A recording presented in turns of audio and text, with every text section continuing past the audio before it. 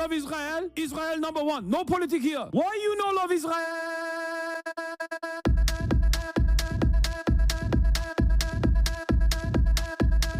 Oh, you hate it?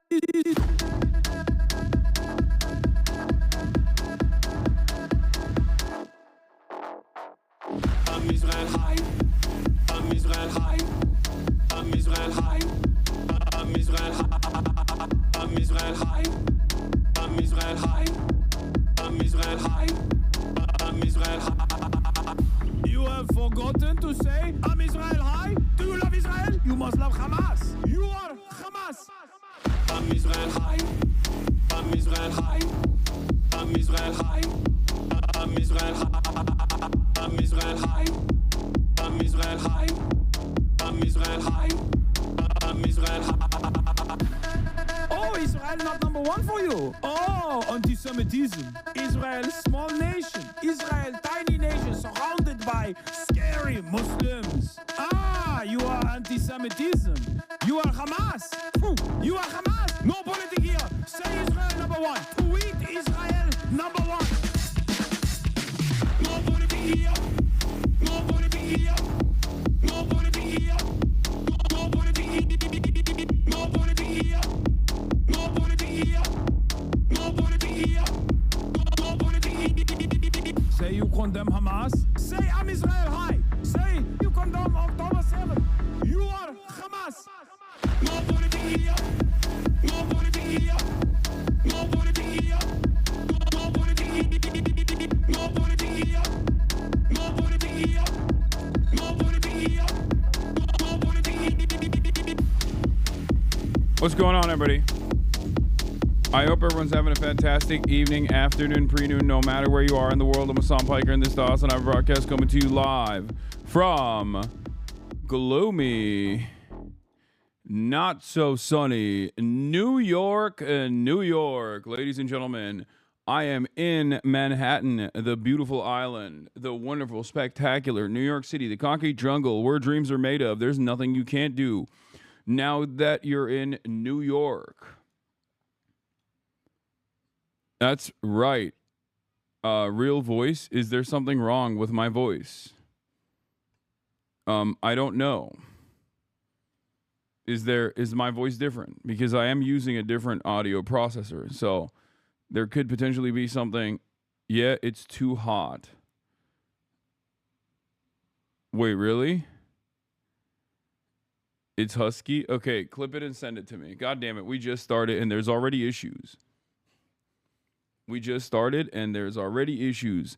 All right. Well, in any case, ladies and gentlemen, boys, girls, and MBs, we are live. We're live here in New York City, concrete jungle, where dreams are made of. There's nothing you can't do now that you're in New York, as always.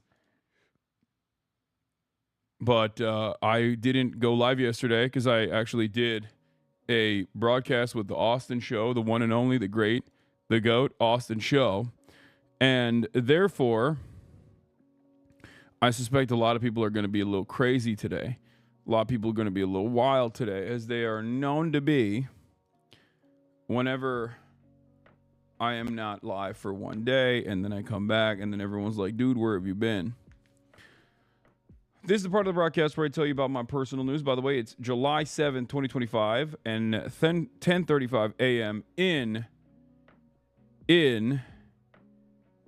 Los Angeles, California. It's actually, what time is it here? It's 1:35 here in New York City. It's 1:35. I'm 30 minutes early, and that's because, you know, the early bird gets the worm.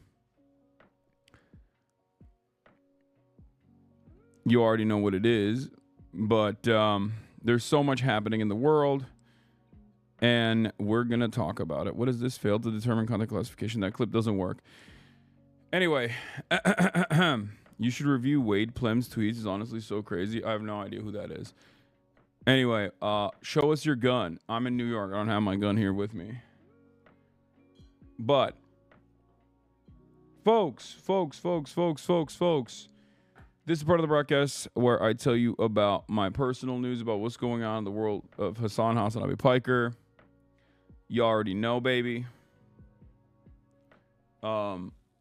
I ended the broadcast on Saturday night, as you guys know, and I went live with Austin yesterday. I went to Drag Brunch. We'll obviously do a recap of that.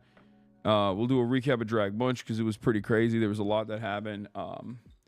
I got gagged pretty spectacularly, pretty aggressively. I'll be honest. I mean, there was a bunch of moments that I got absolutely cooked. Absolutely destroyed. Absolutely cooked. Did you see our queen noticed you? Who's that? Oh, the Labibu lady? That's amazing. It's fantastic. Anyway.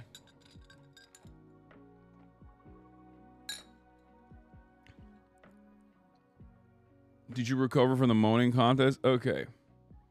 Shut up, newsboy. When are you going to see Uncle Sam? Most likely tomorrow. I'm going to be on Majority Report tomorrow in the morning before I go live on my own stream. So I'll be late to my own stream tomorrow. But that's tomorrow. In any case, personal news-wise, folks, I'm in New York. I'm in New York City. What? DC or cold brew? No, this is a cold brew.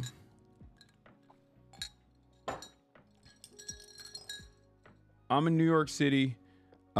Yesterday after Drag Brunch, I got my stuff packed, ready to go. I actually, March is not here with me. He stayed in LA because he's dead to me. He's a dead man.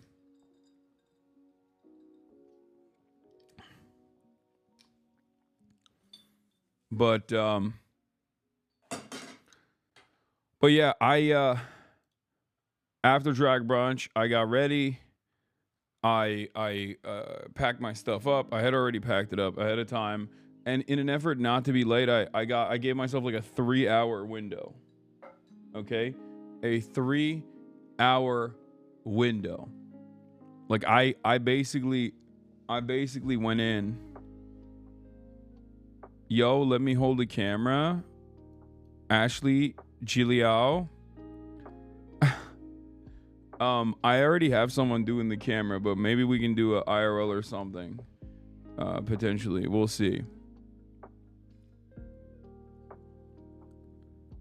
Parasocial, did you go to Lud's party? No, I did not. I ducked Lud's funeral / his party, his birthday party. And the reason for why I ducked it is because, one, it's too sad to see another person die like this in the industry. And that, by that I mean turn 30. Look, you see this? You'll see this? This is homegrown, okay? Lud's gonna be getting there soon too. What is this? But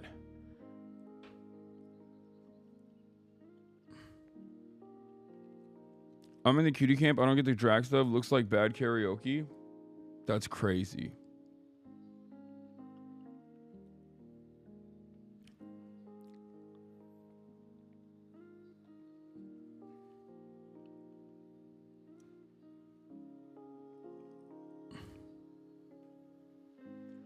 Anyway, I didn't make it to Lud's birthday, obviously, because I was on a plane.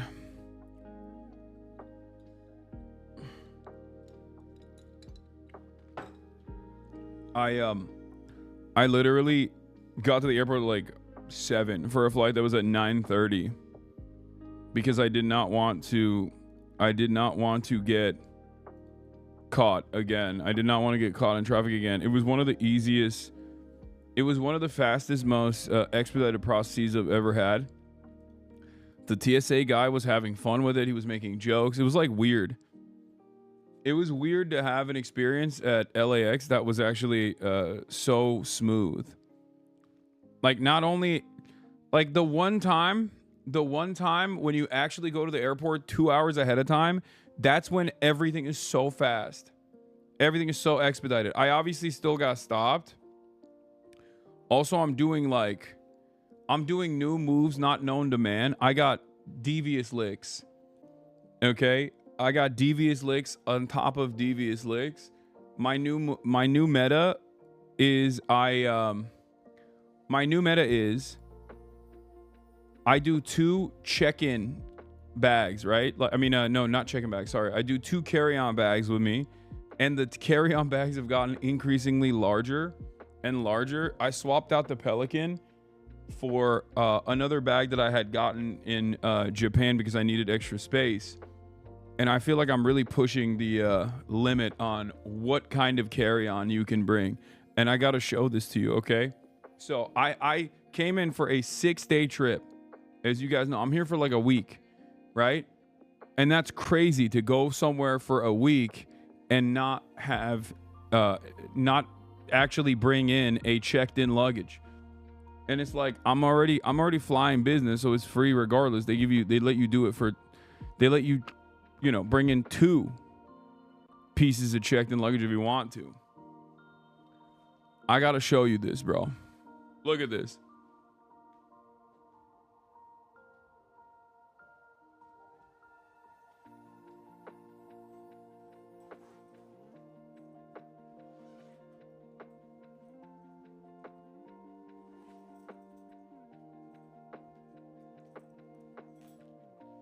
This is the first one. This old ass bag that I've had for years and years. I mean, it's so busted, but this is the sling over arm bag, which is massive. Like, you can't, it looks small. Remember, I look small. I make it look small. It's not. It's a grandpa bag, for the record.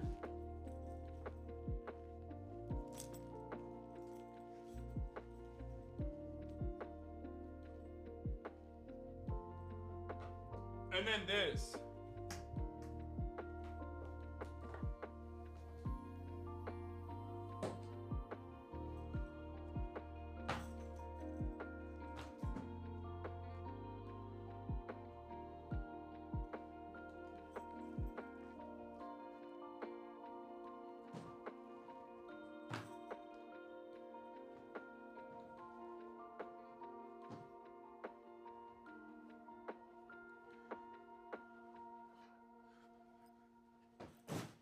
Pushing the limits of what's acceptable, basically. Really, really pushing the limits. That suitcase is a carry-on. Both of these are carry-ons. I carried them on, both. I think it's one of those. I think it's one of those instances where like my size plays a good role here. Where like because I'm so big. Like I make it look like it's a carry-on when it's like clearly not, if that makes sense.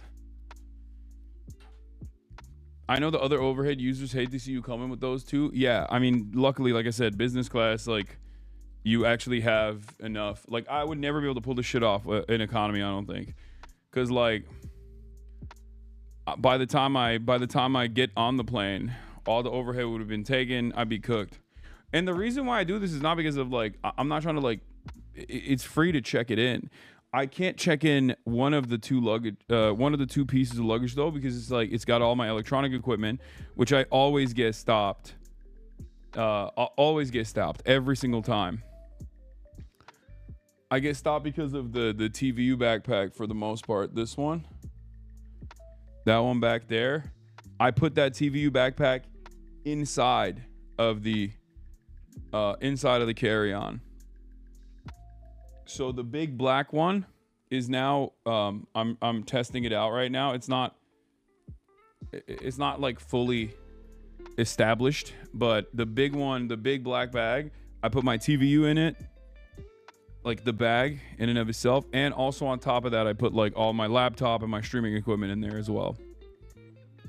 Have you tried economy plus plane seats? Yes, dude. What are you talking about? I've fucking flown economy my whole life until recently.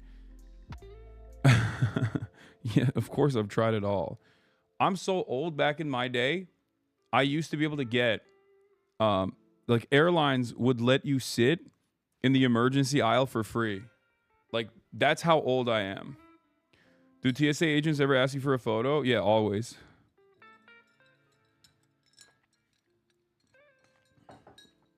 Did you pack clothes? I did. But I brought only t-shirts. You want to know something crazy? I'm here for like 6 days. I brought 3 pairs of pants, 2 shorts, and like 6 or 7 t-shirts. That's it. Nothing else. Like no jacket, nothing. Because I was like, it's gonna be hot as fuck. Oh, and then obviously underwear, enough underwear. And enough socks, enough underwear. But it turns out it's gonna be raining all week anyway, which is crazy. Now I like a lot of the outdoor IRL stuff that I was planning on doing might get absolutely cooked at this point because of the crazy amounts of rain. I don't know. We'll see. Bro is thinking up the hotel room right now for sure. No. Chill. But yeah.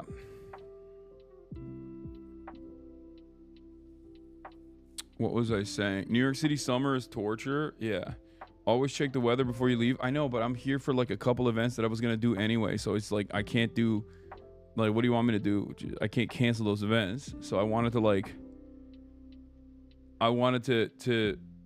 make it a larger thing.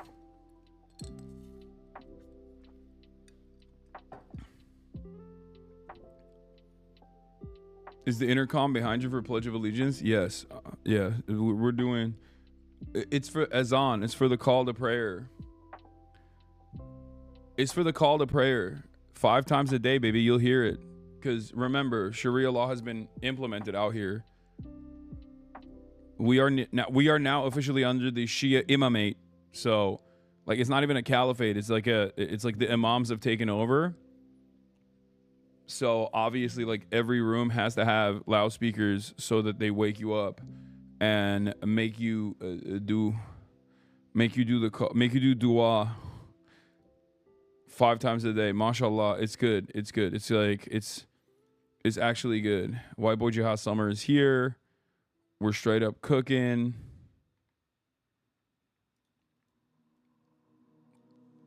Did you check Bad Bunny's song with Trump Airways on it? No. Yes, I'll be doing Majority Report. Don't worry. Welcome live from the Islamic Republic of New York. Yeah.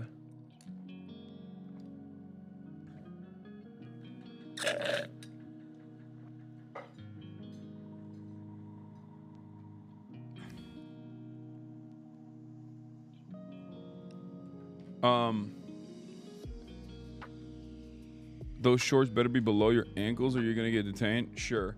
All right, anyway, so, I'm here. I knocked the freak out. The flight was awesome. I'll tell you this much. I was in the lounge.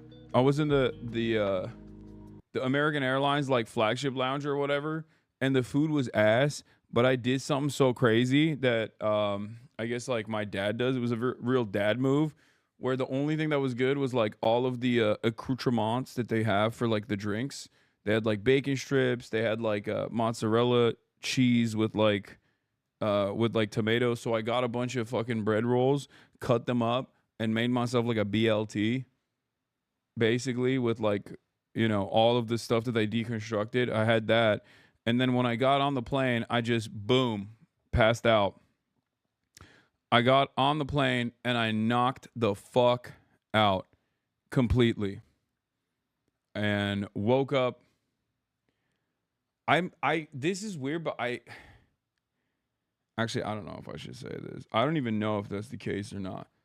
But I think Kim Kardashian and Kanye West's daughter was sitting in front of me. But I don't know. I didn't ask. I was like, and I was also too busy falling asleep. But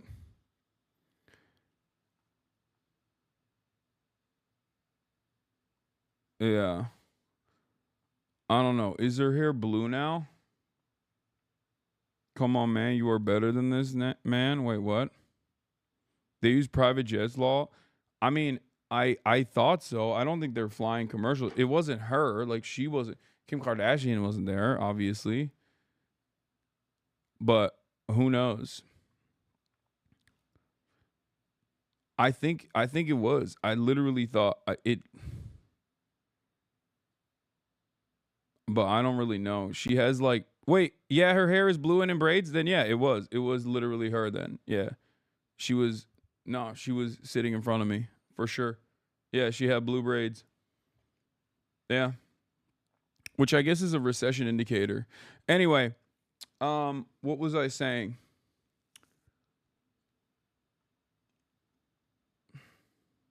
I also thought that same thing though. I was like, that's weird that like they're not flying private. And she wasn't flying by herself. She was flying with a bunch of people. But yeah. In any case, celebrity culture is counter-revolutionary. Yeah, I don't really care. Where was I? El Hasan. What did I say? There's a El Hasan. Thank you to Macy's for the playlist. Yeah, so yeah, I knock the fuck out. I get in the car. I knock out again. I come to the hotel. I check in. I knock out again. I basically just slept a lot, which was good. I slept a lot. I got a lot of the sleep out of my system. I needed to. So that was good. And then here we are. You know, I basically set everything up, and I'm live streaming from the hotel. You fart a bunch? No, I did not. Not this time. Not this time. Not this time, friend.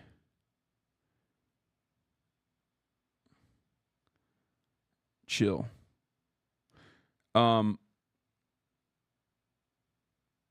on. Wait, let me see if I can find this. Felix, Lala, Adam collabs. Yeah, we'll do some collabs. Don't worry. We'll figure it out. All right, let's get to some of these clips. So yesterday was crazy. Yesterday was a movie.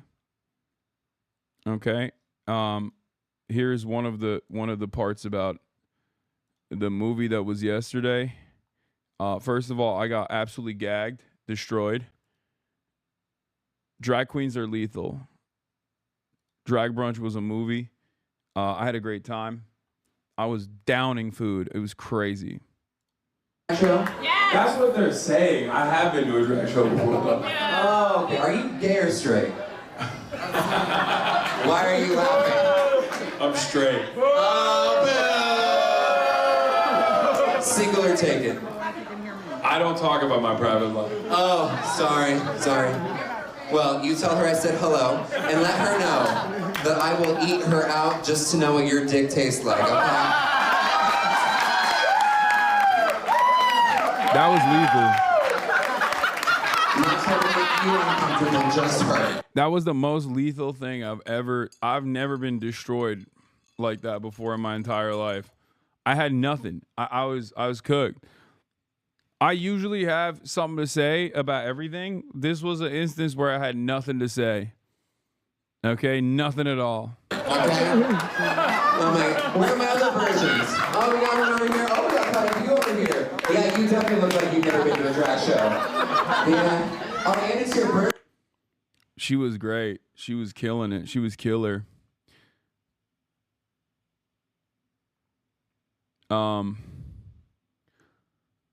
There was some crazy stuff that we did, but this was the other thing that we did that was crazy. Obviously, we had a moaning show. We had a moaning competition. I feel like I did all right, but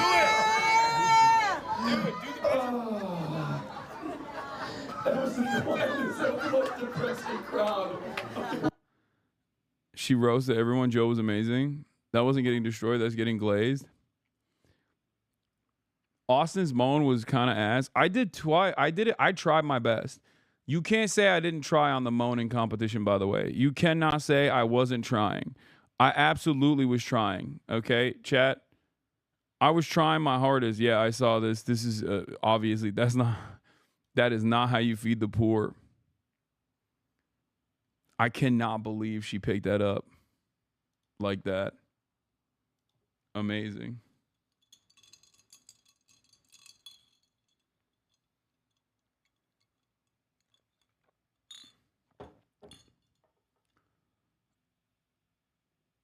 Here, this was mine. 1, 2, 3. I hate straight people. I'm sorry. One more? Okay, don't disappoint this time. Okay, 1, 2, 3. No. Somehow I hate you more.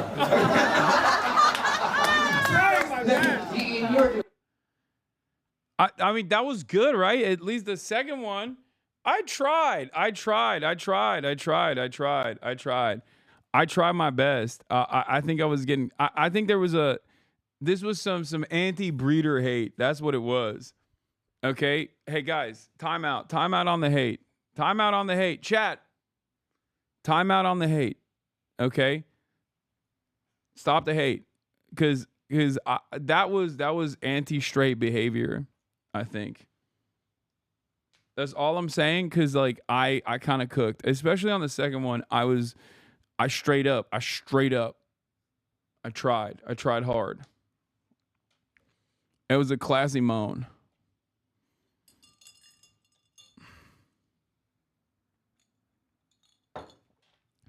Anyway, listen to Austin's though. That was way worse than mine, so at least we got that. That was the most depressing crowd. Wait, was that your moan? Hold on. Wait there. Will you show me what it actually sounds like? Ready? Go.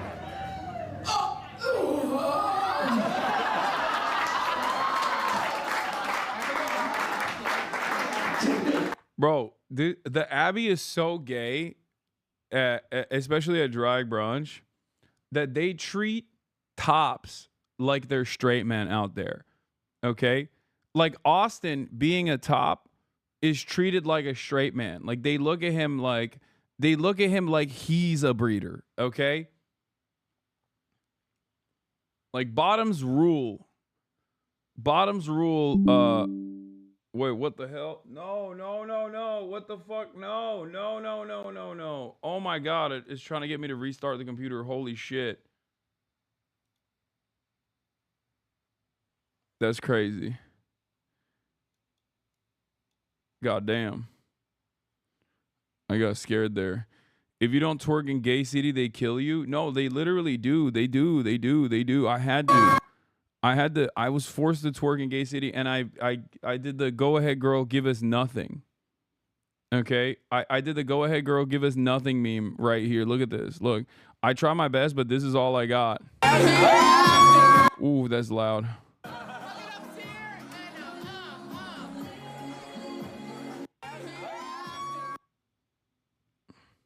I trained for this too, and I still fucked it up. Conversion therapy ass take.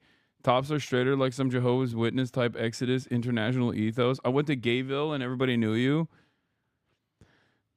I mean, it's true. I forgot all my training. I fucked it up. Anyway, that was fun. Also, it seems our queen, the Labubu queen, has seen the Labubu memes. The Lebiu lady saw a compilation of Hasan saying Lebiu, and she hit it with a heart.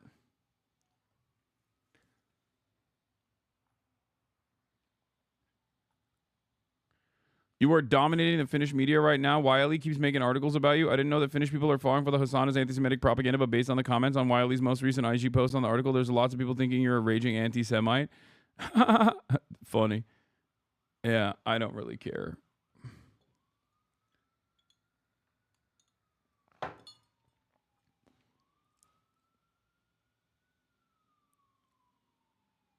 But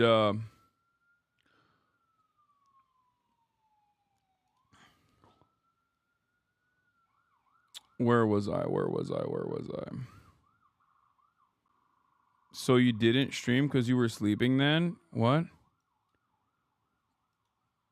does that even mean? Okay. It's okay. Finland is the suicide capital of the world, right? They aren't here for long. That's not true. I thought Finland was like the happiest country on the planet. Yeah, you hear the sirens, baby? We're out here in New York City, okay? There's things happening all the time. You can have one moment, there's a 9/11. Another moment, a small business could be opening. You already know what it is. Oh yeah, I also donated to Alveus Sanctuary as well. While I wasn't live at the time, but oh, boom. Immediately the alerts are busted again. Let's fucking fix them real quick. Boom, boom. Not a problem.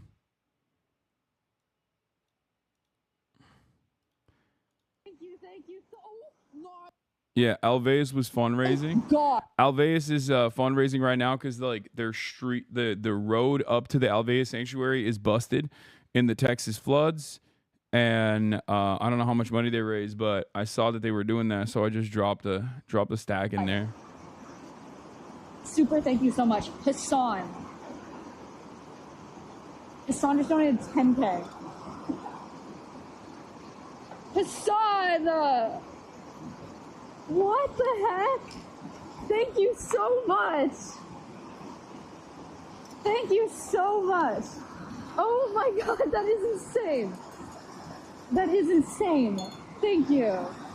Wow, what the heck? It's still called Valky Way, but thank you for the 10K. Thank you for the $10,000 donation. That is insane. Is this on live? Or you did that offline too? I was not live.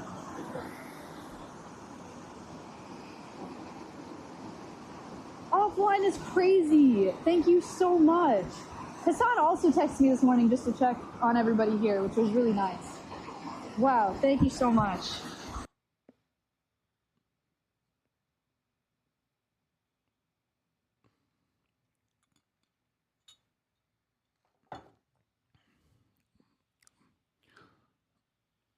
So when are you gonna get a building named in your honor at the sanctuary? I don't know how much money I've fundraised for the sanctuary, but you know, I don't think I'll be getting a building named after me anytime soon. But I'm down to do more. Rose still called Valky, but you got Culvert Pipe named after you. Wait, what is this? I don't know what this road naming business is. Thank you so much, Ray, for the raid. I was not watching the stream, like, so I have no idea what you guys are talking about. But And thank you for the $10,000 donation. Absolutely insane. Marm, thank you for the $50 donation. Absolutely insane. Hasan also donated $10,000, so we officially have Valky Way Road and Hasan Piper, our culvert pipe. what is the pipe? The culvert pipe? What does that mean? I don't even know what that means. What the hell? Lock it. Oh my god.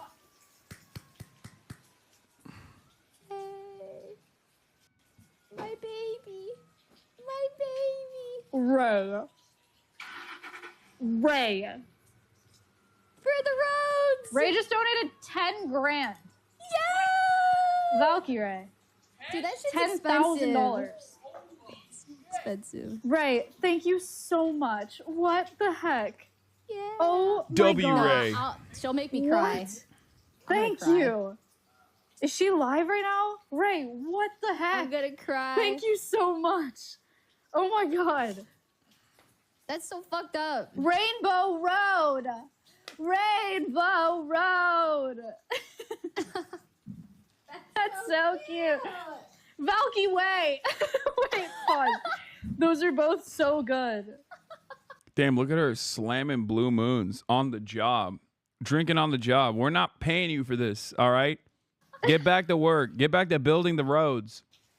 Valky Way. Valky Way. Oh, it's so cute. Oh, it's the drain pipe that goes under the road that lets the water pass through? Oh, nice. On the autism test. What is this? I want him to retake it. What? And I want to correct his biased answers. What the hell? What? Minimum 150. Because I think I remember seeing clips of him did I watch I can't remember if I watched the whole thing or not, if I saw clips. It's been so long, but I remember seeing him answer some of those questions incorrectly. Like, he thinks that he's not doing some of these things. No. But he does them a lot. No. That's So I think crazy. he has to redo it. 127 is good. It's a nice number. Let's not go crazy here, okay? It's not higher than 127. I don't want to max out my autism score. Okay? I don't want to This is slander. This is slander. This is slander. This is slander. This is slander. This is slander. These are slanderous lies. Maya switched up on your laugh. Exposed. Clip. What is funny laugh? I love Hasan's laugh. Everyone loves Hasan's laugh. Fucking hell. Oh my God. Exposed. Oh, okay. Did you hear it? It's hard to hear because these mics are on our mouths, but Connor laughed at his laugh. Do you hear it? Exposed. Exposed. Freaking caught, dude. It turns out my laugh is not bad. It is contagious, as a matter of fact. That's crazy. That's crazy. That's crazy. That's crazy. This mustache was not it. I disagree. A lot of people are demanding I bring the stash back. They're saying that. Many people are saying that. They're saying, Hasan, bring the stash back. I mean, I'm growing the beard out right now. I'm trying to do a little ASMR for you. But yeah, your fit's fire today. Thank you. I can pull off the stash. I can do it.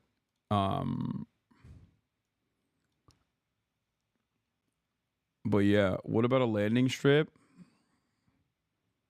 My man's got gray patches in his beard. Oh yeah, I do. What is this? I was gonna say he's walking on thin. I was gonna say he better walk on thin ice, but that definitely was not what I was trying to say. He's walking on thin ice. Yes. Period. Okay.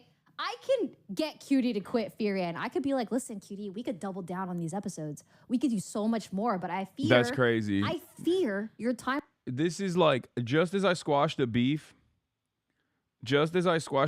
with Maya, out of nowhere,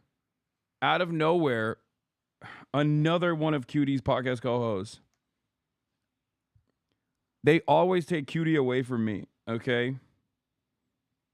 This is how it works. This is how it's always worked. It's bullshit. And now we got a new op. We got a new op chat. Straight up, new op time. New op alert.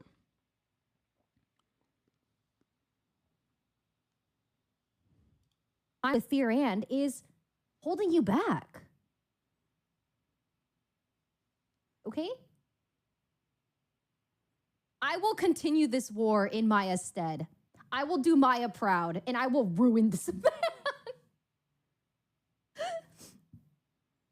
That's crazy. Surely, I mean, Cutie, what about is Cutie's baby? There's no, like, Fear and is it's like the unloved second child. And now it's yours. Yes.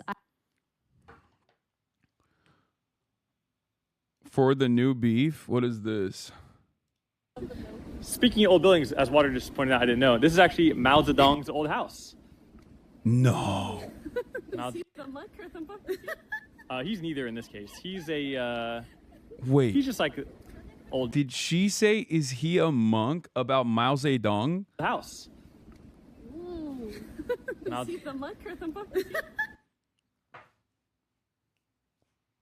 The glorious chairman, the founding father, the man who restored China to its glory after a century of humiliation, Mao Zedong? Is he the monkey or the monk? What? She don't know. How do you not know you're in China? Oh my gosh, she's in China. This is the second time she's in China. She went to China once and got like, I think food poisoned or something, and then she couldn't stream. This is the second time she's in China. I haven't been to China yet, and she doesn't even know Mao. God damn. He's neither in this case. He's a... he's just like old China guy that did things. And, anyways. Yeah. Old China guy? What was that? Mao. That's crazy. That's crazy, Jake. Jake, that's crazy. Old China guy? Are we serious right now, dude? Just say he's the founding father. of modern China, the People's Republic. She's not half Chinese like you. She's Moroccan. I'm not even half Chinese. I'm full Chinese. I'm white Chinese. That's what it is. My man said old China got fake and bake. Yeah, they should deport his ass, bro. Straight up. Anyway. Yeah. Cutie ain't never coming back to Fear Ann.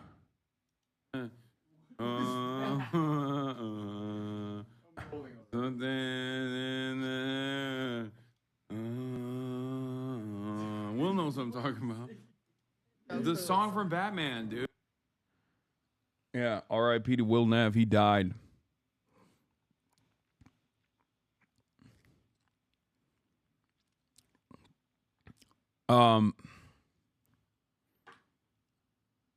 R.I.P. to Will Nev. Self-suck on camera. Caught on camera. This is a unique one because you rarely ever see the self-suck happening on camera like this. But you guys got to see it. What size shirt is that Y3 jersey? It's really big. I thought it would be really tight because it's Japanese. Like, I thought it'd be Japanese sizes. Turns out the Y3 one is like American size, so it's like a triple XL.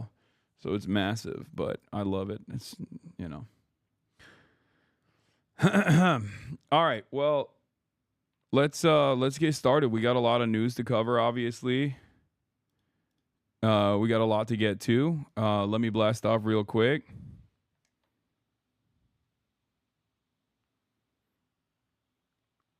Hold on. Wait, I'm texting some people as well. Hold on. And I gotta pee.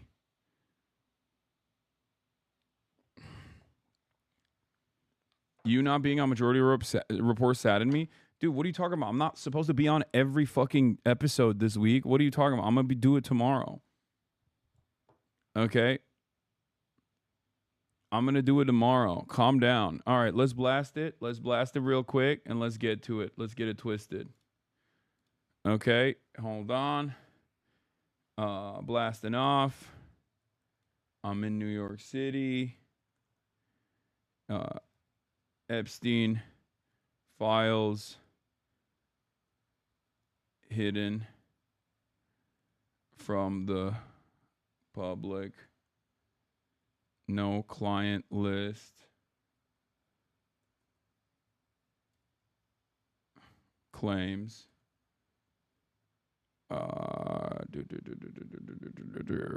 Okay. I'm in New York City. Epstein files hidden from the public. No client list claims. Texas floods. What is the total? What is the death toll now on the Texas floods chat? 75 dead. Jesus Christ. Lives. As admin cuts. No. Oh, it's 80 plus? Okay. Well, the news article says 75. No. And NWS.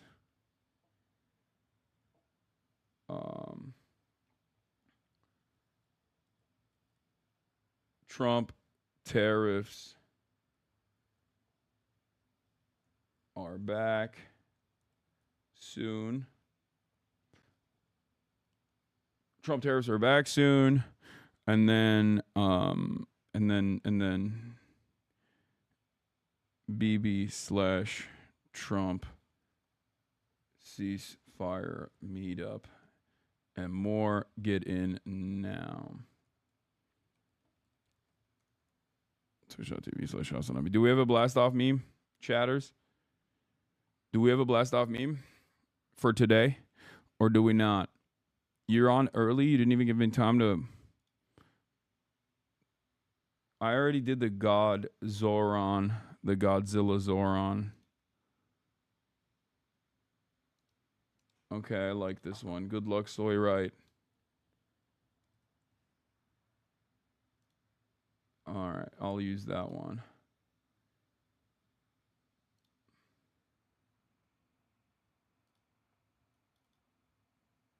Something in the air.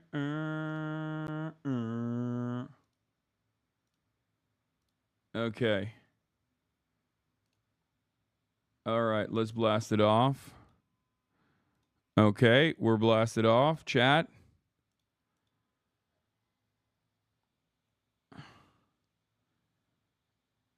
A 27-year-old man has been killed after opening fire at a U.S. border facility. And yeah, I know that one. I know.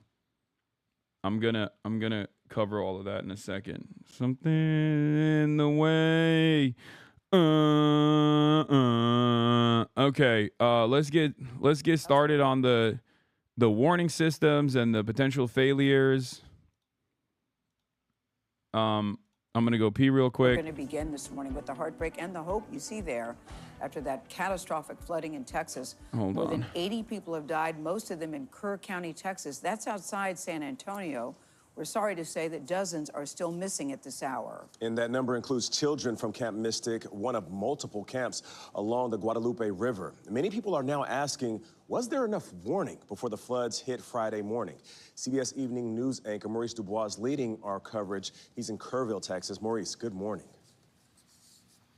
Nate, good morning to you. The Guadalupe River just about 100 feet behind me here, but on Friday, at this very time, it was nearly 100 yards over its banks here, well above me and well beyond where I'm standing, uprooting all kinds of trees, leaving behind a trail of debris.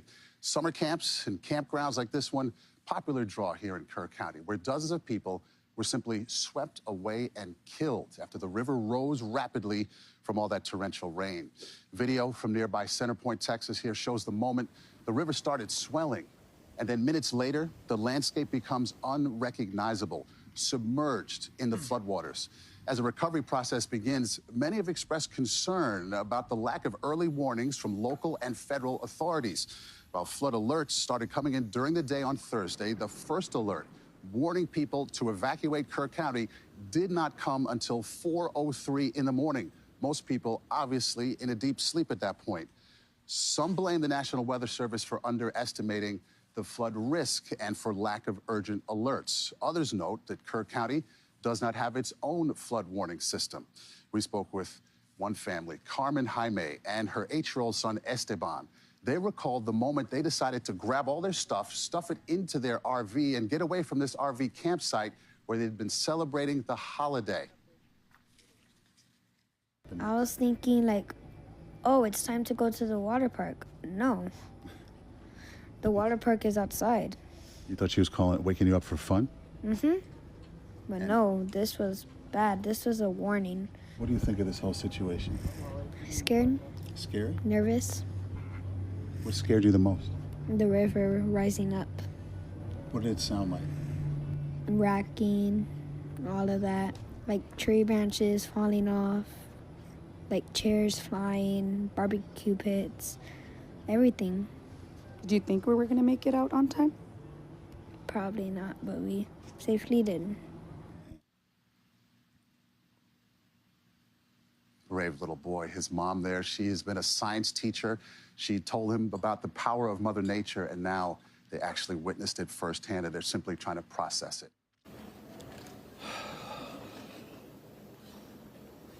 Texas is grieving right now. Oh, wow. Ted Cruz is there instead of flying at the Cancun again. Shocked, I tell you.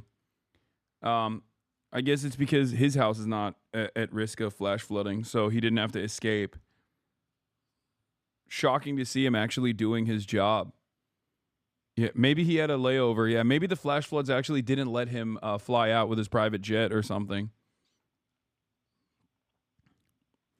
Yeah, here, people don't understand how fast this developed. A time-lapse video provided by an eyewitness showed floodwaters rising over a causeway in Kingsland, Texas, completely submerging it in the span of a few minutes. Just so you understand. And we've covered this over the course of the past couple of days pretty extensively. 26 feet in like 4 minutes. But one of the issues with these kinds of like flash floods and whatnot is that oftentimes you get warnings and nobody takes them seriously. And usually it doesn't happen this fast, but the reason why people don't take them seriously is because like you get them all the time. Like I've gotten flash flood warnings in Los Angeles and it's led to nothing, right? And I don't know. I mean, here, let's take a look at this just so you understand. That's Llano River, not Guadalupe, but yeah, same principle.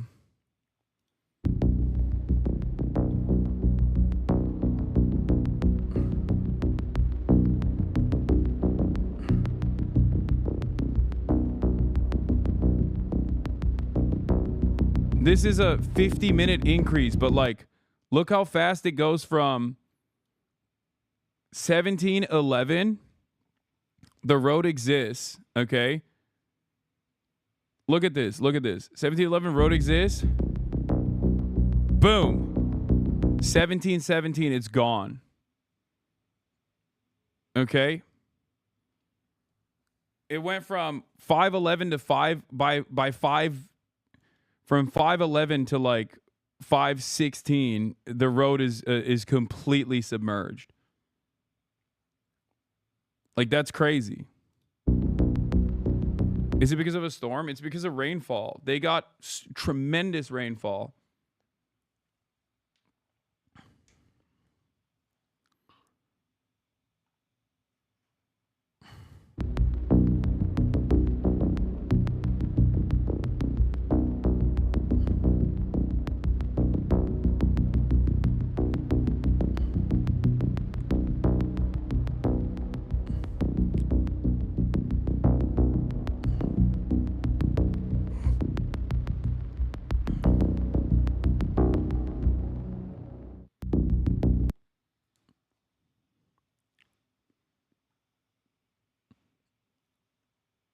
It's basically like a dam collapsing. Like that's what it feels like.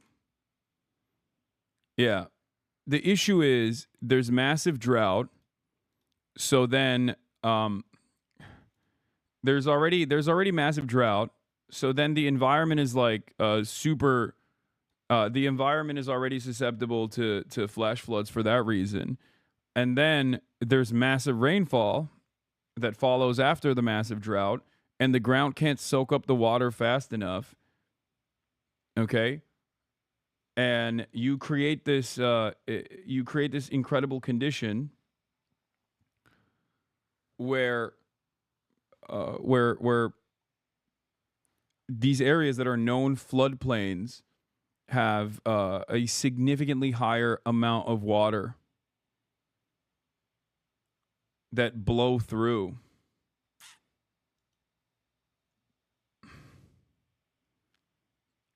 Here's some more footage of the flash floods as well. 4 videos: the initial wall of water. 2, 15 minutes after the wall, tree sucked under the bridge. 3, 25 minutes after the wall, flood at bridge level. 4, 30 minutes after the wall, floating house hits bridge.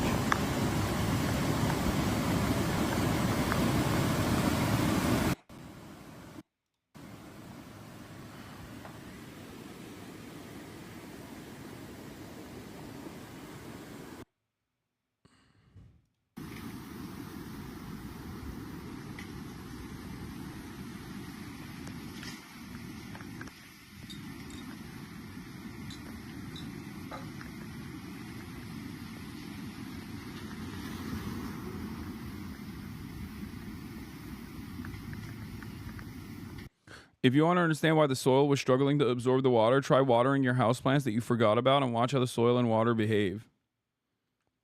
Yeah.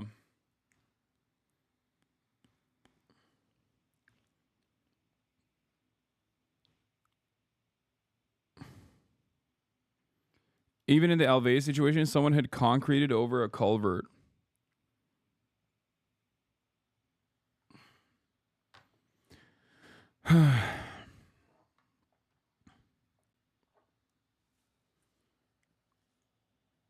This is also going to be an increasing problem whenever Nestle has sucked up water table dry to fill those fucking bottles they sell us. Oh, you mean Nestle. I don't know why I read it as Nestle. Yeah. Also, you have to remember, there are always people that turn around and say like, oh, these are red states, they deserve it or whatever the fuck. Obviously, they don't. Okay, nobody deserves this. I don't give a fuck what they voted for.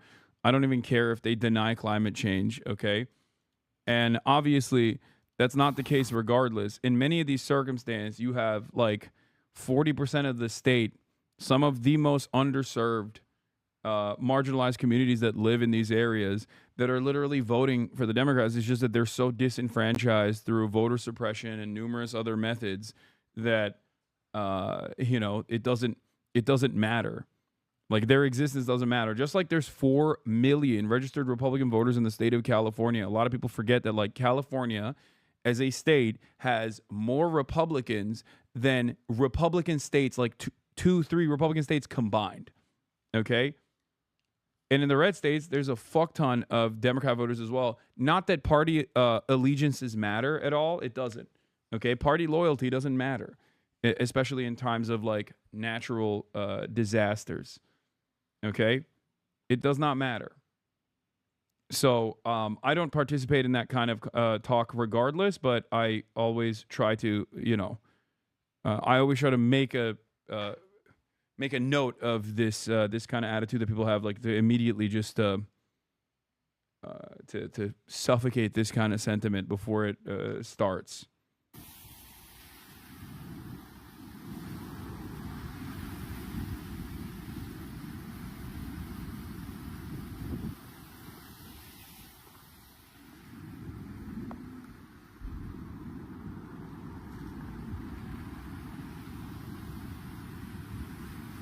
It will matter to Trump, though. He will dictate it as if a state gets help based on state voters, sadly. Yeah, I mean, that's a totally separate situation. But listen. Like, look at this. That's a house. It's picked up a house. And is slamming the house into the bridge.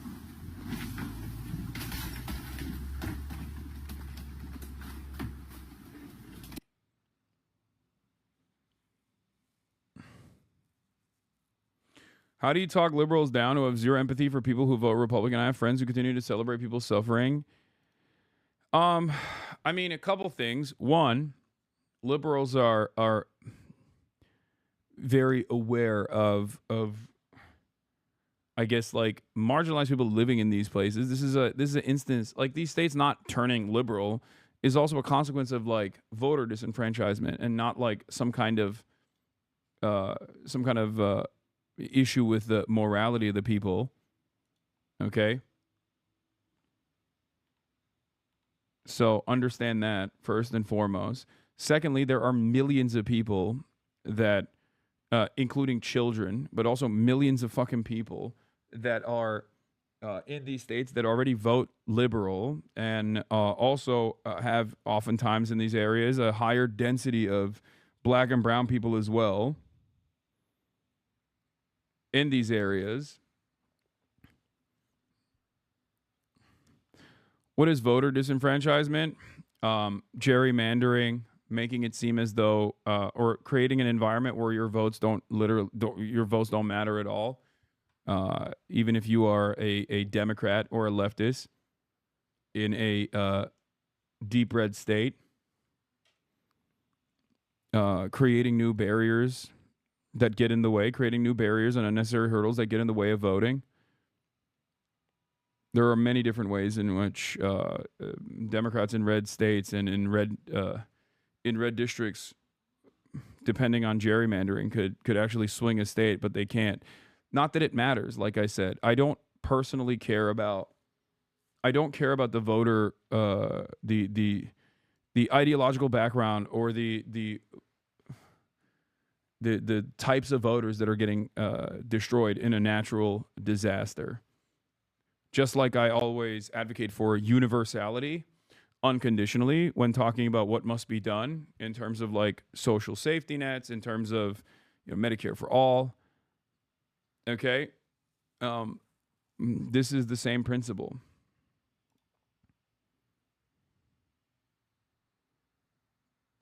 You know?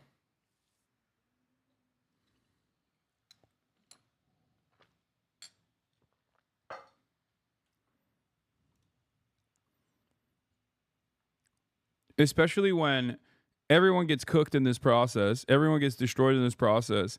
And it's very important for people to understand that. And it's important for people to also make an argument that isn't like weirdly unsympathetic for no fucking reason. Especially when this should be an opportunity for people to educate people. This should be an opportunity to be like, first and foremost, it should be an opportunity to lend support, and then educate people. Like, that should be the goal here. Like, this is yet another crisis that was avoidable. Okay, these things, like, we have the capacity to create successful prevention methods. We have the capacity to harden our infrastructure. We don't do any of those things, okay? So get mad at the real people that are get mad at the people who are actually responsible for these deadly events, rather than victims of said deadly events.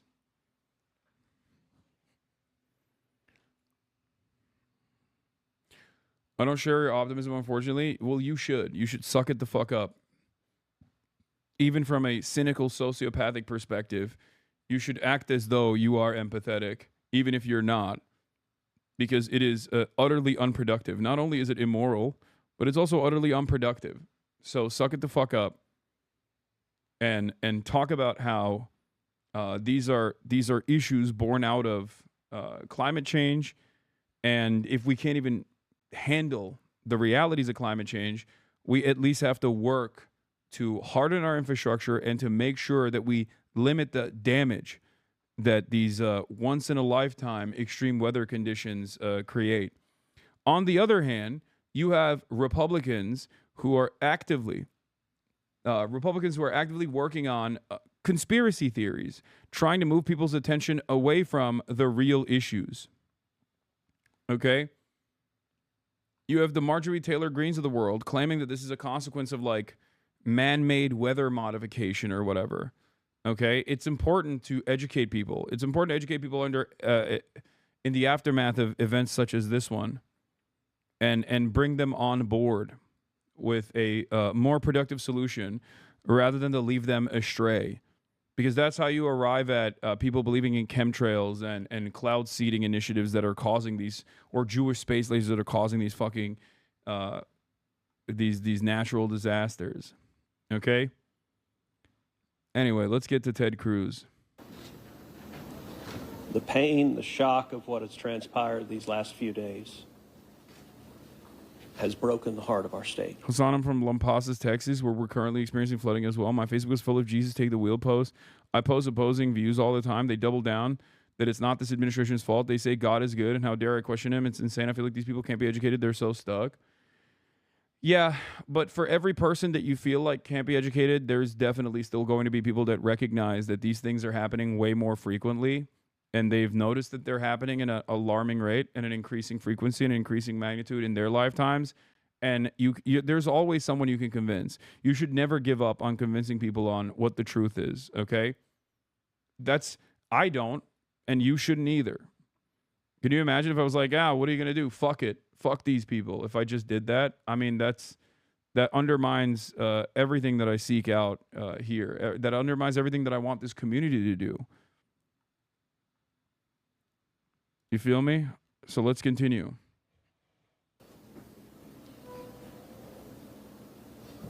As of yesterday, the confirmed death. This fucking sociopath is like trying to come across as. This sociopath is trying to come across as though he's like empathetic here, which is crazy. Toll was 82, and those numbers are continuing to go up.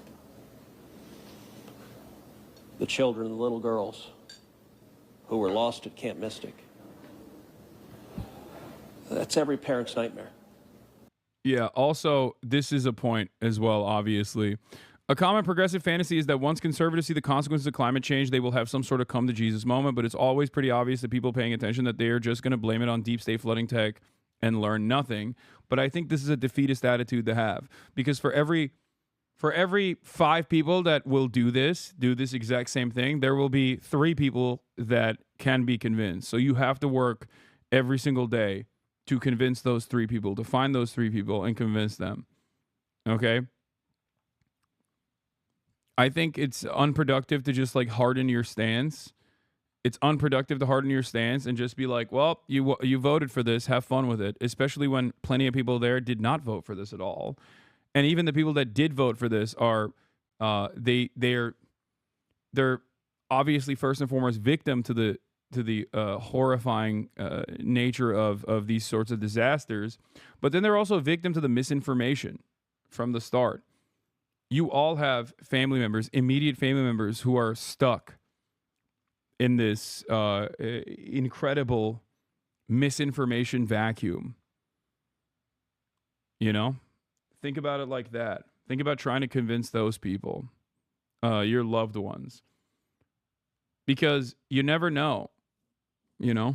You never know. One day something might stick. And I know that the government is never going to engage in this sort of like deprogramming, and that's already a scary thing to say to begin with. You know, people will go, oh, you mean camps? You want to do re-education camps or whatever, right? So you need to use the immediate relationships that you have with a lot of these people to educate them on the truth. This is a large enough community that we can make an impact that way. No matter how marginal, it's still significant. That's why I don't shy away from talking to people directly where they're at anytime I can. Now, of course, I still have my moments. I still have my angry moments where I just like pop off. But otherwise, it's always good to try and engage in messaging discipline and to be cool, calm, and collected and use it as an opportunity to teach people.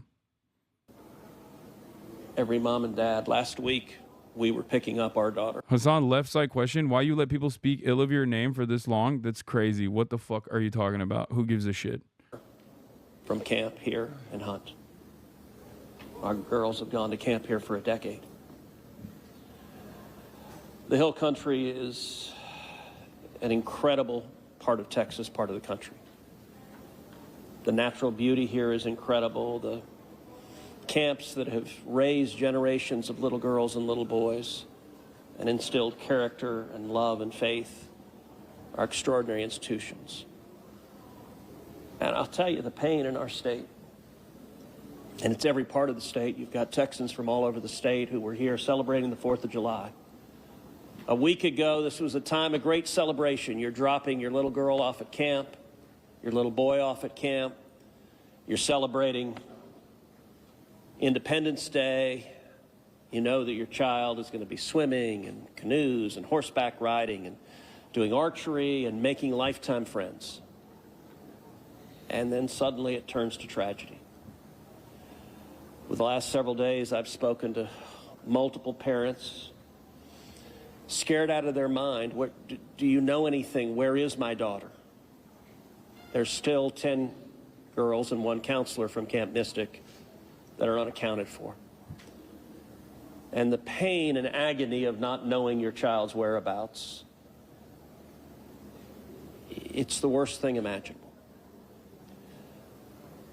But I want to say, in the face of all of this, it is simultaneously inspiring. Every time there's a tragedy, every time there's a natural disaster in Texas, Texans come together. Texas is a big state. We got 31 million people. And we have hurricanes, we have tornadoes, we have wildfires.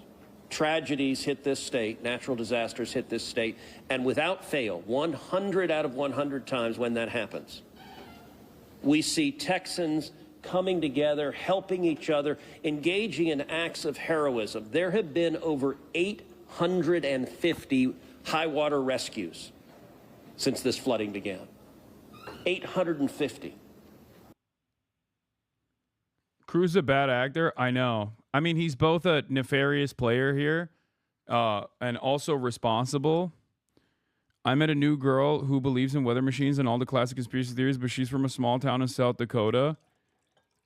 She's lived her whole life. I don't blame her. Many of these people are nice people, but just misguided and are in an echo chamber of misinformation and wrongly placed anger and fear. Exactly.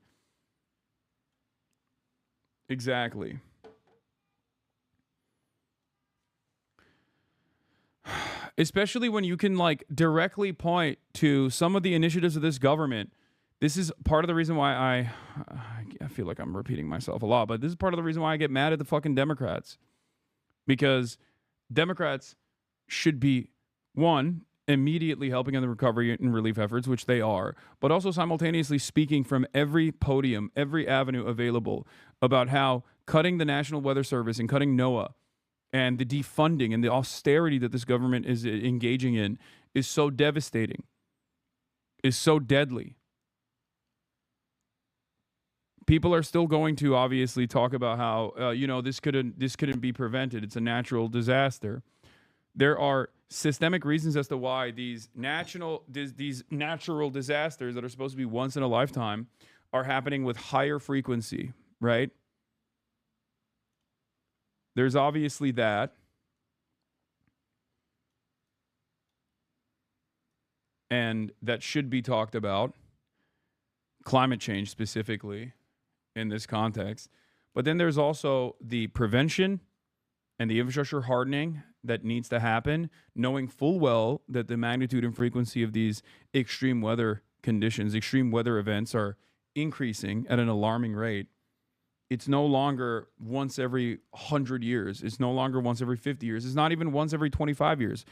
It's not even once every 5 years. It's happening yearly. And at that point, it's just a normal part of existence, and we have to, at the very least, create some sort of protection to make sure that we protect people and to avoid unnecessary deaths. And it's not just happening yearly. Yes, it's happening multiple times a year as well. It's like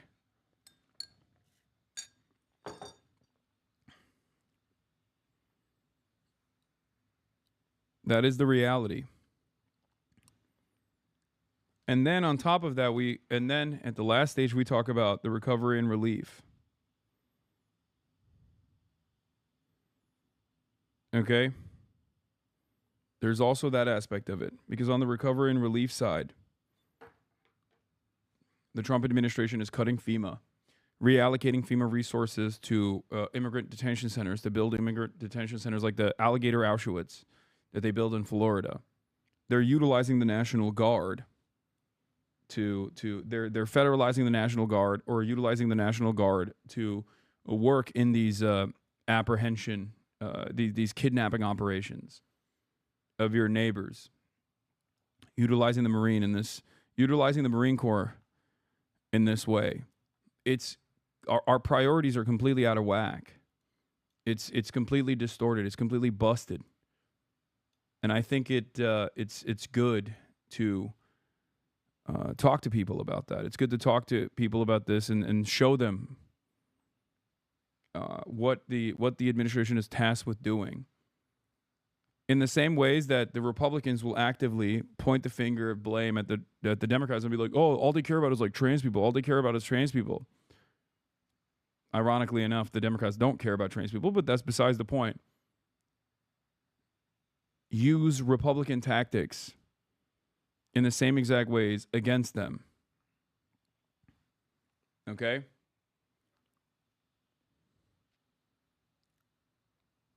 They're nowhere to be found.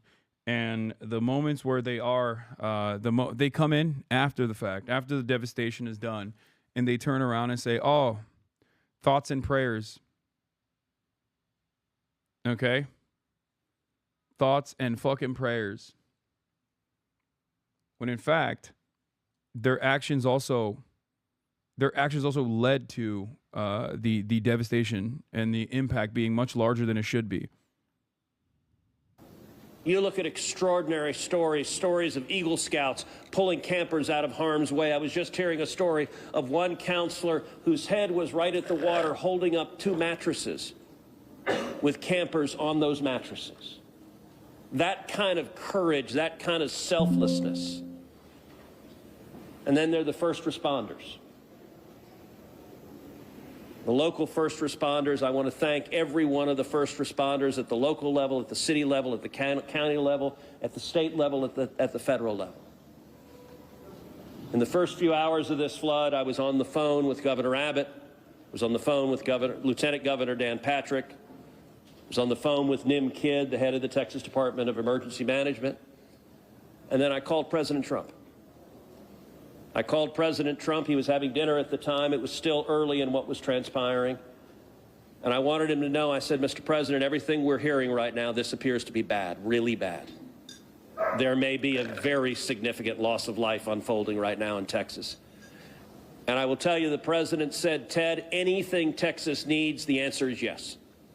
Whatever assets you need, whatever resources you need, yes, let us know, and we will provide everything. Within hours, we had helicopters, over a dozen helicopters in the air,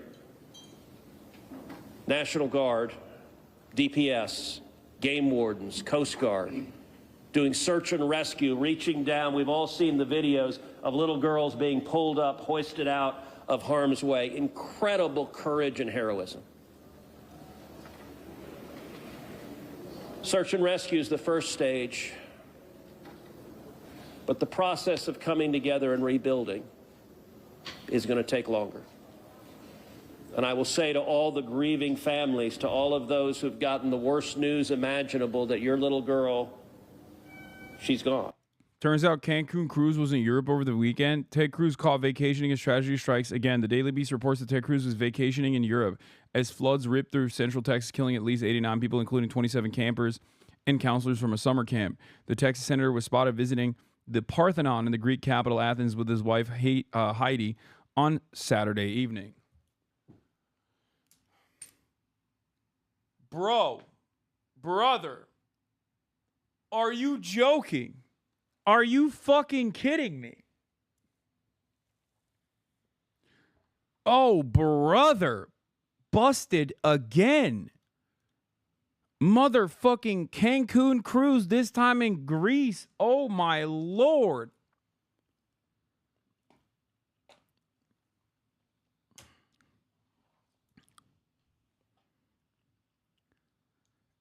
This man is, I mean, listen, guys, you have to understand something. As many of you work tirelessly day in, day out with no hope of a summer vacation, both because you don't have the disposable income to pay for a summer vacation and also because your boss will never let you go, you have to understand Ted Cruz is a really hard job. And he just did his really hard job when he went to vote for the murder poor people bill, okay?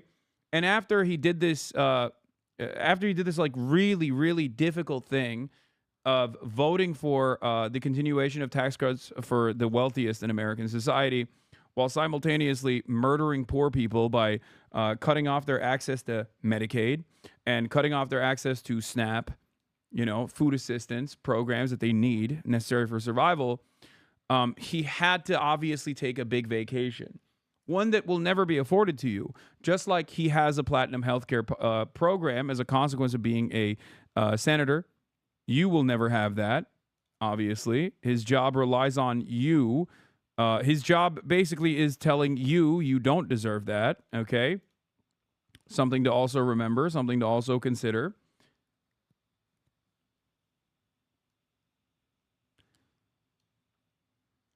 But he had to celebrate. He had to celebrate with his family. He had to celebrate with his family on vacation, okay? A lot of you are being unnecessarily rude and ruthless to Ted Cruz. I mean, he had a really tough go at it, okay? I will say for many of us, those are friends and neighbors who've lost children. Got multiple kids who go to school with my girls.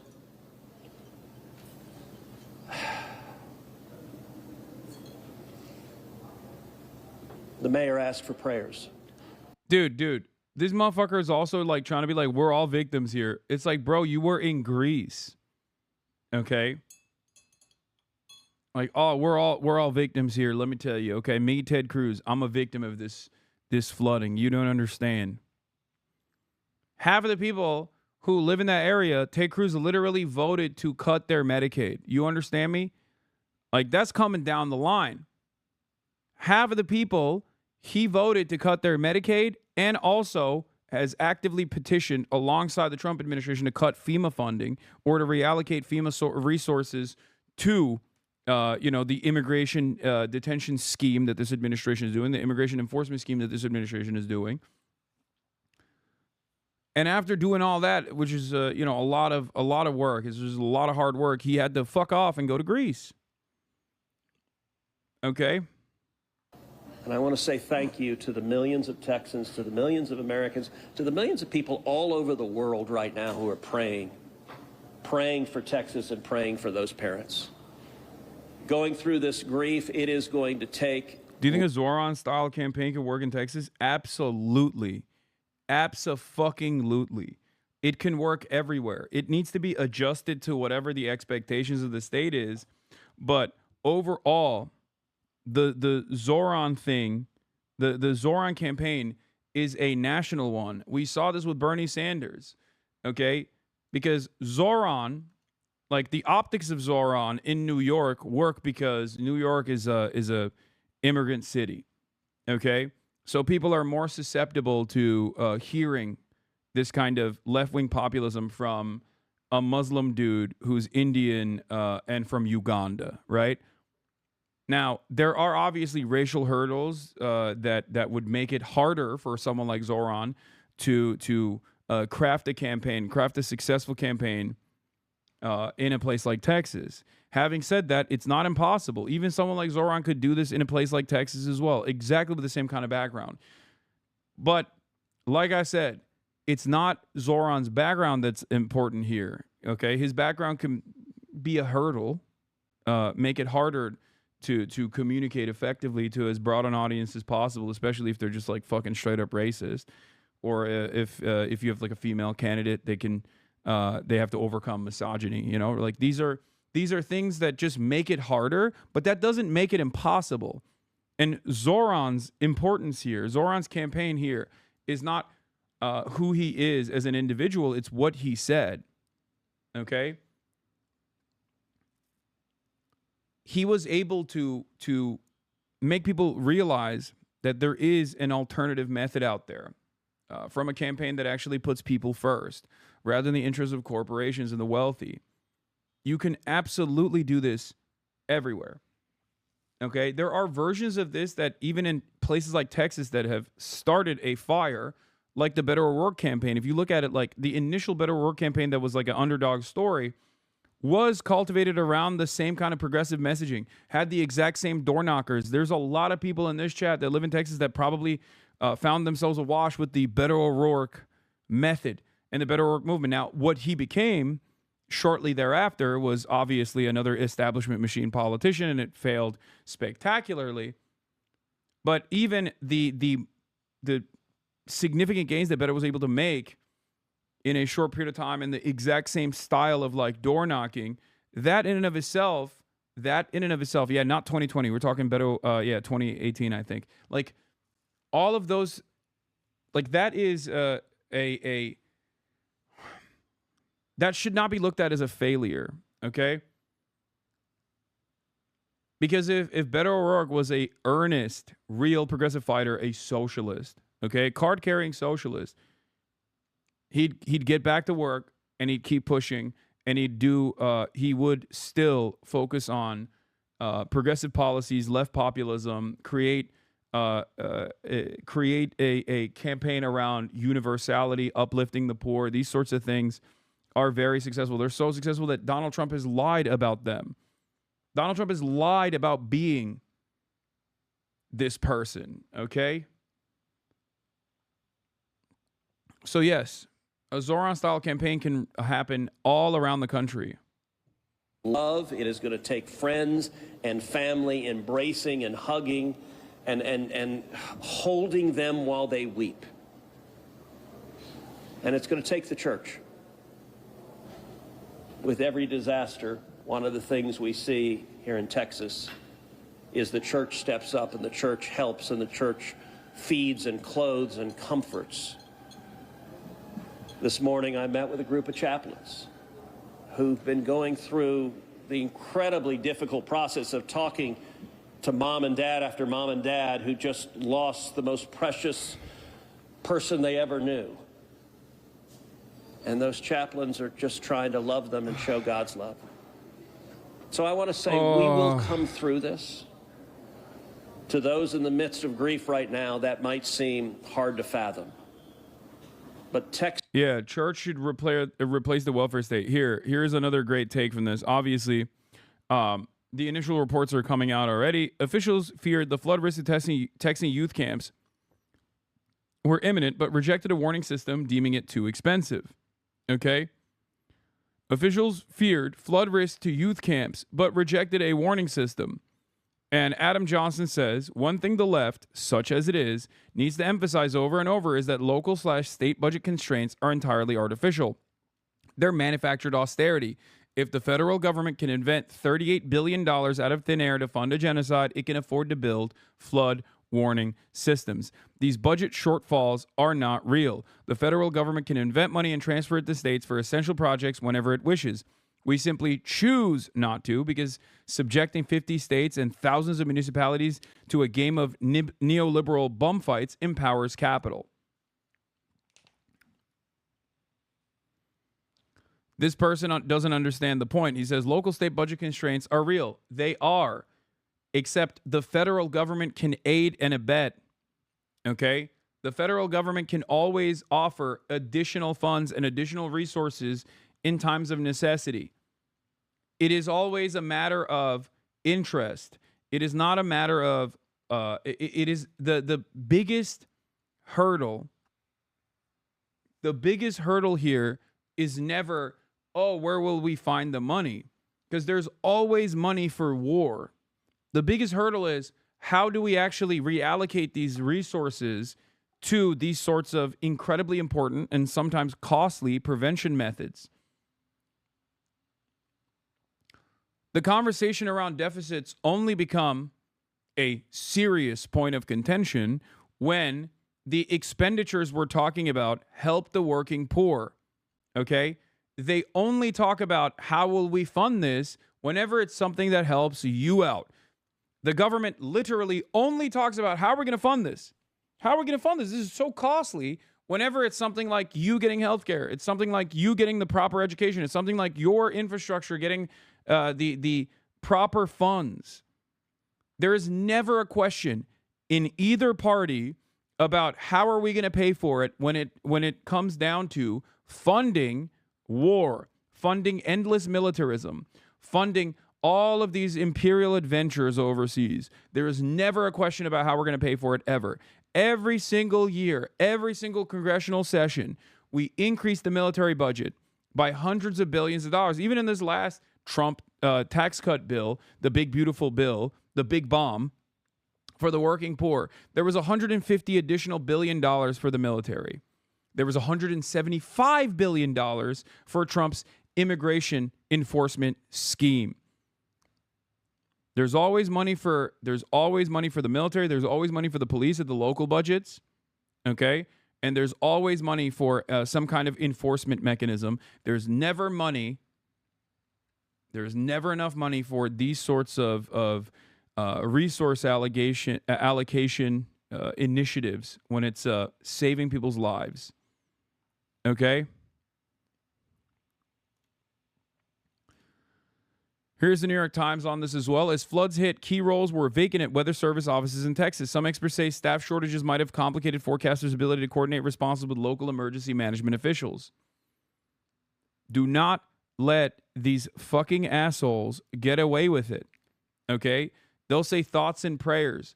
They'll say now is not the time. That's the thing that I told you. Initially, when people ask these questions like, how could this have happened? How could this have happened? The first response from Republicans will be, oh, now is not the time. Now is not the time. No, it is the time. When is the appropriate time? They do this with mass shootings too, which aren't even fucking natural disasters to begin with. Now is not the time. Don't politicize this. Now is not the time. Don't politicize it. It's like you politicized it. Oh. You are responsible for these preventable deaths. You are responsible. If you are a Republican politician, you are especially responsible for these deaths. This is what you wanted. This is what you actively design society around. Will come through this.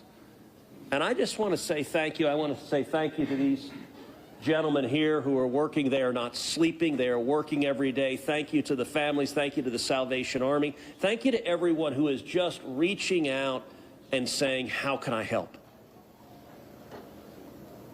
We will come through this, and we'll come through this together. Thank you. And now we'll take questions. Senator, you talked about how you know kids here, how you've taken your own kids to camp.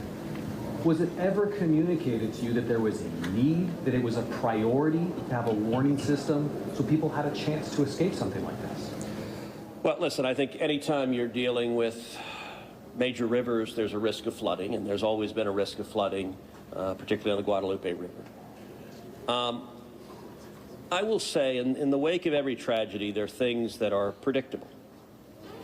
One of the things that's predictable is that you see some people engaging in, I think, partisan games and trying to blame. See, there you go. There's always a chance of disaster. God willed it. God willed it. God is great. God is good. We don't know the ways in which God works, but don't politicize it. I told you, right on fucking script. Right on script. Now is not the time. And this is a natural disaster. It is what it is. It happens. Okay? Dude, the entire purpose of mankind that has been able to go to the fucking moon, that has been able to build ginormous dams, that has been able to build massive skyscrapers is to overcome nature. Okay? And yes, part of that hubris is what's causing these kinds of extreme weather events to take place, because of anthropogenic climate change. But there is still so much more that we can do. Okay? There's still so much more that we could do in terms of proper prevention. Not building campsites and not building campsites around, for example, a riverbed.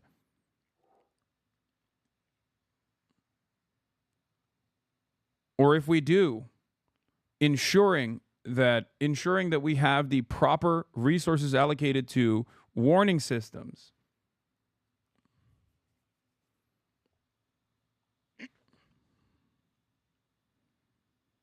Bro, we can conquer a little rain, I think. I mean, this isn't that. This wasn't a little rain. That's the whole point. That's why I gave like the Pompeii example, where it's like, we just keep rebuilding in the ash cheeks of a volcano over and over again, and then the volcano explodes and the lava takes over the city, and then we rebuild the city once again, and we say, it won't happen again. It won't happen again. And we don't even monitor the tectonic activities. We don't even we underfund we underfund the warning systems ahead of time so that there's no evacuation. We just refuse to learn any lessons from any of this, and it's so devastating. Sorry, 10 missing now. How many dead? There are more than 80 people that have died so far. Political opponents for a natural disaster. And you see that with a hurricane, with a tornado, with a wildfire, with this flooding, where people immediately say, well, the hurricane is Donald Trump's fault. Look, that, I think most normal... No one thinks the hurricane is Donald Trump's fault, jackass. Everyone says that the Republican Party has actively worked against, with the unlimited resources we have, the Republican Party in the United States of America is actively creating a more harmful environment, a more dangerous environment. I don't think that people behave in the ways that they're claiming. That is the Republicans that will say, oh, the hurricane is Joe Biden's fault. Okay? Nobody says natural disasters are a direct consequence of like whoever the fucking president is. Unless you're a Republican and the president is a Democrat. Okay?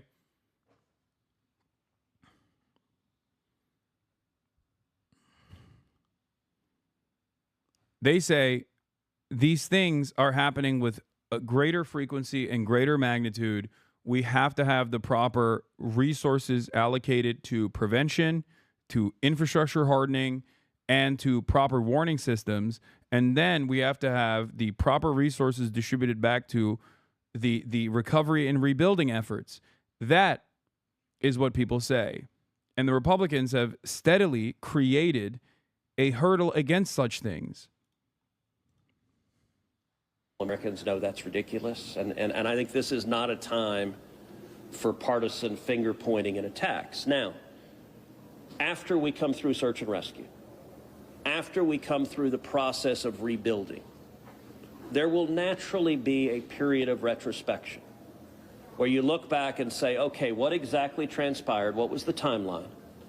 And what could have been done differently to prevent this loss of life? And that's a natural process. I think it should not happen in a bitter and partisan sense, but it should happen in a reasonable sense of saying, what lessons can we learn? And I will give an example. You know, Houston's my hometown. If you live on the Gulf Coast, we get hurricanes. That's part of living on the Gulf Coast as hurricanes hit. And I do think Texas as a whole has learned over time how to deal more effectively with hurricanes. And so you look here, we know the National Weather Service put out an emergency warning just after 1 a.m. and a second emergency warning just after 4 a.m. Now, obviously, most people at 1 a.m. and 4 a.m. are asleep. And so I think we will have a reasonable conversation about, A, are there any ways to have earlier detection? And some of that, the limits of a flash flood, they're very difficult because they can arise so quickly. But everyone would agree in hindsight, if we could go back and do it again, we would evacuate particularly those in the most vulnerable areas, the young children in the cabins closest to the water. We would remove them and get them to higher ground if we could go back and do it again. Obviously, everyone would. The people in RVs by the river's edge. We know in disasters like this, RVs and mobile homes are particularly susceptible, whether a flood or a hurricane or a tornado, they're particularly susceptible to that. And so my hope is, in time, we will learn some lessons to implement to next time, and there will be another flood, there will be another disaster. He's wrong. I mean, this is a lie also. This is literally a fucking lie. Okay? When he says we will learn from these lessons, his previous response and his current response, as a matter of fact, shows that he's not interested in learning any of the lessons. He literally said, oh, there's nothing we can do about it. You know, these things happen. And then turning around and being like, oh, well, you know, we'll figure it out after the fact. We'll figure out what went wrong here after the fact. It's like, no, you're just pushing it down when it's no longer important in the public's eye, when it's no longer newsworthy. This is a defensive posture against. This is a defensive posture that is the opposite of problem solving. Okay, an issue happens. People seek out answers when it is the most prescient, and these guys desperately move the attention away. And delay with the hopes that they don't ever have to answer these questions. Okay?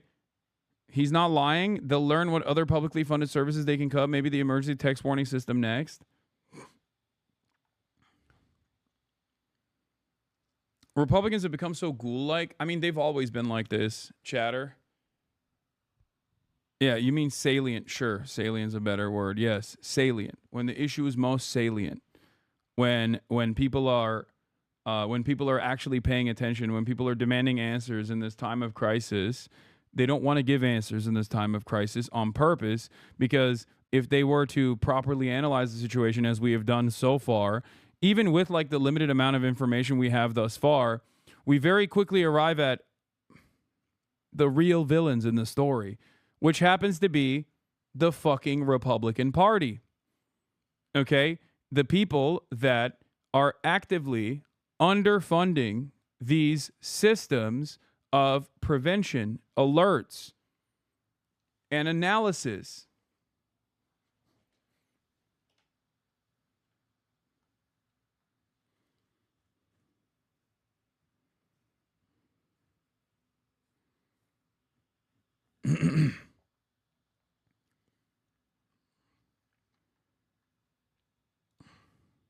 Next time there's a flood, I hope we have in place processes to remove especially the most vulnerable from harm's way. But I think that's going to be a process that will take a careful examination of what happened and how can we implement processes better in the future to prevent this same loss of life. Senator, there were claims that the National Weather Service sent that first flash flood warning that should have alerted phones at 1:14 in the morning. But we have a federal public database maintained by PBS Warn, that says the first emergency alert wirelessly here in this area to Kerr County. It's like, oh man, how could this have happened?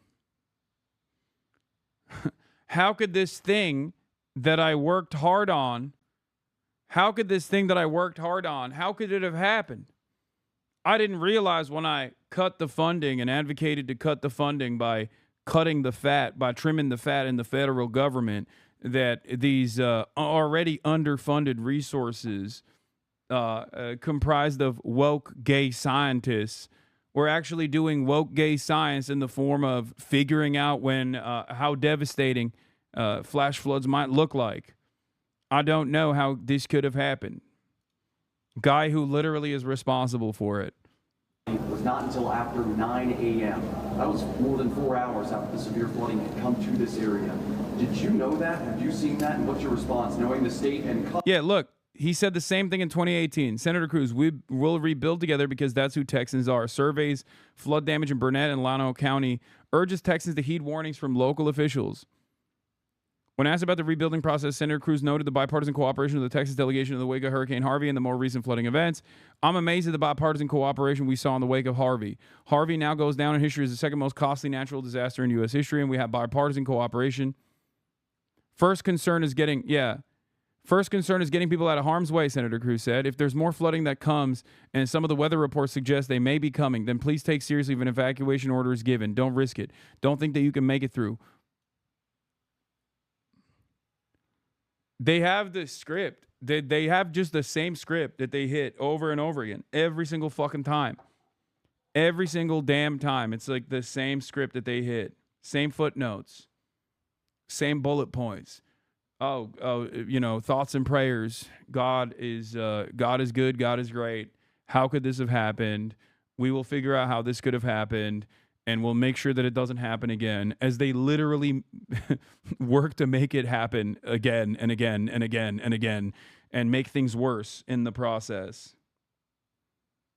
In NWS in recent months by this administration.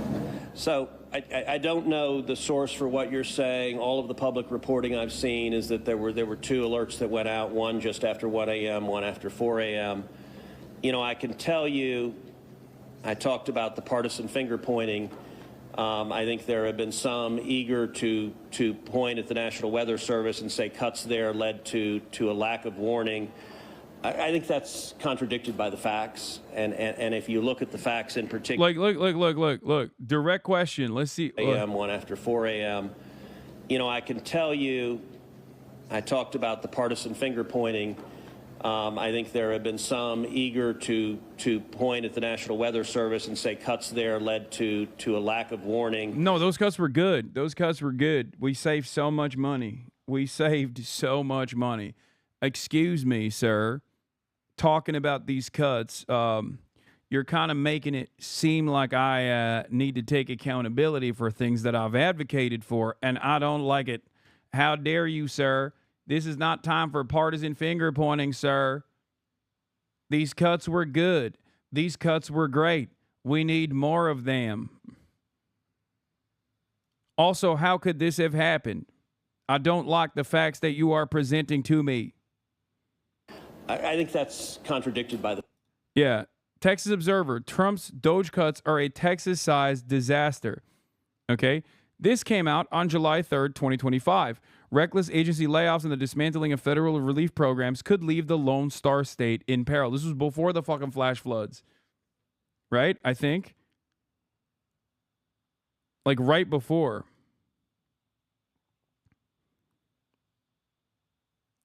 A day before the flash floods happened, they were like, this is a ginormous issue. President Trump's commitment to energy dominance would seem to be good news for the Texan economy, but in the administration's reversal of environmental policies, including via the chaos of the Department of Government Efficiency trashing federal agencies, it is easy to overlook changes that are of particular importance to the state. On the one hand, our increasingly smaller window of short-term profit seeking seems to be in the direction. It seems to be focusing in the direction of accelerating fossil fuel production, okay? And Texans are like, hell yeah, baby, let's suck the earth dry. Ironically enough, that leads to more erratic weather conditions, more extreme heat, more extreme drought, and then also more extreme flash flooding incidents like the one that we just saw. And then, on top of that, because a lot of these resources, as I've detailed out, as I showed you in the Project 2025 reporting on this, okay, the reason why they're cutting these initiatives is twofold, the NOAA and NWS. It's twofold because those woke scientists are actively tasked with identifying climate change. Like, their job is to literally look at this and say, things are going to get worse. But that's too alarmist for these people because they have to keep lying to the public and make it seem as though climate change is not real, that it's a fucking, it's a hoax, that it's made up. And it's woke, right? It's woke and gay. So they want to cut it for that reason because it undermines their overarching agenda of focusing on fossil fuel production. Part of that is because China has complete dominance over the renewable energy sector. So we have to do everything in our power to fucking continue working on drill baby drill mentality. That's good for Texans in the short term, at least like the way that they see it. But then also their second reason is because they want to privatize the NWS so that someone who is close with the administration, another wealthy dipshit, can basically take over the NWS, which provides a service that is an absolute necessity for all aspects of commerce so that they can paywall this stuff. And privatization of this sort, as we have seen time and time again, only leads to less efficiency, okay? Efficiency that a capital owner understands very different than the efficiency of a service. The service diminishes, the service gets worse, but they make more money. The efficiency means someone can make super profits in the process.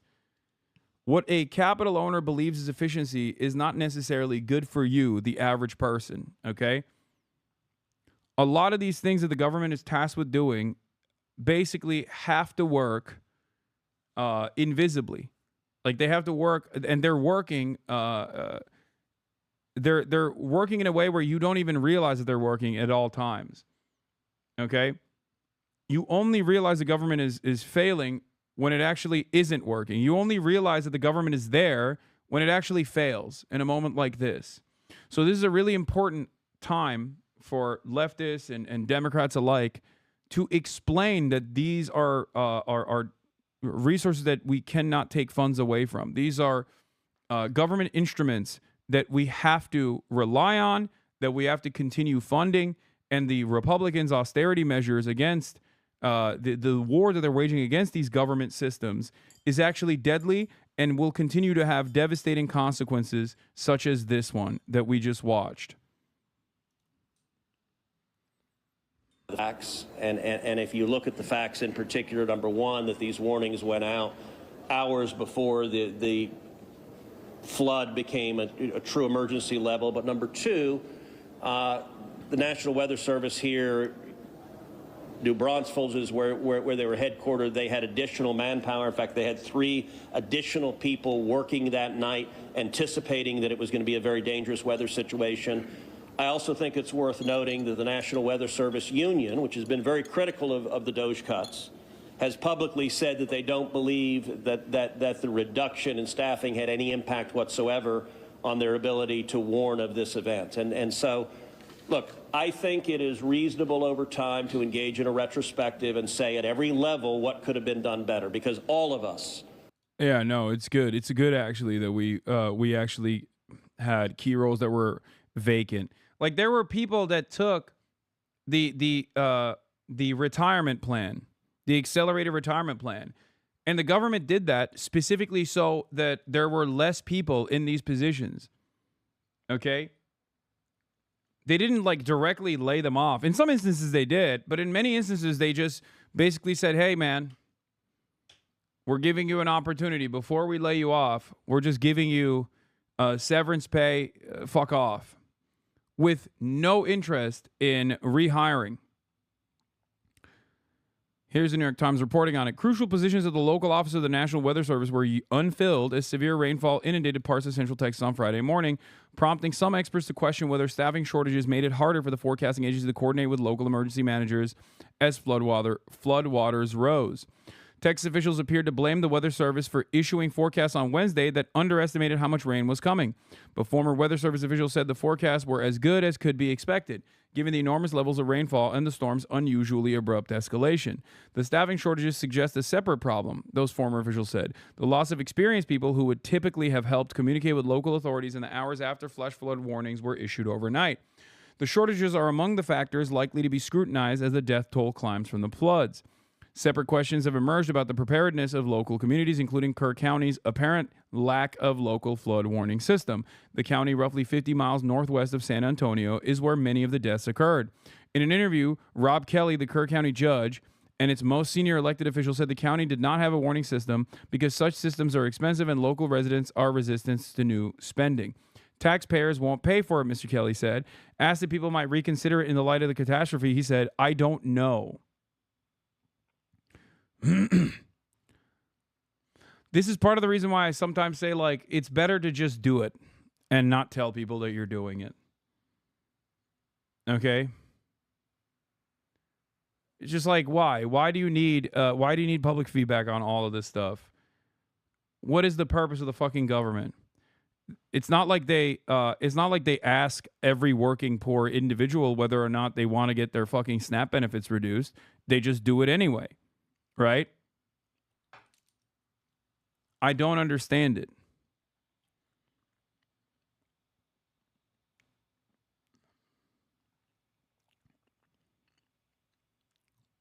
Yeah, here, I have an initiative in mind. Are you ready for it? We're saying that the National Weather Service alert system is actually against wokeness. It's actually homophobic and anti-woke, which is why it must be funded. Boom. There you go. Funding secured. Okay, just say that all the people that want to cut these resources are woke and gay. They want to cut the resources in a gay way. Funding the police is gay. We must redistribute resources away from the overfunded police budgets, which are woke and gay, and funded back to like the homophobic parts of American governance. Big government is anti-gay. Little government is gay as hell. I figured it out. The weather service, yeah, or you can say it stops the Democrat weather machines. Yeah. That's another one. We have to fund these institutions and these warning systems because they warn against the Democrat gay machine, the gay weather machine. Okay?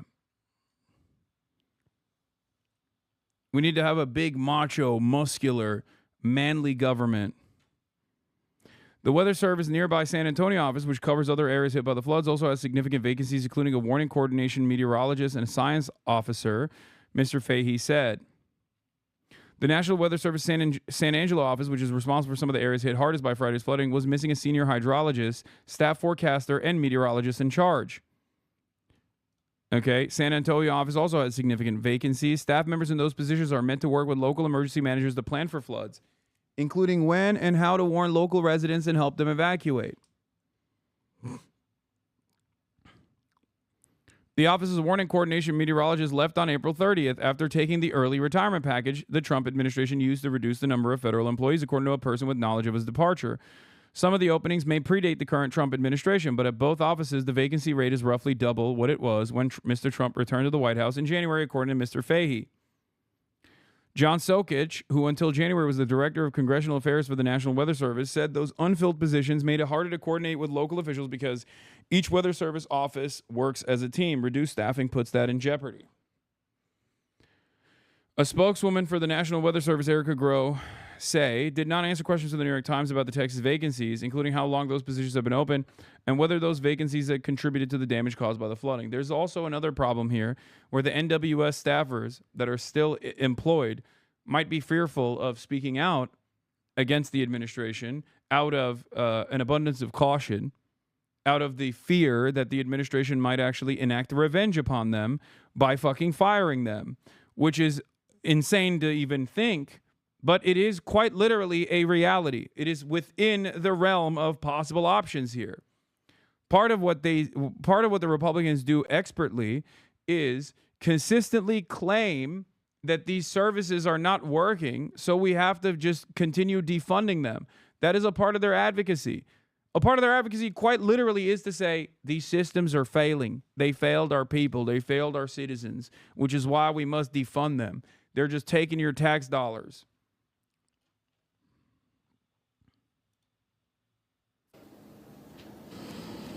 Would want to prevent this horrific loss of life, but I think just immediately trying to use it for either side to attack their political opponents, I think that's cynical and not the right approach, particularly at a time when we're dealing with a crisis and we're dealing with grief. But does this make you question whether there should be cuts at the National Weather Service and FEMA? I know you've been supportive of FEMA. Look, I am very supportive of FEMA. I'm very supportive of the National Weather Service. They both perform essential roles, and I think it is critical in every federal agency, particularly when you're dealing with public safety, that we make sure that critical roles are maintained. That's a longer and broader discussion, but as I said, everything from the public evidence indicates that was not a contributing factor to what occurred here. To get Dalton in just to talk about that and those. I'm Steve Ducey. I'm Brian Kilmeade. And I'm Ainsley Earhart. And click here to subscribe to the Fox News YouTube page to catch our hottest interviews and most compelling analysis. Jason Allen has been following this story since the very beginning. He joins me now. Jason, what have you been seeing out here? Maurice, what has really struck me immediately and over the past 3 days is how in some places there is nothing left. You can't even tell what was there before this flood came through. And this is a part of the country that people here know as a flash flood alley. There's a combination of extreme rain events, very thin soil. So officials here over the last 3 days say they have rescued more than 850 people, some of them from the tops of trees and others from rooftops. Hundreds of first responders spread out across the Guadalupe River. They climbed over debris piles, searched mangled cars, and combed riverbanks that flooded. There's been a federal hiring freeze for NWS. I work there, so even if they wanted to hire, they can't. Floodwaters scoured.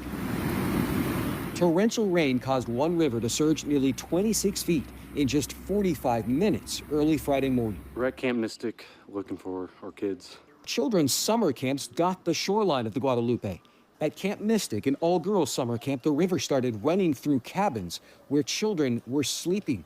Nearly a dozen 3rd and 4th grade girls are still missing. We're looking for places that they're gonna potentially be alive. Further down the river, the flooding ripped through homes and campgrounds where families were staying for the holiday weekend. We're still hoping for the best, but that's all we can do in that and pray. Brian Blackbird came to the house his family owned, looking for signs of his sister and brother-in-law, Beth and Hutch Bryan. They had friends staying with them. Only one escaped. He said he and Martha made their way, fighting the current around the house, and that's when she got swept away. Amid the heartbreak, incredible stories of survival. All of a sudden, we just hear somebody say, "Help, help!" Sisters Natalie and Emily Rayford said they spent 20 minutes trying to pinpoint those screams. Then they said an 8-year-old girl who had floated 6 miles from Camp Mystic appeared from a pile of debris. Did you ask her what had happened, how she was able to make it? Yeah, we asked her what happened, and she said that her cabin was flooding and someone opened a window and she just flew out of it. The sudden rush of water reached this RV park, packed with campers. Everybody on the level where the water is in right now, they were barely getting out with their pajamas on and their dogs and their Lorena Guillen said in the rush to wake people up, they could only watch helplessly as one family was swept away. just hearing those kids screaming, it was very, very difficult. Texas Governor Greg Abbott said no one anticipated the severity of the storm. The moment in time when they knew the magnitude of the water, it's a difficult decision whether or not to begin. It's pretty crazy to think, but it's pretty crazy when you think about it. But like Republicans do actively work against the best interests of the public in every aspect of governance. Someone in the chat was talking about like harm reduction initiatives for safe injection sites. Like they literally are anti-human, anti-welfare, anti-humanity in general. They're pro-capital, pro-profit, and anti-human for every single issue. I'm joining the side of cancer on the war on cancer. I'm joining the side of COVID on the war against COVID. I'm joining the side of the natural disasters and the war against climate change. I'm siding with climate change every single time. It is fucking insane. But because this kind of death is often, as we've talked about before with Luigi Mangione, social murder, most people are oblivious. Because it's not immediate. It's just like, you don't see it. You don't see it as like action reaction. You see it as like something that is totally out of people's hands.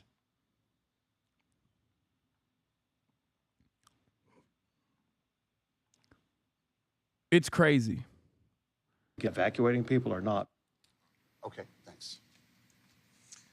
Despite deadly floods here in the past, there are no outdoor warning systems here, no sirens. Instead, people rely on predictions and forecasts from the National Weather Service. Now, local officials debated adding a system back in 2017. They held off because of the cost of that system. Maurice, President Trump expected to visit the area on Friday. Okay, Jason Allen, thank you so much. Extraordinary stories there. Now then, Texas preparing for more heavy rainfall after at least 82 people, 28 of them children, killed by flash flooding over the course of the weekend. Many more remain missing, including 10 children and a counsellor from a summer camp, as the search continues for survivors and bodies. Here we go, once again. British newscasters covering the horrifying events that are unfolding in America from afar, like we are, like they're watching, National Geographic. A classic. Authorities say 850 people have been rescued so far. Well, Donald Trump has denied that federal government cuts, including to the agency overseeing the National Weather Service, may have impacted the response. The US president also said he may visit the state later in the week. It comes as authorities warn residents in Texas to prepare for further bad weather. We will remain 100% dedicated, searching for every single one of the children who were at Camp Mystic, as well as anybody else in the entire riverbed. To make sure that they're going to be recovered. There are dangers over the next 24 to 48 hours that could pose public safety threats to people in these regions. There is heavy rainfall that's already occurred, and there's more heavy rainfall that's expected that will lead to potential flash flooding. Well, we're now starting to hear from survivors, including this woman who's spoken about the harrowing experience of having to flee with just moments to spare. Honestly, if my husband hadn't been awake, I think it could have been a different story. We were worried about leaks in the RV with the heavy rain, and he heard screaming outside and came and woke me up immediately, and we had to be out of there in about 10, 15 minutes. The hardest part was there was a little boy who started floating downstream, and he was screaming, asking for help, but there just wasn't anything anybody could do at that point. We're also learning more about the people who died in this tragedy, including 8- and 9-year-old girls at Camp Mystic, just feet from the Guadalupe River. The pictures we're showing you here show the inside of cabins at the camp. After the floodwaters rushed through, you can see everything is covered in mud. It is not clear whether the girls in these cabins were able to escape. Janet Shamlian is downriver from here. She has been gathering stories about what happened. Janet, good morning to you. Maurice, good morning. You can only imagine the anguish and the heartbreak as some families are still waiting on word of their loved ones. And the moms and dads who dropped off their little girls at Camp Mystic, some just a few days earlier, thinking these girls were about to have the summer of their life. Even though it has been 3 days, for those who haven't heard, you know, they are holding on. Yeah, GOP cycle, cut funding, ruin lives, pray hard. Rinse and repeat. Devastation takes place, rinse and repeat. Hope this morning. This is the aftermath of unimaginable tragedy. Devastated bunkhouses at Camp Mystic, where some of the girls who went missing were staying as floodwaters engulfed the grounds. 8-year-old camper Linny McCown of It's crazy to think, like, we're doing this kind of child murder overseas. Okay, we've delegated the responsibility over to Israel, right? And a lot of our resources and funds go to that. And then at the domestic level, we're doing it to our own citizens as well. Like, these guys don't care about anybody, okay? They are anti-children across the board, both in our foreign policy and also in our domestic policy as well. It is, I mean, this is yet another glaringly obvious indication that the government simply does not care about anyone other than super profits for faceless, lifeless corporations and big business owners that are aligned. That are the only interests that they care about. China breaks more records with surge in solar and wind power. Yeah, I mean, obviously, this is part of the reason why, as I said, this is part of the reason why, as I stated, the American government is going aggressively in the opposite direction of renewable energy. Instead of funding research and development that would make it more cost effective, that would make potentially make renewable energy the future of energy, we're moving desperately away from that because China already lapped us on that front. So the more China focuses on renewable energy, the more America moves away from renewable energy. Austin died in the storm, her father confirmed, as did 18-year-old Chloe Childress, a counselor from the Houston area who had just graduated high school, and Camp Mystic's longtime owner, 74-year-old Dick Eastland. Thank God my granddaughters are okay. Georgia Congressman Buddy Carter said his 2 grandchildren survived, but their cousin, 9-year-old Janie Hunt, died. She's related to Kansas City Chiefs owner Clark Hunt. God has wrapped his arms around her, in our thoughts and prayers with all of those involved. It just started pouring in. We had to fight the door to get it closed. Christina Wilson said her fiance. Which one's cheaper, setting up flood detection systems or picking up kids' corpses? Kids' corpses, for sure. Actually, it's probably not. It's probably not cheaper, but in the grand scheme of things, it's kind of like this, okay?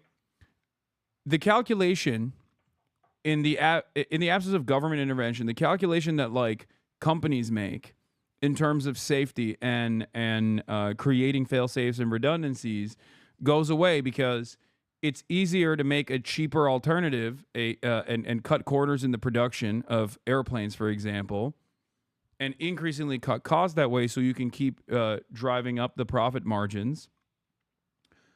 And then make this calculation that if people die in the process due to your elimination of safety measures, for example, ultimately, it's still more cost effective to let people die. And the same thing goes, and the same thing happens here as well. We need more tax breaks. We need to fund Israel. We need to fund military incursions overseas. We can't fund the safety measures because they're too costly. And we'll basically, you know, they're banking on people's inability to pay attention to a singular issue and who is perhaps most responsible for said singular issue? What ideological force is responsible for these issues? They're banking on people's inability to understand who the villains are here. So then they just move on to the next thing.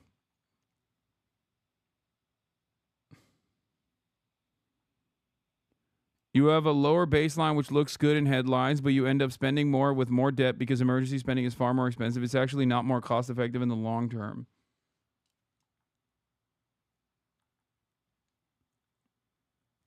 I mean, this is the self-defeating aspect of capitalism. If you're hyper-focusing on short-term profits, or if you're hyper-focusing on a lower baseline in the short term, it doesn't matter what kind of devastation it creates in the long term. That's it.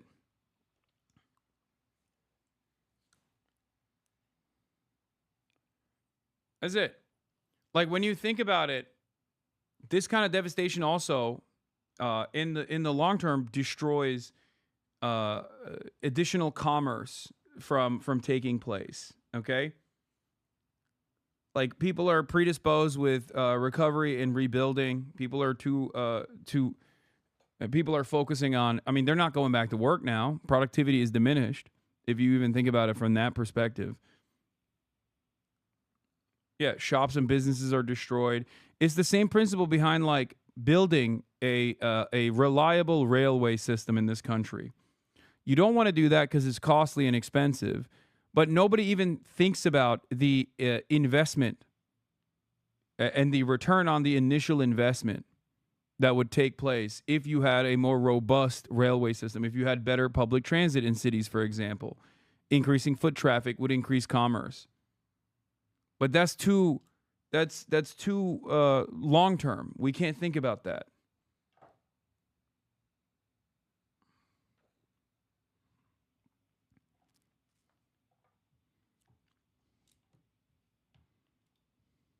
The 27-year-old Julian Ryan severed an artery in his arm as he punched open a window when floodwaters inundated their home in the community of Ingram. His family was able to escape. He was not. He had lost all of it, all his blood. He looked at me and the kids and my mother-in-law, and he was like, sorry, I'm not going to make it. I love y'all. In Kerrville, Emily Gutierrez told us her cousin Leo's house was swept from its foundation. She said Leo, his wife, and their 2-year-old son are still missing. As much as we want to pray and hope, there's only so much a human can actually hold on. All the muck, all the dirty water, all the trash, the trees. If the cars are flipped over and the houses are moved, what chance does human have? Indeed. And those are just a few of the lives lost. Let me tell you about some of the others. Reese Zunker. Reese was a high school soccer teacher from right here in Kerrville. 13-year-old Blair Harbor and her 11-year-old sister Brooke, reports indicate they were found clutching each other's hands, those girls from Dallas. And 62-year-old Tanya Berwick. Tanya worked at Walmart in San Angelo, which is nearby. Friends say she was warm, determined, loyal. This morning, Maurice, here in Texas and across the country, just such profound loss. Truly, Janet Shamlian, thank you. Those stories. The victims of this tragedy range from young to old and include a family of 6 spanning multiple generations. We're learning more about the victims of the flood disaster and the survivors trying to come to terms with what they witnessed. I had to swim through a window and hold on to the meter box outside of the house. 28-year-old Christian Fell says he stood on the electric meter box outside his home for nearly 3 hours to stay alive. 27-year-old Julian Ryan died heroically, saving his kids by placing them on a floating mattress. Beloved high school teacher Jeff Wilson, who taught auto body repair. Not to be an annoying person, but it's so frustrating how there's always a lack of critical analysis, root cause analysis of these tragedies, and focus on the emotional impact that keeps Americans diluted of context. I don't even know if it's deliberate. I don't even know if it's by design. I suspect it is. But, I mean, that's where I try to fill that void to the best of my ability by covering this aspect of it, the human aspect of it, of course, the human tragedy of it, but then also explain to you how these systems are designed in a way where these sorts of preventable deaths take place. But I think, yeah, it's I don't know if it's like deliberate because they're invested in corporate super profits. I think that plays a role in it, but it's more so because this is what people pay attention to. It's boring and hard to pay attention to when you try to look at the systemic the systemic factors at play. Also lost his life in the flood. His wife and son are missing. He was able to build relationships with kids, maybe kids that didn't fit the traditional classroom model. And at Camp Mystic, where more than 24 campers were swept away in the night, at least 11 are confirmed dead. Among them, Janie Hunt, the 9-year-old cousin of Kansas City Chiefs owner Clark Hunt. His wife announcing Janie's death, saying, "If your heart is broken, I assure you God is near." 18-year-old camp counselor Chloe Childress is being remembered for her work with senior citizens. The head of her high school saying, "Chloe made space for others to feel safe, valued, and brave." Those who knew Camp Mystic's owner, Dick Eastland, say he died heroically, trying to rescue campers. His grandson writing, "If he wasn't going to die of natural causes, this was the only other way, saving the girls that he so loved and cared for." He was, a man that made everyone feel safe and seen. He was just an extremely selfless person, and he showed that until the very end. Once was lost, but now I'm found. On Friday, hundreds of girls able to evacuate from Camp Mystic sang songs through their tears as they rode a bus through the devastation. The NFL and singer Shakira are among those already donating to the flood relief effort. Reddit atheist ass chat. I mean, honestly, these are victims of natural disasters. But I do sometimes feel like we have a severe case of medieval peasant brain. Like, how is this any different? We live in 2025, and we're treating these natural disasters when we know what the causes of it are, when we have significantly better technological surveillance mechanisms and prevention and warning systems that we could implement. We have fucking satellites that are mapping out every goddamn cloud, okay? And we just turn around and we're like, oh, God, God willed it. It's like we're not cavemen anymore, you know what I mean? We're not looking up at the ball in the sky and going like, oh, this is the sky gods taking out revenge. We have so much. We have so much scientific discovery and technological achievements that are supposed to, at the very least, mitigate some of the harm. It's not that the people themselves, I don't fault the people themselves for praying to God.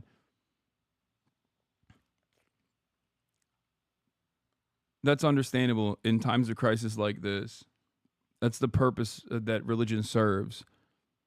But you also have to still remember, beyond the grieving mothers that are saying this kind of stuff, who is understandable for them to grieve in this way. It's always important to analyze the incident and what contributed to it with cold, rational, logical thinking. If you want to help, donations can be made to the Kirk County Flood Relief Fund or to the World Central Kitchen. We welcome you back to CBS Mornings.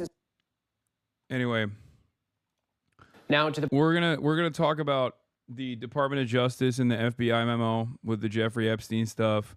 We have a lot to cover today, obviously.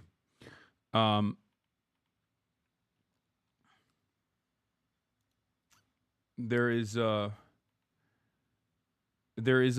major disappointment, a major blow that the Trump administration delivered to some of its most loyal fans today. And I'll get back to updates from the flash floods that took place in Texas later when there's new information that comes out.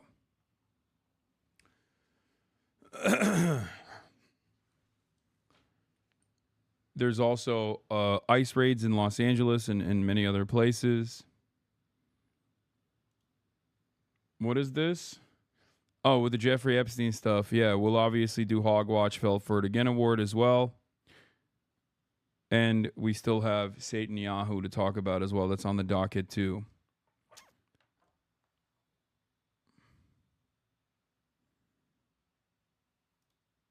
The breaking news overnight about the Jeffrey Epstein files and the conspiracy theories officially being rejected.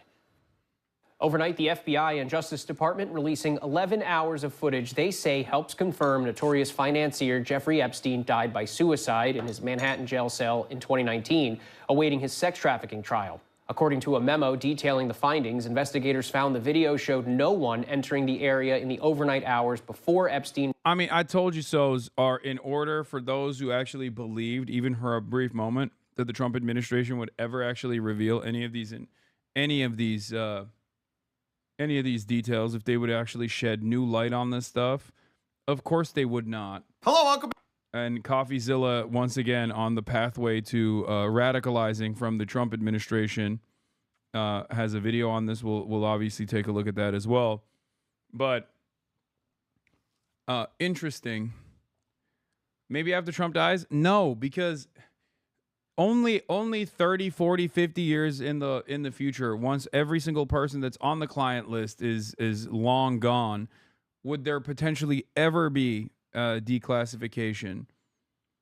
Why would the federal government release information on the federal government's own intelligence community's blackmail operation and influence operation? Why would they do that? Y'all are crazy. Trump's labor secretary, Alexander Acosta, was straight up the South Florida prosecutor that gave Jeffrey Epstein his first sweetheart plea bargain deal. It's so funny to me that these guys go, oh my God, I can't believe that the Trump administration that is directly involved with Jeffrey Epstein are not revealing any new information and just basically saying the exact same things that they personally said, the previous administration said that they actively petitioned against.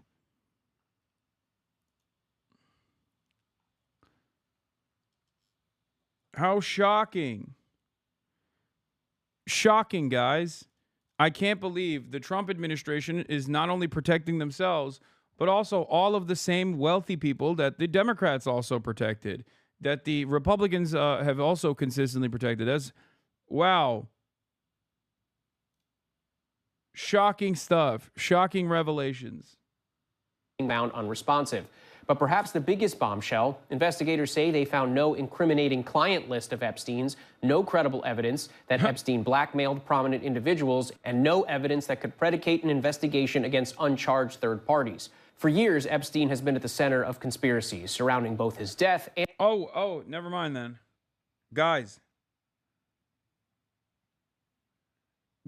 I mean, it's concluded. I guess it's nothing to see here, folks. Nothing to see here.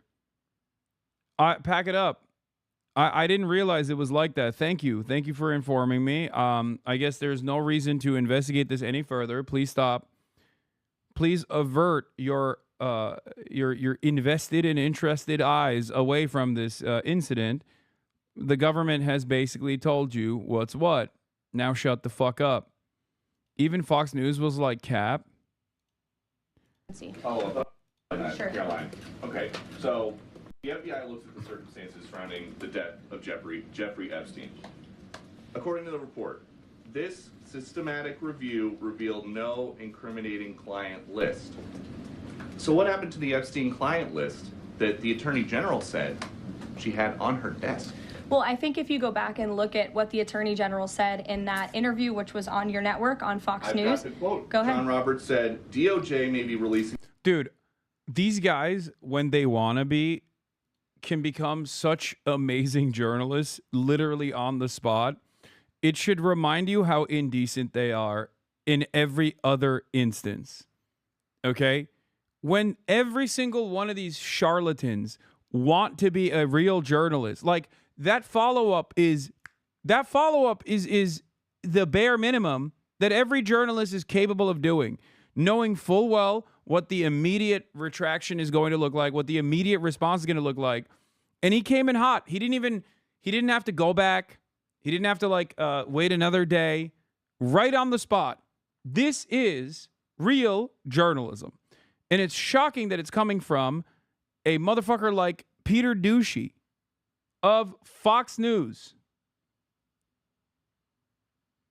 Look at that.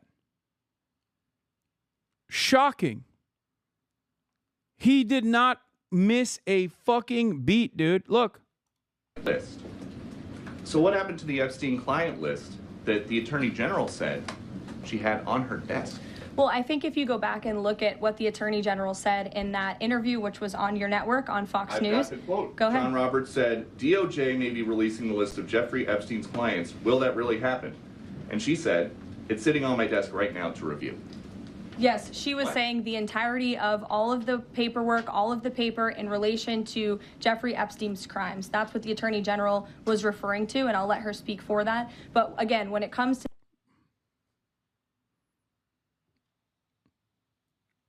Wait a minute. Wait a dang minute. What? What happened? What is this, Lamau? I can't believe Epstein killed himself right before he was about to be acquitted due to a complete lack of evidence. Yeah, that's so crazy when you think about it, actually. Yeah. It seems like there was no evidence whatsoever, and he just felt kind of bad. There was a big stack of papers, and the papers were all empty, okay? It's interesting because they're not even doing the Democrats are the pedophile route on this one. They're not even doing the Democrat liberal elite were the pedophiles, and the Republicans are, like, they didn't even sanitize the list to, like, remove the Republican names from it or whatever. They just straight up are like, nope, no list exists.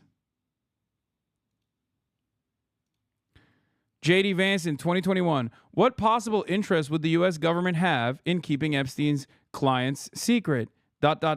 Oh, Jack Posobiec. Are you paying attention yet? The DOJ and Ghislaine Maxwell's lawyers have made a deal that her little black book of contacts will never be made public. If you're a journalist and you're not asking questions about this case, you should be ashamed of yourself. What purpose do you even serve? I'm sure there's a middle-class teenager somewhere who could use some harassing right now, but maybe try to do your job once in a while.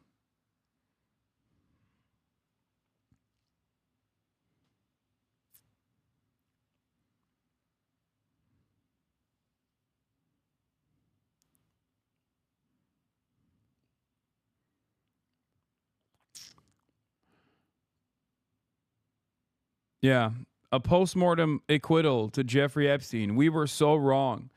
See? Further evidence that if Jeffrey Epstein actually didn't die, didn't get killed, he could have just done the podcaster route and became a prominent fixture of Republican politics. And therefore, he could have had his reputation sanitized. And all of these guys would be talking about how Sigma Grindset he is and how dope he actually is. He was just actually just an ephebophile. And not a pedophile. Like, all these people would probably be fucking doing that. That was, of course, J.D. Vance in 2021 when he was not the vice president. Remember that. Now that he is the vice president, I'm sure he has a very different approach to it. FBI and the Department of Justice, they are more than committed to ensuring that bad people are put behind bars. They have an operation going on right now called Summer Heat, which has our murder rate trending in the lowest direction in United States history. Their emphasis on violent crime and locking up violent criminals has led to the arrest of 14,000 violent criminals. That's a 62% increase from the same time period last year. So this Attorney General and the FBI Director are committed to putting bad people behind bars where they belong. That they promised an exhaustive review. That's what they did. For any further details, I would refer you to the Department of Justice. Huh.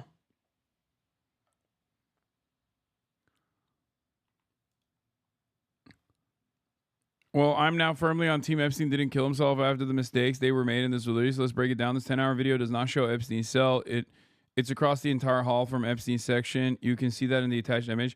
I mean, some of this stuff, some of this like armchair analysis is going to be wrong initially, by the way. I'm just letting you know. I don't know. I haven't looked into that person's statements, but we can potentially match it up with what we do know.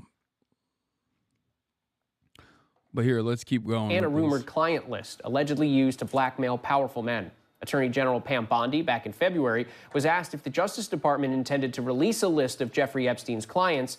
Bondi saying this. It's sitting on my desk right now to review. That's been a directive by President Trump. I'm reviewing that. So have you seen anything that you said, oh my gosh? Not yet. And just last month, while feuding with President Trump, Elon Musk posting, time to drop the really big bomb. At real Donald Trump is in the Epstein files. That is the real reason they have not been made public. Have a nice day, Donald J. Trump. But Musk later deleted that. Guys, don't look at that. Musk deleted it.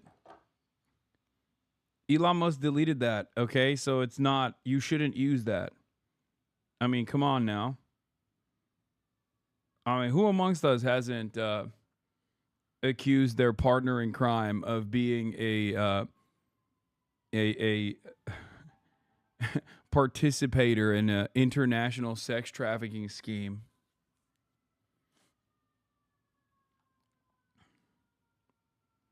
It happens, you know?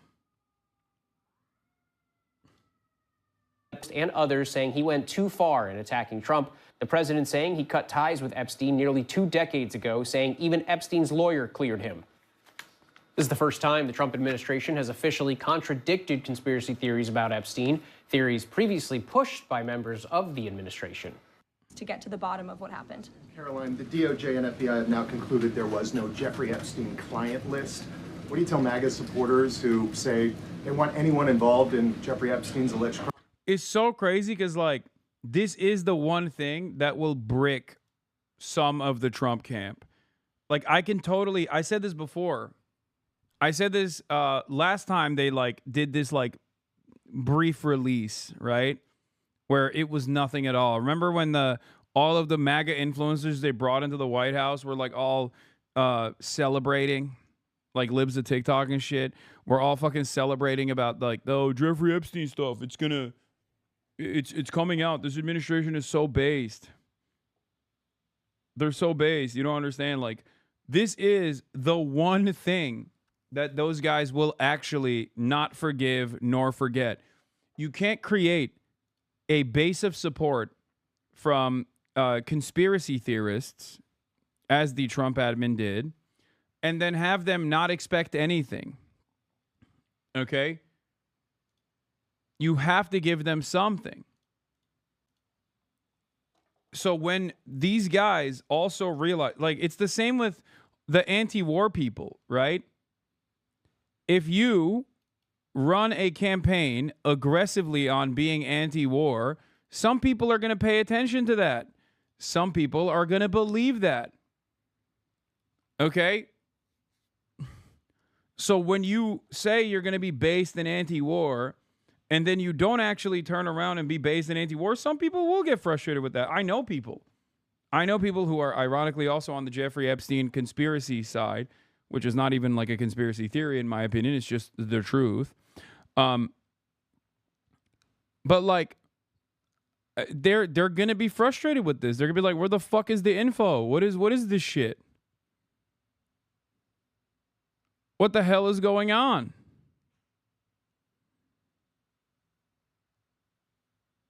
Yeah, Bradley Martin is the example I was thinking of. For sure. For sure. And there are plenty of people like him. You have to remember, a part of the reason why I do this is because, like, there are a lot of people in the real world who operate like this. Wait, what the fuck? Hold on.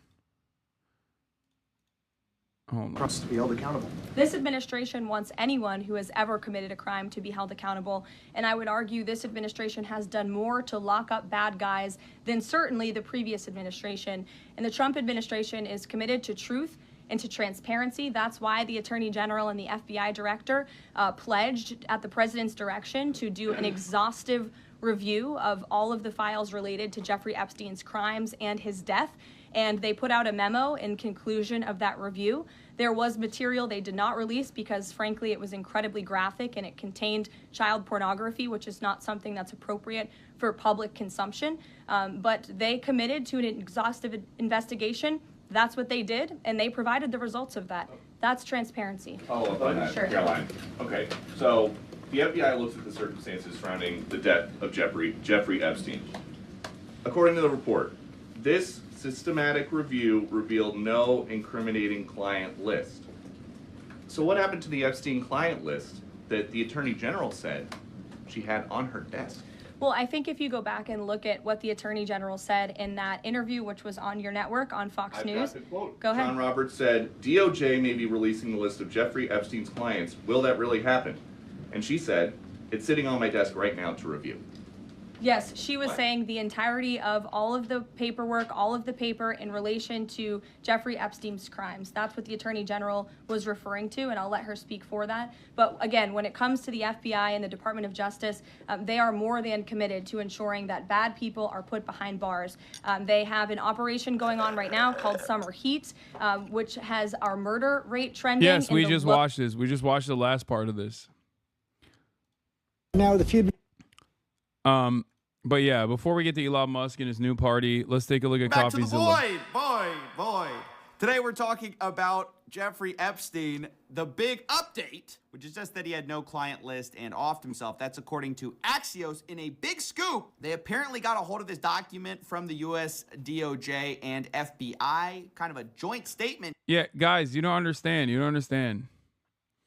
So he was trafficking in no one and killed himself for no reason. Yeah. You don't understand. He was trafficking for no one, and he was just doing it for the love of the game. He was just like a serial sex trafficker and pedophile, but just for himself. And all of the people that were, that he was hanging out with, like, they all just happened to really like his vibes, and they were not clients of his. The hours and hours and hours of videotapes that were uncovered in the raid, because his house, all of his houses were taped. Okay, all of his houses had a shit ton of security cameras everywhere. Okay, and there were hours and hours of tapes that were recovered from these raids, and the tapes were named, like the tapes had names on them, right? But he was just a guy who loves videography. And he was just doing it for the love of the game. He was not filming people in his mansion doing sex crimes. Those people were just there because they loved chilling with Jeffrey.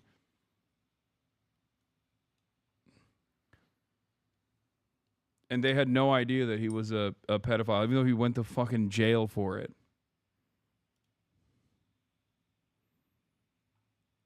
What the hell?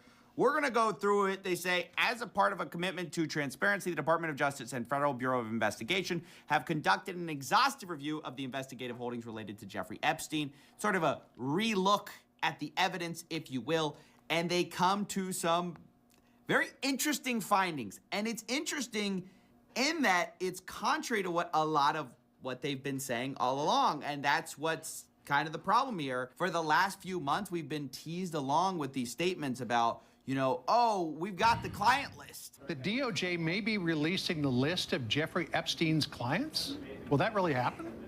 It's sitting on my desk right now to review. We've got thousands of videos. There are tens of thousands of videos of Epstein with children or child.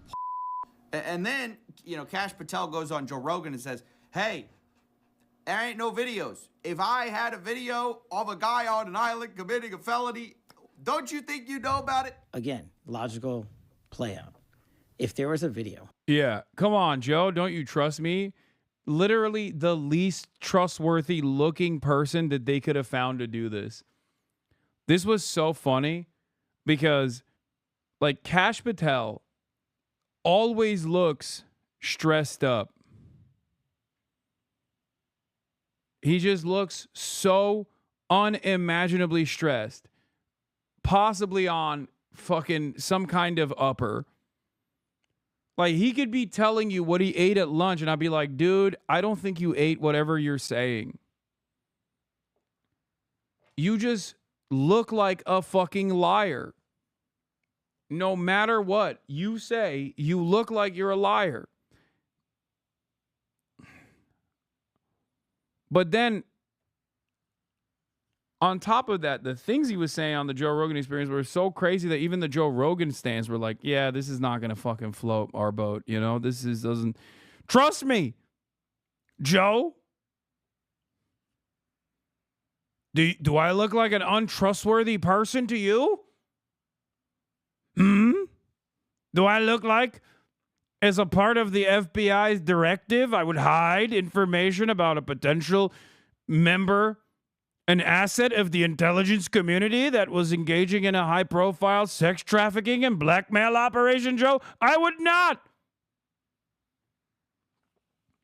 That's why I was like, nah, no shot, dog. This motherfucker is definitely hiding it. Of some guy or gal committing felonies on an island, and I'm in charge. Don't you think you'd see it? It's already. No. Like a bit of a contradiction. No. Why would we? What have you done that would cause us to even have any confidence in you? What have you said or done that would instill confidence in me? You literally look like the least secure man in America, the least trustworthy man in America. Contradiction. Now, Joe Rogan even tries to give him the out, like, oh, maybe you don't have it. And he's like, no, we're giving you everything. If you have access to it. If I have it, period. Right. If I have it. Right. If you have it. Right. But you can't say that you have it. No, we're giving you everything we have. So far. Everything we have so far is. Have you guys gone over all the video that's available? Yeah, that's what I'm telling you. That's what takes so much damn time. And so there already was a wedge with what we were sort of told we're going to get versus then they come out and say, hey, nothing to see here. And today is a little bit more of that. It's a little bit more of the finger wagging at the conspiracy theorists, which is ironic given that both Kash Patel and Dan Bongino, who have now come out saying there's nothing to see here, guys, were saying, oh, there's a lot to see here before they got in. Who killed Jeffrey Epstein? This doesn't look right. It doesn't look like a suicide. It's unbelievable. The guy killed himself. Now, maybe that. Yeah, one of the funniest aspects of this is literally that the people that they task with this are the people that also played a formative role in the public increasing their curiosity. And I think this was a mistake.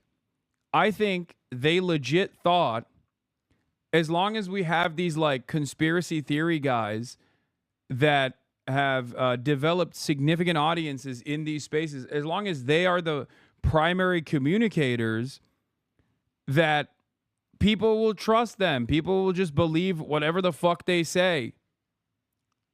Not realizing that people care about this shit. Like, they care about this shit a lot more than they care about Dan Bongino. Why would they even give a shit about Dan Bongino? Who cares about Dan Bongino? You know? The only reason why these people even developed an an interest in what Dan Bongino was about was because he seemingly was trying to arrive at the fucking truth. That because they did a deep dive and they're just being honest with people. Again, you want me to get, I've seen the whole file. He killed himself. But I think you deserve criticism if you're going to engage in this type of conspiracy. Also, yeah, I mean, listen, Coffee, you're not thinking about how much Dan Bongino has suffered, okay? Think about how much Dan Bongino has suffered. I feel like this is really messed up that CoffeeZilla is hitting him with this when... I mean, I gave up everything for this. I mean, you know, my wife is struggling. I'm not a victim. I'm not Jim Comey. It's fine. I did this, and I'm proud I did it. But if you think we're there for tea and crumpets, well, I mean, Cash is there all day. We share it. Our offices are linked. He turns on the faucet. I hear it. He's there he gets in like 6 o'clock in the morning. He doesn't leave till 7 at night. Yeah, dude. I was a podcaster. You know, I was working in the trenches. Now I have to be in a tiny office, and I have to hear Kash Patel drop the nastiest shits in the room next door. Okay? Think about how terrible this is. Why does nobody care? Why doesn't anybody care about me? What the fuck? I don't get to see my family anymore. I used to see them when I was podcasting. You know, I'm in there at 7:30 in the morning. He uses the gym. I work out in my apartment. But I stare at these four walls all day in D.C., you know, by myself, divorced from my wife. Not divorced, but I mean separated, divorced. And it's hard. I mean, you know, we love each other, and it's hard to be apart. But you're doing some great work. You're straightened out at the FBI. You're moving buildings. There's a lot of change. I got one more thing. I mean, I gave up everything for this. I mean, you know. He gave up everything for this, dude. I need you to understand something here. It's like, this is if whichever the next Democratic administration is, like, put me in charge of the FBI, okay? If I'm the deputy director of the FBI. Like, quite literally, in order for you to understand how psychotic this is, it's as though Democrats came back in charge and then they put my ass as the deputy director of the FBI, okay? Because that's him. Dan Bongino is the me on the other side. Okay? Think about how psychotic that is. Anyway, let's get back to the primary purpose of why they did this and how much of a failure it's been so far.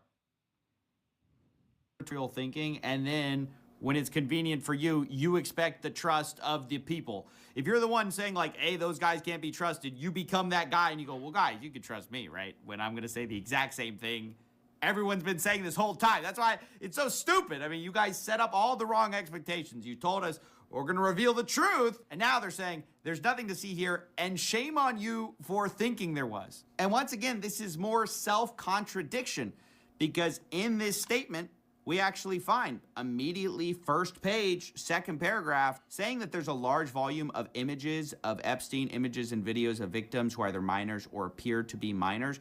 My question is, there's no one else in this statement. They admit. Yeah, he was the one who was just doing all of the pedophilia. All of the people that have frequented his houses, they were always there for the vibes alone. Like, they were not there for the things that Jeffrey Epstein was doing.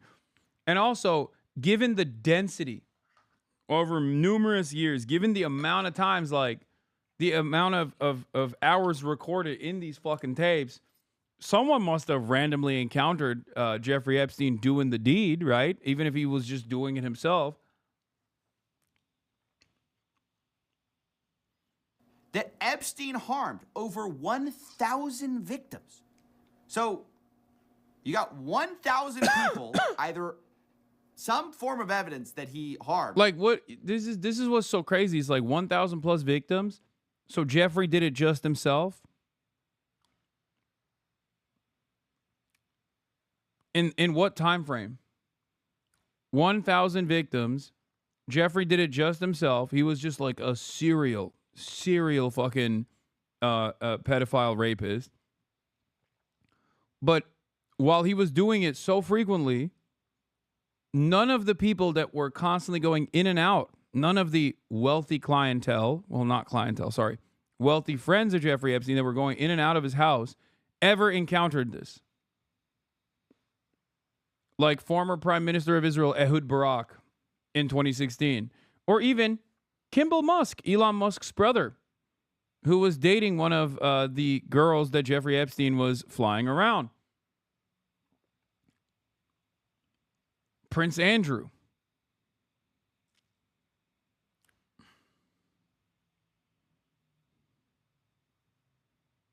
Alan Dershowitz, Bill Clinton.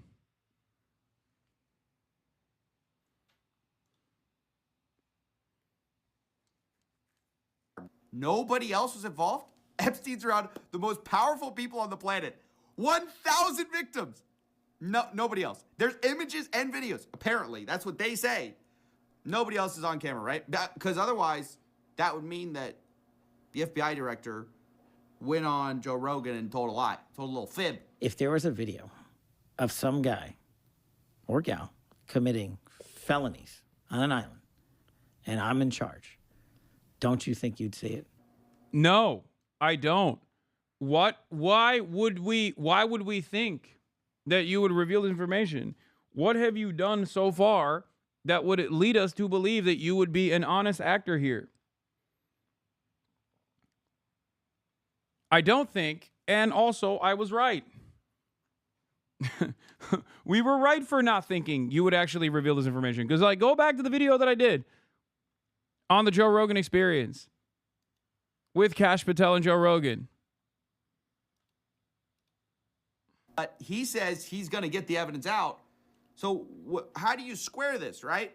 There's 1,000 victims. Was Epstein just filming himself the whole time? Did he put it in the evidence box?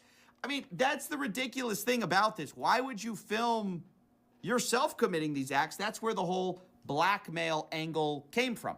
There's all these videos for what, right? And I'm sure those people, these powerful people, did not consent to being recorded. So what else was this being used for? It's just pretty amazing. This whole statement seems to absolve any third parties, saying that they really have nothing else that they can bring that would expose third parties to allegations of illegal wrongdoing.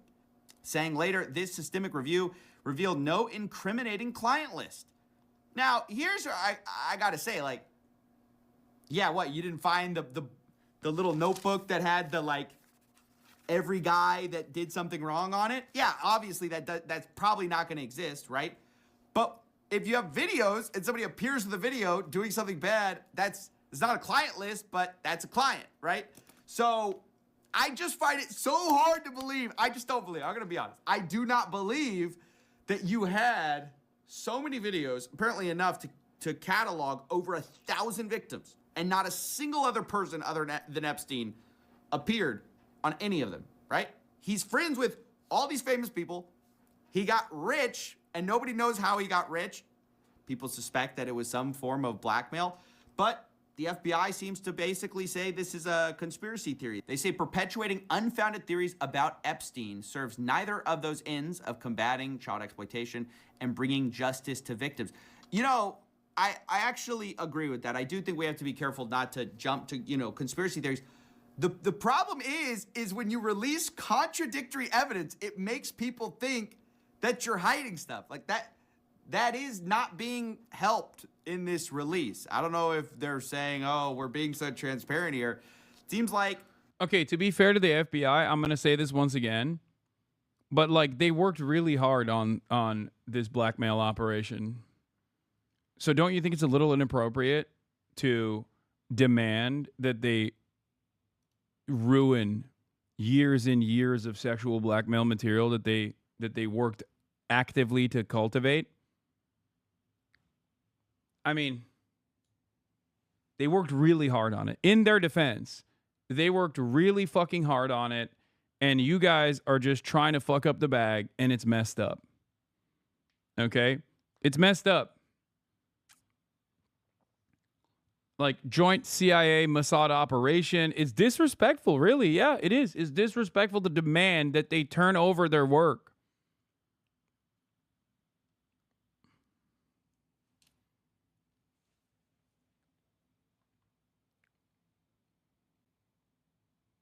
Adam Sosnick defending the Epstein cover-up on PBD. Are you not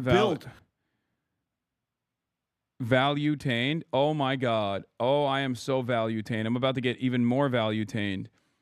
And also, prominent MAGA influencers are now coming out, like Robbie Starbuck. Pam Bondi said the Epstein client list was on her desk for review to release to the public just a few months ago. Now the DOJ she leads claims that there was no Epstein client list. Sorry, but this is unacceptable.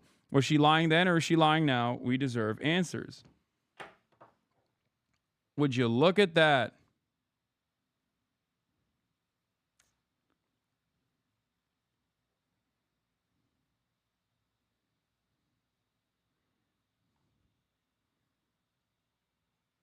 Would you look at that? Elon Musk also posted this last night. What's the time? Oh, look, it's no one has been arrested o'clock again. The official Jeffrey Epstein pedophile arrest counter. I think Elon Musk is doing this because he knows full well that the Trump administration will never reveal this information. Okay?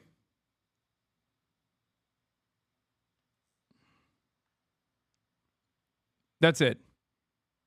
Because I think he knows that every single person that's implicated in this is ultimately protected by the administration, by every administration. The entire purpose that the American government serves is to protect the super wealthy. Okay?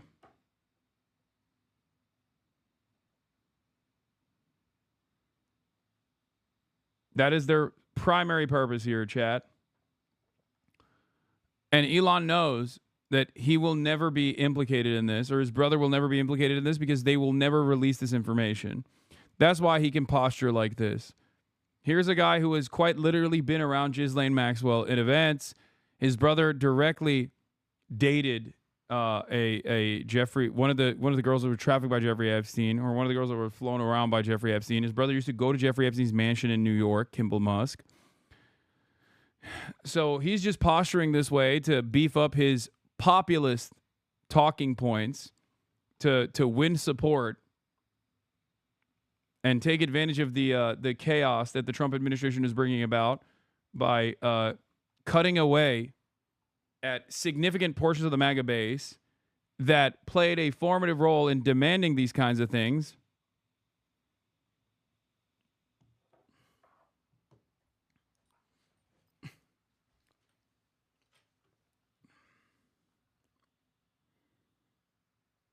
You know, I'm just gonna show this one more time. Obviously, as far as the people that are implicated with Jeffrey Epstein or connected to Jeffrey Epstein, Donald Trump's connections to Jeffrey Epstein actually comes after. Okay, as recently as his last tenure, when he, like I said, brought up Alexander Acosta and made him the labor secretary. Alexander Acosta is the person that gave Jeffrey Epstein, in his first sex trafficking charges, pedophile sex trafficking charges, a sweetheart plea deal that allowed him to literally leave the prison. Okay? Nothing. This has never happened before and has never happened since. Alexander Acosta, after the new revelations came out about Jeffrey Epstein, including his involvement in the prosecution, had to basically quietly resign from this position. That was Trump's labor secretary. Okay?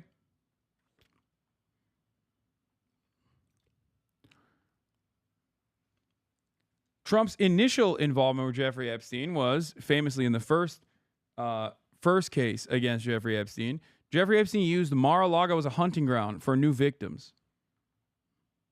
That's the case. Straight up. And now you got even DC Drano, Rogan O'Handley, admitting the White House used them for a publicity stunt. As one of the influencers who was given the now infamous Epstein binder, I want to share a few thoughts. I understand the rage people have for demanding the Epstein client list and arrest. Every influencer there that day feels the same anger watching pedo elites get away with the most heinous crimes. We want justice, and almost all of us have called for the client list and arrest for years. We had no idea we would receive the Epstein binders that day. We were originally invited for a meeting with Vice President J.D. Vance in the White House, and that was it. We all paid for our flights and hotels out of pocket and carved out time to go. None of us even knew who else was invited. We ended up meeting with President Trump, Marco Rubio, RFK, Kash Patel, Caroline Leavitt. and basically half of Trump's cabinet in the Oval Office. We were honored to be invited. What a great honor. He's like, they used and abused us, man. This is fucked up. There was no advance notice about binders or any other meetings except our meeting with JD. We had a surprise meeting with Attorney General, and she handed us the Epstein file binders. We all heard on the news the night before that she would be releasing the Epstein files that day, so it was surreal to have a copy in our hands.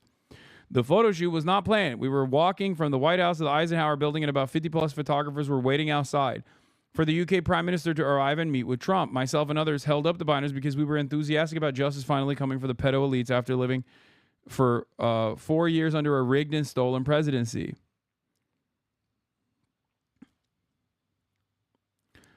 We were told a lot of the info. Dude, first of all, these guys are careerists, okay? That's the reason why they were celebrating. They were like, oh my God, my conspiratorial career has finally gotten me entry into the White House. I'm like, I have direct access to the administration. They don't give a fuck about the truth.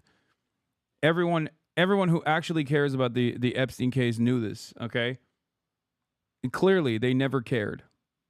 Also, Jeffrey Epstein was murdered when Trump was the president. What are we talking about? It's not just Alexander Acosta.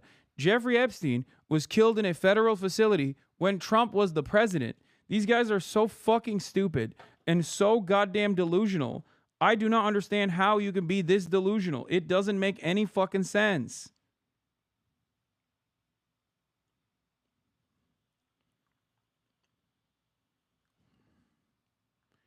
Murdered, question mark? Yes. Unless you believe the Trump administration when they say, no, you see, that's not what happened. He actually killed himself because he was really sad.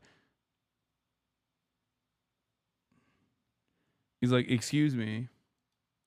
Killed? I thought it was suicide. Where's your proof? Oh my God. Oh my God. Oh my God. I can't believe if these guys are like memeing actively or if they just like, they're drones. This is literally what happened in the aftermath of the initial New York Times reporting on the matter too, where so many people turned around and were like, no, Jeffrey Epstein actually didn't kill himself. I read it in the New York Times report. Like they didn't even reveal any information that was convincing. Like you just read it and you took it as fact. That's it.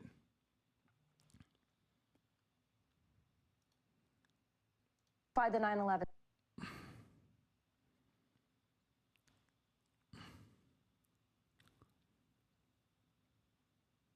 Reddit. Reddit. Huh. It's crazy that the guy who was a known pedophile sex trafficker was allowed to operate in elite circles after it was known that he was a pedophile sex trafficker. And he has like known collaborators, including but not limited to fucking actual princes or former prime ministers of Israel like Ehud Barak and a bunch of the Democratic Party's elite. And we're acting as though and including Donald Trump, and we're acting as though like it's ridiculous that it's ridiculous to assume that he actually was murdered. I'm sorry, dude. That's fucking psychotic. Okay? That is, I mean, you are the biggest sucker of all time. Yeah, and now fell for it again award for the Hodge twins. I mean, they're the dumbest in the right-wing circle. I didn't vote for elite pedophiles to be protected.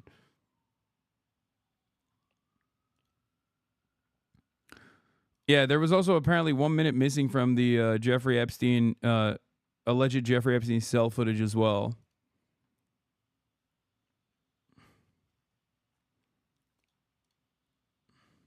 The first big release was a nothing burger. Yeah, wouldn't you be sad if your former cop cellmate tried to kill you? That's why former cop roid monster, okay, tries to kill you and then you're put on suicide, or well, that was him attempting suicide. Actually, he just the official narrative is that he tried to kill himself once, so then they put him on suicide watch. But then just video footage went away, and the guards were sleeping. Yeah, Officer Tartaglio.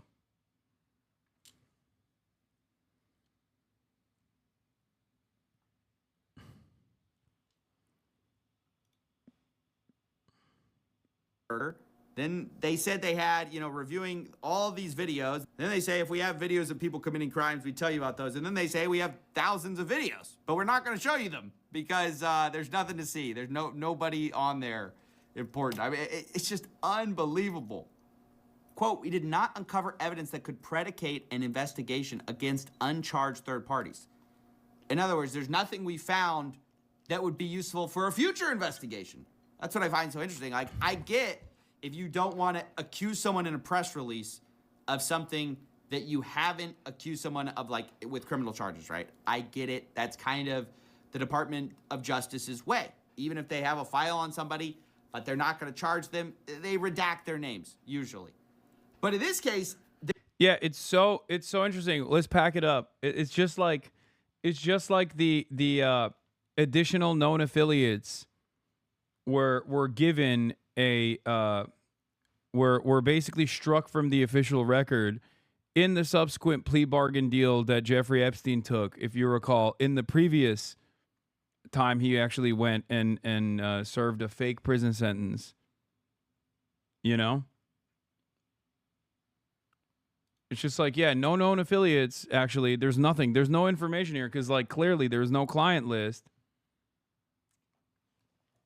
There's no official client list, so there's no official elite pedophiles that frequented any number of different Jeffrey Epstein mansions. They're kind of saying we didn't find anything that we would. I mean, it's such a strongly worded statement. That's what's weird about it. Why wouldn't you just be vague? If you had these pending cases, right? I find it so weird that the people in the FBI right now have come in with such a mission to, on the one hand, say, hey, we're going to be totally transparent.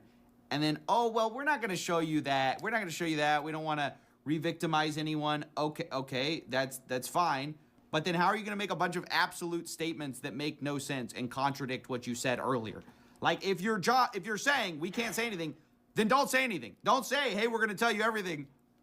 Well, we actually cannot. We can't actually show you. And that kind of overconfidence extends to also their, pronouncement about, hey, there's nothing to see here as far as the death of Epstein, because they don't really show much new here. We knew that this footage of the common area existed. Basically, they showed 10-hour footage of the common area during the time at which this all would have happened, Epstein's death.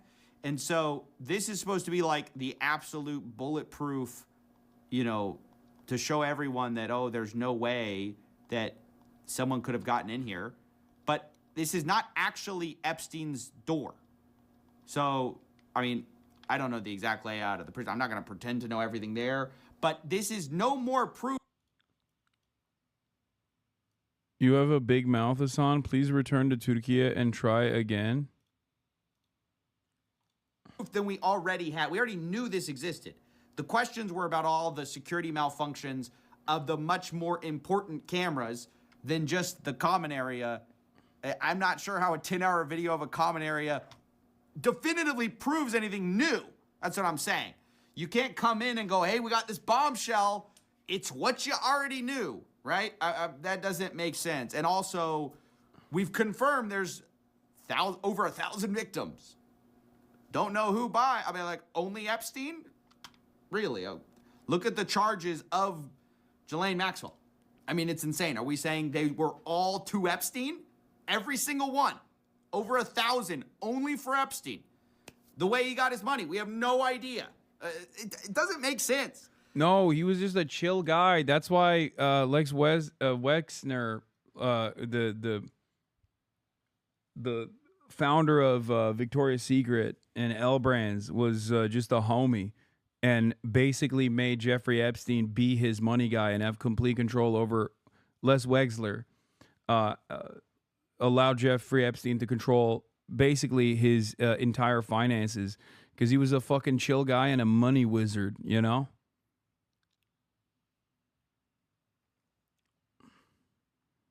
That's what it is. So yeah, an incredibly frustrating day for anyone who was expecting anything new from this. Lex stole Victoria's Secret. He didn't found it. Oh, my bad. I thought he found it. Administration coming in saying, yeah, or the Dersh. Look at all of the wonderful individuals that were surrounding Jeffrey Epstein. I mean, they were going to clean house, get rid of the corruption, fight for truth, release the truth. You know, you're not gonna catch me hiding a guy on an island, right? And so I don't know. I was kind of stunned to see this report. I just thought, if you're gonna say this, which again doesn't really say anything new, only it's kind of like a backhanded, you know, hey, stop being such a conspiracy theorist, guys. You know, that is what I find strange. Just the absolute over-promising and under-delivering. I mean, again, if you're gonna open source everything, okay, that's fine. If you're not gonna open source everything, you're gonna say, hey, we gotta protect people, fine. Don't make a bunch of pronouncements and don't deliver on them. Just kind of a complete self-own here. But it's also what you get when you say for years that the deep state is hiding something and then you become the deep state. yeah. I mean, the deep state is the friends we made along the way. Here is Benny Johnson, February 2025. You say that the FBI has Epstein's list. They're sitting on it. Why is the FBI protecting the largest scale pederast? You say that the FBI has Epstein's list. They're sitting on it. That doesn't seem like something you should do. You're protecting the world's foremost predator. That seems like an evil thing to do, regardless of who may be embarrassed in the release of that list. Why is the FBI protecting the greatest pederast, the largest scale pederast in human history? Simple, because of who's on that list. You say that the FBI has Also, here is here's Jedediah Vance. Here is our boy JD. Our boy JD speaking on it, speaking facts. Okay, on Theo Vaughn. Everybody in politics has a vice that's much worse than alcoholism, is the way that I put it. But we release the list. Seriously, we need to release the Epstein list. That is an important thing.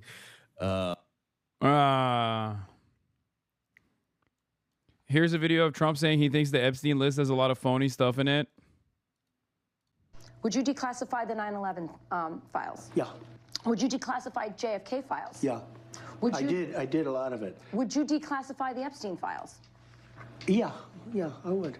All right. I guess I would. I think that less so because, you know, you don't know. You don't want to affect people's lives if it's...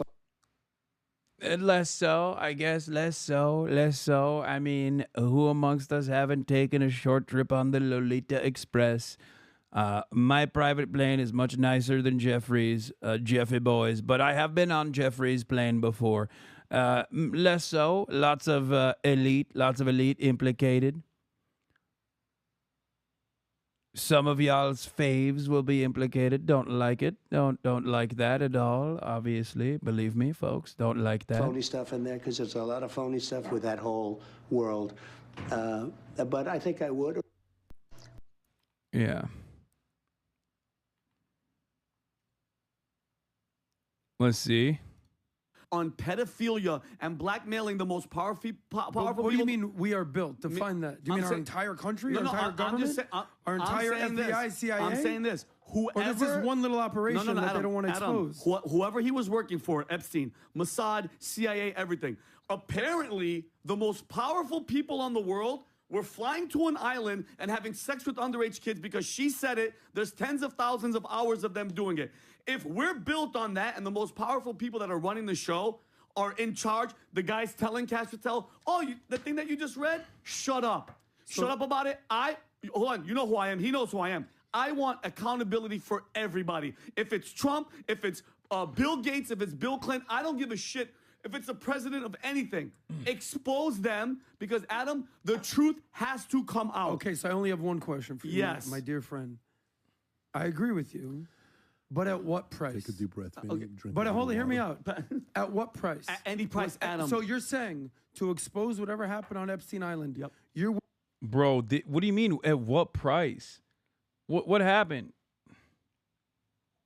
Are your homies involved or something?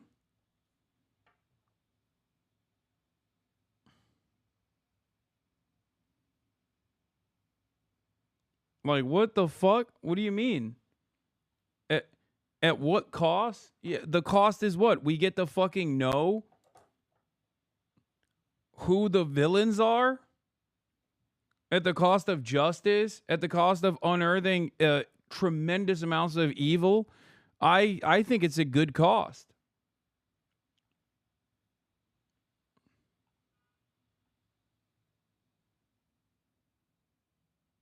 You know?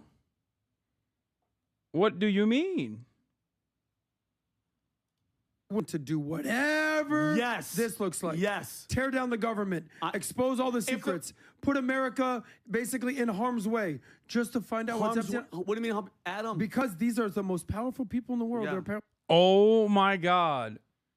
Oh my, that's bullshit. on this island. Adam, so let the truth be told or the heavens fall. I don't care. Okay, Yeah, well- Adam, and that's who Vincent Oshana is. I am 100% accountability, and I don't give a if Adam. If Yeah, that's what but we were built but at on, what price? I don't At give a tearing shit. There is down no America? price. Guess what the price is, Adam? God. So you God's want the price. you want to You're rule? gonna answer them you anyway. want to rule a city of ashes? I don't give a shit if it's built on pedophilia and raping kids. Yes, because you're being emotional. No, I'm not. I'm being You real. have to understand. I'm being The real. whole concept of do you want to cut your nose off to spite your face? There might be an issue.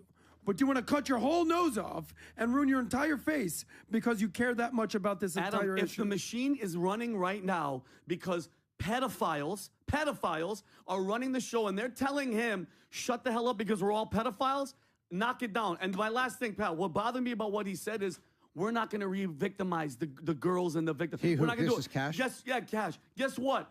Nobody wants to see any girl. I don't want to see any kids, male, boy, underage. Blur them out. But who's the guy that's touching them? Who's the guy that's molesting them and raping them? This is a horrible... I can't believe I'm in agreement with Vinny Redface over here. I mean, he's right. And he's getting that same tomato complexion he got when he was talking to me. But this time for good as opposed to for evil. I like that the defense here, the reasonable, quote unquote, reasonable defense here is basically saying, well, you know, the whole government's run by pedophiles, and this would be far too disruptive to the pedophile schemes that they have designed. If we were to find out who the pedophiles are, it is what it is. Like, how do you not feel embarrassed saying that? Unless you yourself are personally one of the pedophiles or know someone who is one of the pedophiles. What would Epstein conspiracy theorists say about this fact pattern if it was about anyone other than Trump? Yeah, here are some of the Trump links to Jeffrey Epstein. Trump was quoted in a 2002 profile describing Epstein as a longtime friend and terrific guy about whom it is even said that he likes beautiful women as much as I do, and many of them on the younger side. Trump was among the politicians and celebrities who hitched rides on the Epstein private plane in the 1990s. In 2019, shortly before Epstein's arrest on sex charges, longtime Trump advisor Steve Bannon prepped Epstein for a potential interview. Yeah, we've never gotten those tapes out either, by the way. Shouts out. Steve Bannon literally fucking was potentially working with Jeffrey Epstein in a mock trial. Okay, there was that part too. Trump chose Labor Secretary in his first term, Alexander Acosta, who was a U.S. attorney who oversaw a sweetheart plea deal for Jeffrey Epstein that a judge later ruled illegal. Alan Dershowitz, a Trump supporter. Hold on.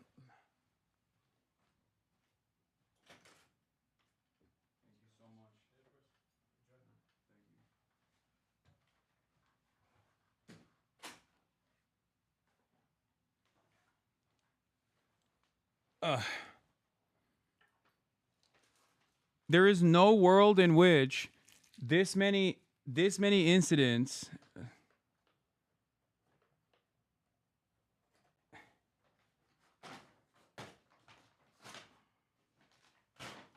There's no world in which this many incidents do not lead people scrutinizing the individuals in charge. Okay? And I don't even know how the Trump administration is going to get away with this, if we're being honest.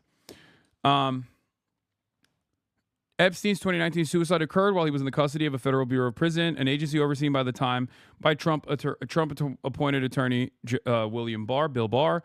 After longtime Epstein associate Ghislaine Maxwell was arrested on sex trafficking charges in 2020, Trump told reporters, "I've met her numerous times over the years, especially since I lived in Palm Beach, and I guess they lived in Palm Beach, but I wish her well, whatever it is." That's what he said.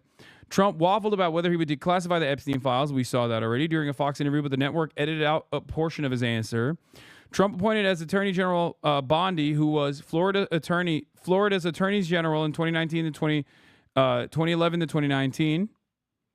A period of time when Jeffrey Epstein's plane records became public, victims' lawsuits were filed, and a lot of new evidence against Epstein surfaced, but she did not take action. Interesting. Interesting. Lot happening here in the Epstein situation. Meanwhile, Elon Musk is using the Epstein situation, knowing full well that they'll never actually fucking Trump will never actually fucking reveal this information. Pierce calling out Alina Habba over the list. This case, in Epstein's case, it is I have to pee. disturbing. We have flight Hold logs, we have information, names that will come out. Is it going to be shocking? I don't see how it's not shocking that there were so many individuals that were hidden and kept secret and not been held accountable. Let's talk about the reverse. I believe in accountability. So you have to now go through your process. Now, I won't say they're guilty until they go through their time in court. But again, now it's time for accountability. We have seen for so many years, Pierce, in this country, many investigations, subpoenas, testimonies in Congress, et cetera, et cetera. But there's a general frustration with accountability. We take it halfway, we don't take it home. And I really believe that now with Cash and Pam, there will be accountability. But in this case, in Epstein's case, it is incredibly disturbing. We have flight logs, we have information, names that will come out. Is it going to be shocking?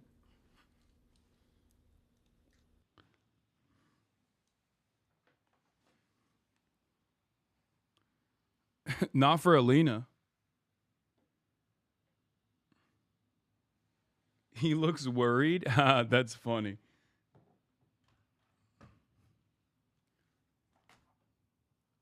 Release the list, baby. Come on. Oh, no list, please. No list here. Nothing to be seen here.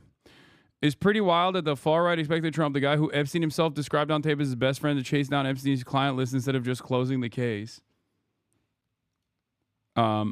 Here is the Trump is a white hat pedophile arguments coming in. Okay, this is something that I've joked about before. It's still, while I have joked about this being a possibility in the line of defense, it's still funny seeing it take place in real time. That's right. Trump DOJ investigated his ties to Epstein and found nothing. I love Trump. He's the best leader in our lifetime, maybe in history, but no one in MAGA thinks that he's not a pedophile / into incest. It's not ideal, but it's a flaw we live with, and I doubt he still acts on it. No one is perfect, but Trump comes awfully close. Move on.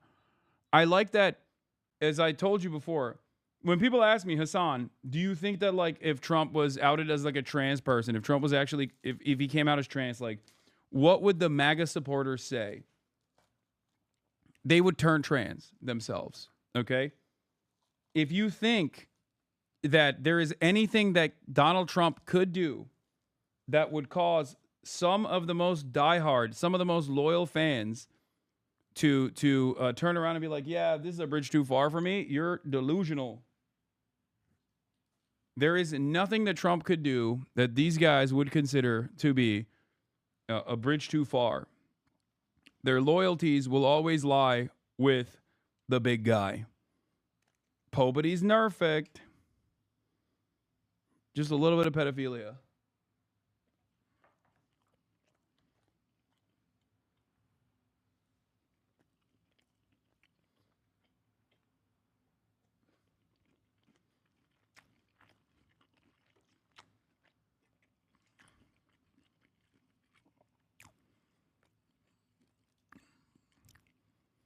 This is going to be one of the trickier conspiracy theories to wiggle their way out of. But God bless, they're going for it. Look, exclusive analysis. Was Epstein video evidence destroyed by the Biden admin? Roger Stone claims Kash Patel is telling the truth, not covering up crimes because the Epstein files and hard drives no longer exist. Let's watch. I need to see. Does anyone have any good videos of Alex Jones coming out and like defending the Epstein client list and shit? I would love to. I would love to see this man grovel. Oh yeah, who could also forget? Here's RFK Jr. openly saying straight up, I was on the plane. You were on Jeffrey Epstein's jet, were you? I was on Jeffrey Epstein's jet 2 times. You weren't ever. Yeah, he said it. Hey, Matt Wallace, since you saw the leaked files back in February, why don't you tell us what the White House won't?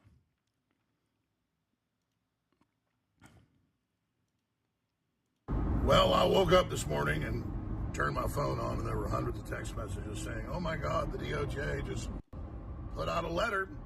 I know you've all seen now, saying there is no Epstein client list. There never was any blackmail operation. Epstein killed himself, and the investigation's closed. So everybody wants to know what I think. I love that he's driving.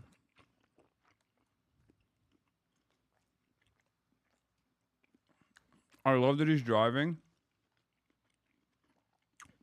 and neither hand is on the wheel.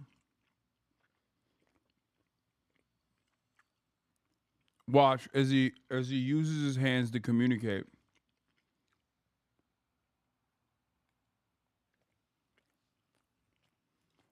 Well, I know what's going on. And so I'll tell you. Trump had 2 ways to go with all of this. He could prosecute all of these incredibly prominent people, household names, or they could use the information to blackmail the deep state. I've done deep research, have a lot of contacts, and know Trump's MO. And he's not into kids, he's not into being peed on, and Russian hotels, all that was lies. We now know from the CIA and Brennan, and they're very... Oh, he's using the pedophile blackmail to blackmail the blackmailers. Oh, I get it now. Oh, that's why. Chat, you were misguided into thinking that he was protecting, engaging in ass covering for all these pedophiles. Doesn't that make him the same as the deep state then? If he's refusing to reveal this information and using the blackmail, the pedophilia blackmail, doesn't that literally make him the same as the very people that you supposedly despise?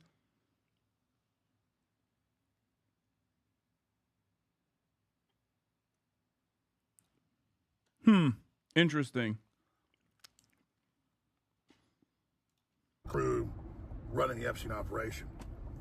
But the reason that you are seeing this deep sixth is because the CIA with the Mossad and MI6 was running Epstein, and it was an official U.S. government operation, multinational. And it was the family business going back to Ghislaine Maxwell's dad, and that's all on record. So if Trump was to actually prosecute this, it would bring down the CIA. And so that's why you've had Comey, who controlled the files over at the FBI with the CIA, but on that end of the DOJ, having his daughter do all the main cover-ups, not just with the Epstein and Maxwell case, but obviously P. Diddy and the rest of it. So this is the swamp winning. The question is Trump's DOJ actually using this to control the deep state? Or are they just so overwhelmed by it, they are tapping out? Because, let me explain logic here. And Yeah. From all obvious inside sources, we're the one. Yeah. So the thing that I was jokingly saying, it's like, well, they used all of that time and effort to do these pedophilia operations, these pedophilia blackmail operations, it'd be a shame to waste it.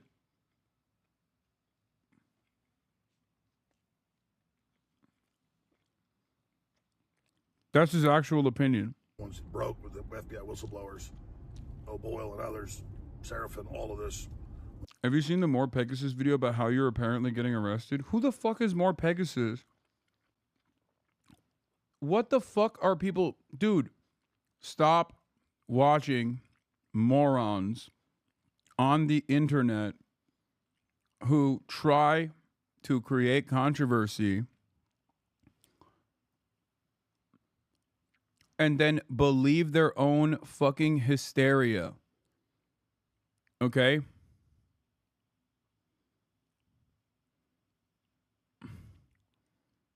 I'm going to ban you permanently. Some of you dumb fucks literally go out and watch the dumbest people, the absolute dumbest people on the internet create hysteria around something and then believe their own hysteria. And then you're supposed to be smarter than this, but you literally also will come in and bring that kind of dog shit hysteria into this space for no fucking reason.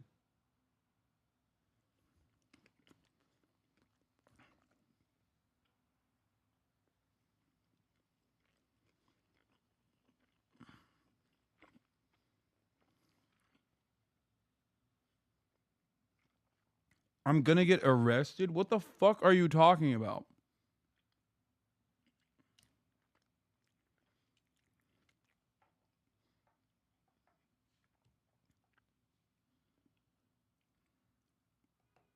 What? Okay, whatever.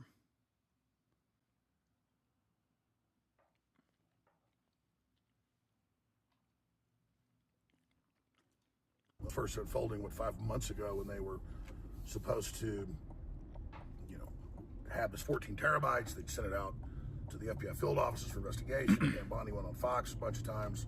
So did U.S. attorneys from New Jersey, and said, "Oh yeah, we've seen it, hundreds of new victims and videos and all this horrible stuff, and kids being raped. Hundreds of new victims. We're going to be releasing it." So you wouldn't say all that if you were planning to cover it up from the beginning. So something has changed along the way, and it all points towards this being used to blackmail the deep state. I'm not endorsing it. I think clearly. It's kind of sus that you banned him, though. It gives more credence to his comments and video. Okay. No, it doesn't. You want to know why it doesn't?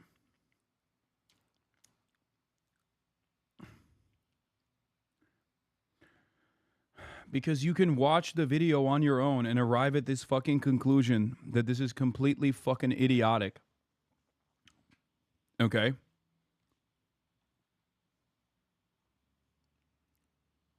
And if you are, while we're amidst actual news coverage, if you come in here and you're like, well, some guy came in and made a fucking ridiculous claim in an effort to basically farm the dumbest people, the dumbest drones in existence, and you try to make this a serious, if you try to act as though this is a serious claim, or turn around and defend another chatter who came in with this idiotic claim, then I'll ban you too, because drama is simply drama. It is a way to derail.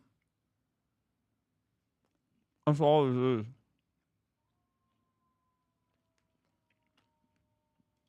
This is what Musk learned about a few months ago and looked like he aged, 10 years overnight, looked completely freaked out. And then I think the conscience had to come out and say what he said. I mean, even people like Cat Turd, who is just the quintessential will not question anything in the Trump administration, is completely freaked out now. I mean, no one is buying this.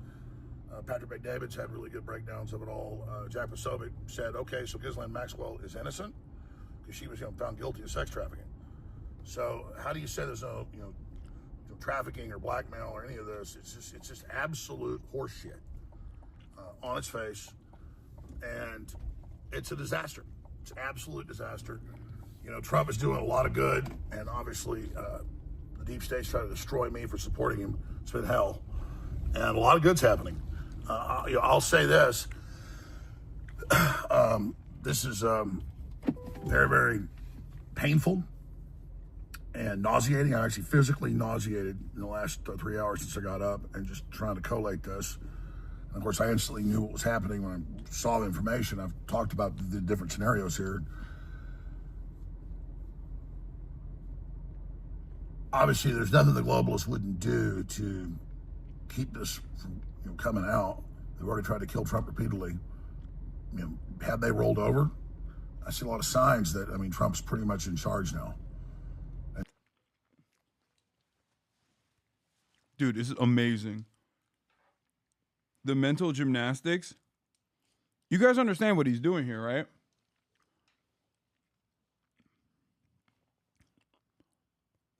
At least when we watch guys like this, they're entertaining in their conspiracies, and the conspiracies revolve, and they're like directly connected to the president. They operate on the same fucking idiotic wavelength as like drama farming slop tubers, but it's like the drama farming slop tubers are significantly lower effort and are putting someone as powerless as myself in the crosshairs. Like I am an irrelevant actor here. At least when we watch other dumbasses like this, we're talking about a dumbass who is a prominent media figure who literally has interviewed the president and has the president's ear at certain points. And after being one of the most important conspiracy theorists of the past couple of decades, now he's trying to actively defend the Trump administration.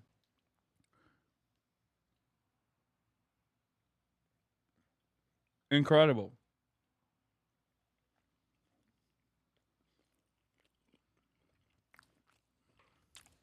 Basically,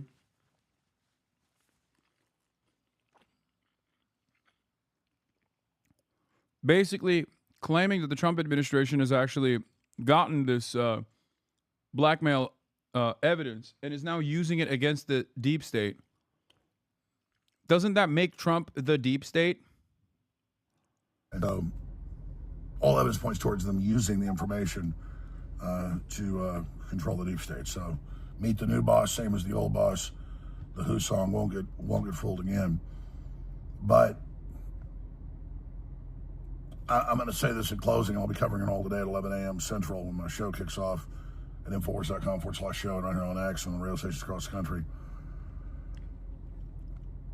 We are seeing 96% reduction in smuggling of humans across the border. They have raided a lot of people and found human traffickers. They have saved a lot of kids. It's in the federal filings, but they're little kids, so you don't see their names in the news. That's the way that works. These are juveniles. That's the hundreds and hundreds of thousands of missing kids, millions of kids total. And so I'm not throwing the baby out with the bathwater, but at the same time, the fact that this is a key, the fact that they didn't just shut up about this, even though they were going to use it for blackmail. Bro, that's crazy. Lesser of two evils. Listen, Trump is doing deep state pedophile sex trafficking operations, but he's also cut some of the deep state pedophile sex trafficking operations. All right. Donald Trump is actually doing the deep state pedophilia, but in a woke way. I mean, anti-woke way, sorry. He's doing it in a way to undermine the deep state. This is so stupid. How is America this stupid? Lead poisoning, severe crippling of education. Look at this, look at this, look at this, look at this, look at this. 56,000 likes. And then the first guy goes, the Mossad, have you believed the anti-Semitic conspiracy theories? Epstein was Mossad on record. Your anti-Semitism magic word doesn't work.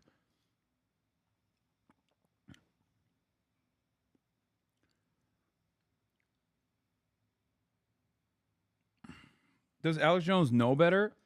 Well, I mean, he's just a charlatan. What do you mean? He is just an opportunist charlatan. What made you think that he was anything but?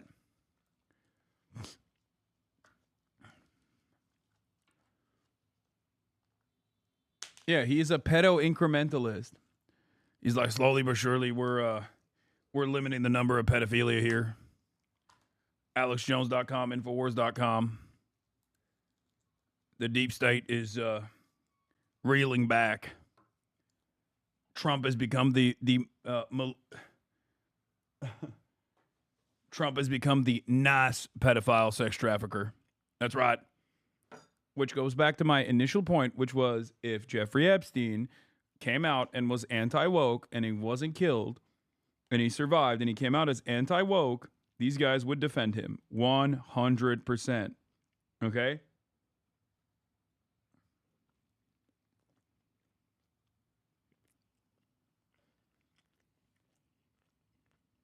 Further proof.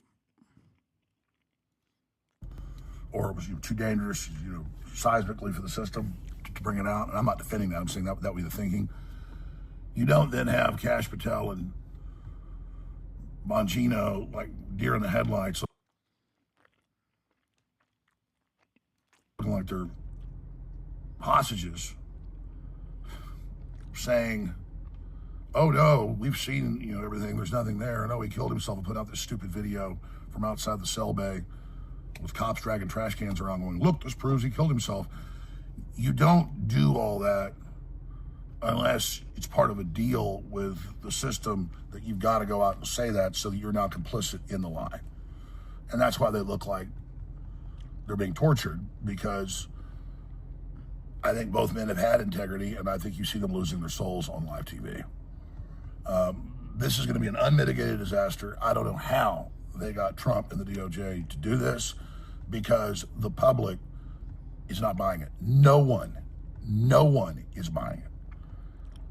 So I never saw any evidence of Trump involved in any of the stuff that came out. It was all fake. The fake Jane Does, all the crap, E. Jean Carroll, the crazy leftist cat lady, all of it. So now by coming in and being part of the cover-up, the Trump administration has become part of it. I mean, it's just, you cannot see it any other way. So I just got to the office. I'm going to go throw up, actually. And that happens every few years when something really, really bad happens or something. I mean, I'm physically going to puke probably right now. My mouth is watering right now. It's because I have integrity. And, I just really need the Trump administration to succeed and to save this country, and they're doing so much good. And then for them to do something like this tears my guts out. And this is why he's a master of the craft. I'm sorry. This is fucking cinema, okay? This is why he is the master of the craft. There are a million car guys. There are a million weepy car guys who do this exact same line of defense for Donald Trump. Okay? But none of them can do it like Alex.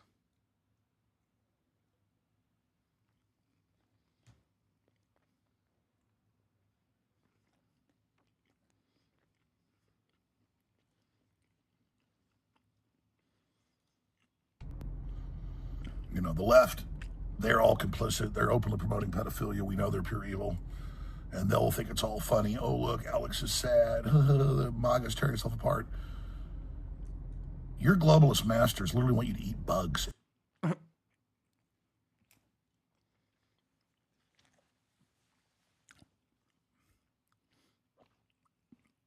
That's not going to work, big dog.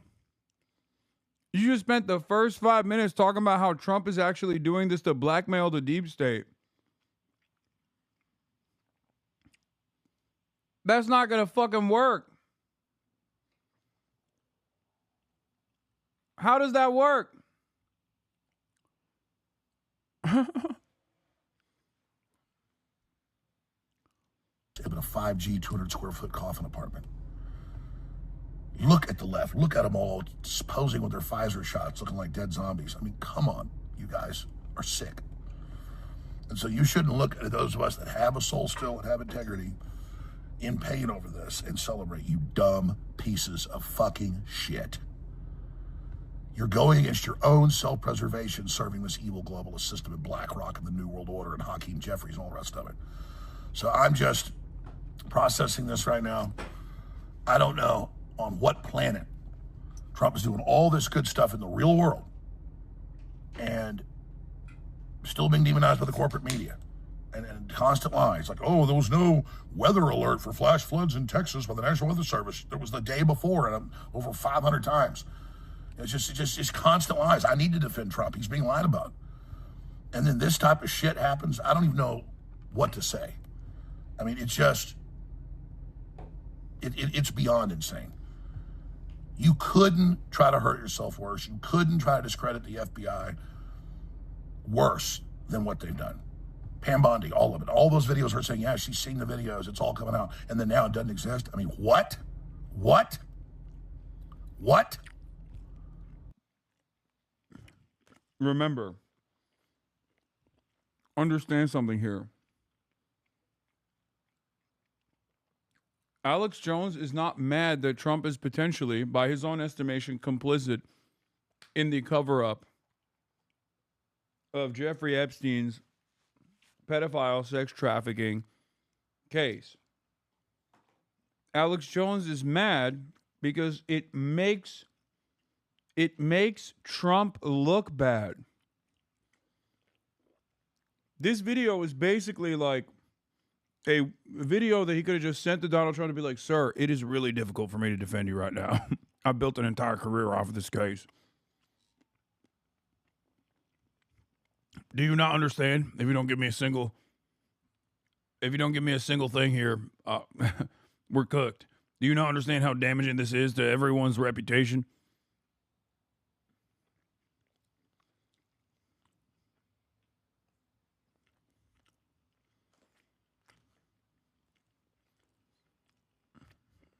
That's it.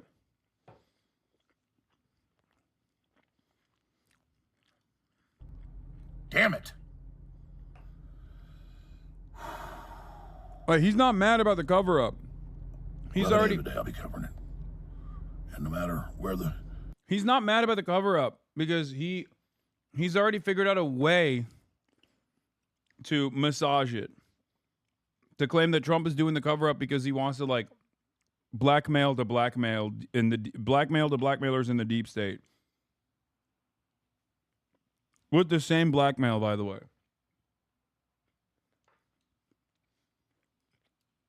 But he's saying that this was a tactical misstep because it makes it really hard to defend.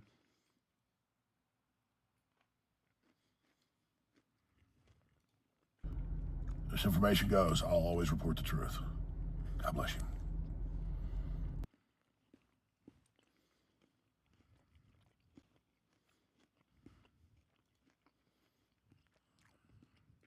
I think he's behind it. I think if Donald Trump wanted to see this stuff out, then he would make sure that it got out. I think if Donald Trump doesn't care if it gets out, then it probably doesn't get out. And if he wants it not out, then it doesn't get out. So, well, you know why I say that? Two out of those three mean he doesn't do it. Let me read. Well, just real fast. There's 3 or 4 interviews. I want your expertise, and I've listened to you. That's why everything you said, I know you said before. I'm listening, Kyle. I respect you. Sure. You're giving us your intel analyst on the ground, like reporting back what you saw. I get it, but I want you to go up, to a higher level here.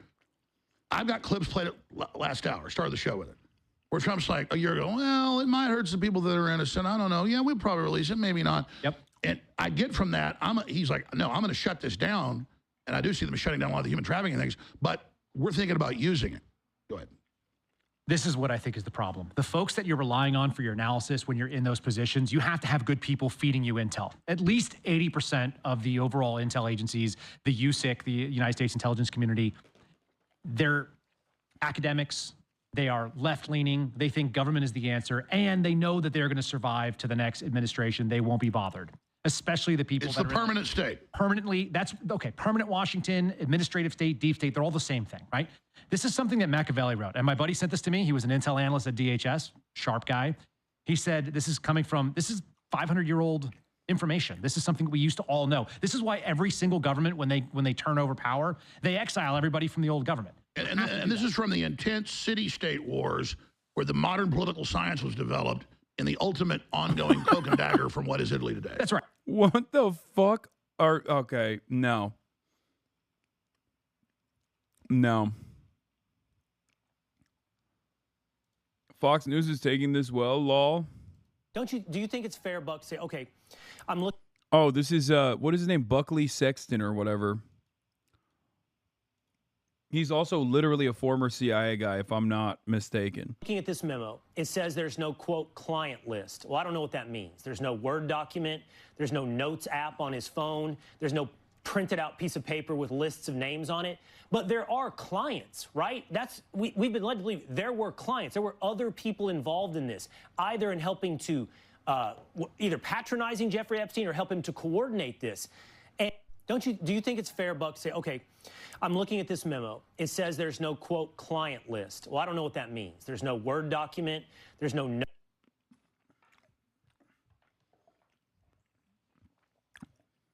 Don't worry. The marching orders will kick in.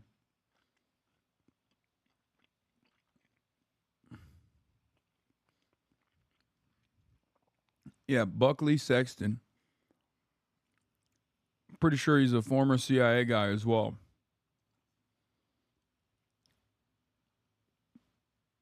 So Ghislaine Maxwell is in prison for 20 years for what? For being a woman. So that's what it is.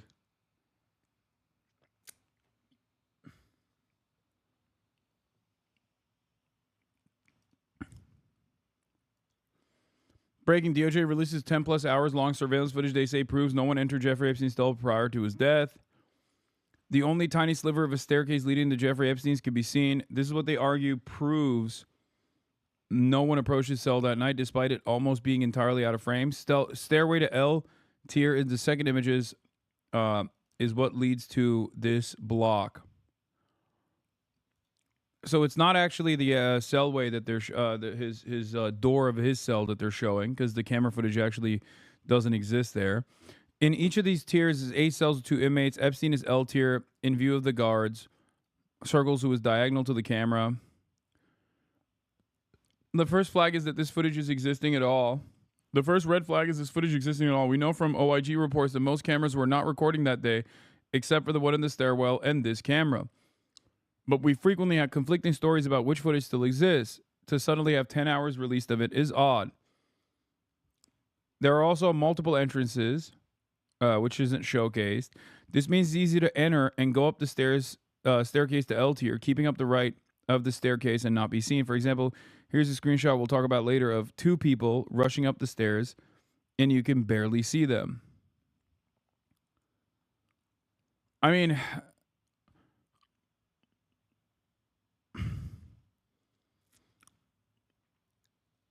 lack of consistency is signs of a shoddy cover-up. I'm just more surprised that the fucking cover-up is so shoddy. I genuinely don't understand how these guys had so much fucking time to actually cover the story and create like an airtight cover-up, and they seemingly were unable to do so after years and years. Like, what more do you need? What is Fox News covering today? Zoran's race controversy. Crushed by the left for telling the truth, for having the audacity to tell this story, when you know that if this had been a Republican candidate, they would have been cheering on and criticizing the New York Times for not running it if they had. But they're not Republican candidates, are they, Jessica? They're Democratic office holders. What is it with the Democrats? This guy's got to lie about his race, and Elizabeth Warren spent, gosh, decades lying that she was a Native American, said that she checked the box because her grandfather had high cheekbones. Harvard Law School from 86 to 95 claimed her as a diversity hire, minority law professor. Isn't this a disqualifier? I mean, do you want a bunch of people lying about their race and ethnicity like Elizabeth Warren and Zohran Mamdani to represent your party? I'm a bit Pocahontas out and have been for several years. When Mamdani applied to Columbia, there was no Indian or South Asian box on the application, which I think does not reflect well on Columbia. And that's certainly a big enough set of demographics that you should have that optionality. As Greg said, he did write in Uganda. He said, I wanted it to, explain the totality of my experience. But I think he could safely assume that if his father is an employee of the administration, they would know where he came from and what he looks like. And obviously his mother isn't someone who we haven't seen a picture of. And he did he's never identified as black as far as the reporting has gone. You know, he hasn't gone to a rally and been like, as a black man, you know, I'd just like to say. He just did it when it mattered. Okay. Well, we wouldn't know about it. This was a listen, I think it matters that the true boxes were not available to him. But I do want to say the most important thing that's happening as we get these trickles of information and you see people are unearthing old tweets that he hasn't even tried to hide is that the Cuomo campaign did no opposition research. They absolutely took a flyer on this one and thought it would be a cakewalk. I don't know. This stuff is just sitting there. Are you okay with these Yeah, boxes, Jessica doesn't even like Zoran, by the way. Well, that's what we're moving on to. Which is why she's not even defending him sufficiently. It's a bummer that Columbia didn't have the right box. Well, that's your fault. You guys instituted the idea of identity boxes. Now you're going to be in that box, whether you screw it up or not. Well, I like Jesse. I'm pro boxers. I mean, if I show up freshman year and like the entire class is Asian, I mean, what happened there? You got to know who's coming in. I mean, these things can happen, Greg. You got to be a little more precise, okay? It's not about ethnicity in its totality. It's about something you need to know about the student. Not everything, just something. This guy, 2 Indian parents, born in Africa. That's like 2 Mexicans having a baby in Africa. The kid's not black, okay? Bro, that's crazy. One guy said, abolish all racial categorizations. The other one said, no, I need it so I can be racist. The diversity of opinion on the right is amazing. That's a great idea. They're always looking for South American applicants. But he probably doesn't know that. Actually Mexican. Now, Wait, okay, what? so Elizabeth Warren was 1/1024th. You said the parents. No, were that's a from Mexico. nationality. That's a nationality, Dana. It's different than an ethnicity. See the Ethnicity problem? is bloodline. This is your fault, Jessica. And I do know his SAT scores. Rufo got them. 2100. And they're subpar for Columbia For standards. Columbia, but they're good. What were they? 2,100 out of 24. But I don't even know what 2,100 out They of have a 2,400 very is. You can't stick us in one. Up next, a a government new opening system. fire on Border Patrol agents as Democrats crank up. Bro, what the fuck?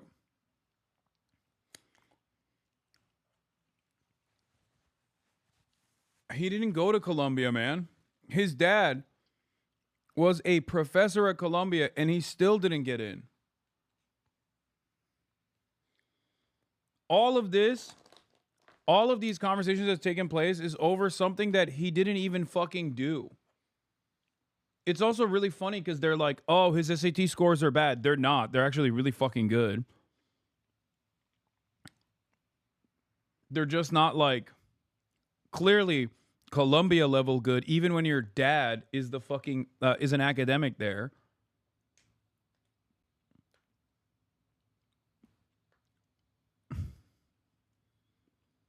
None of this makes sense. How is any of this newsworthy? I don't understand it.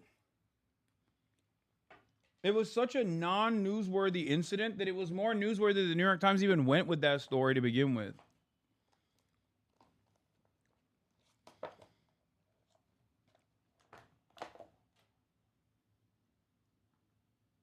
Context about a Zoran tweet that is supposed to be an own.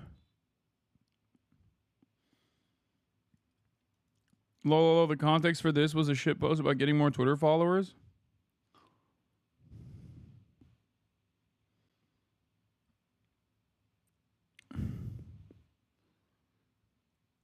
Can we please help Zoran catch up to me in followers? A quarter of Astoria tenants spend half their income on rent. Investors are buying up on our rich neighborhoods to build luxury housing. It's just a huge burden having all this clout and needing it to use to help my comrade all the time. Each according to their need, each according to their ability. Wait, what? What are they mad about?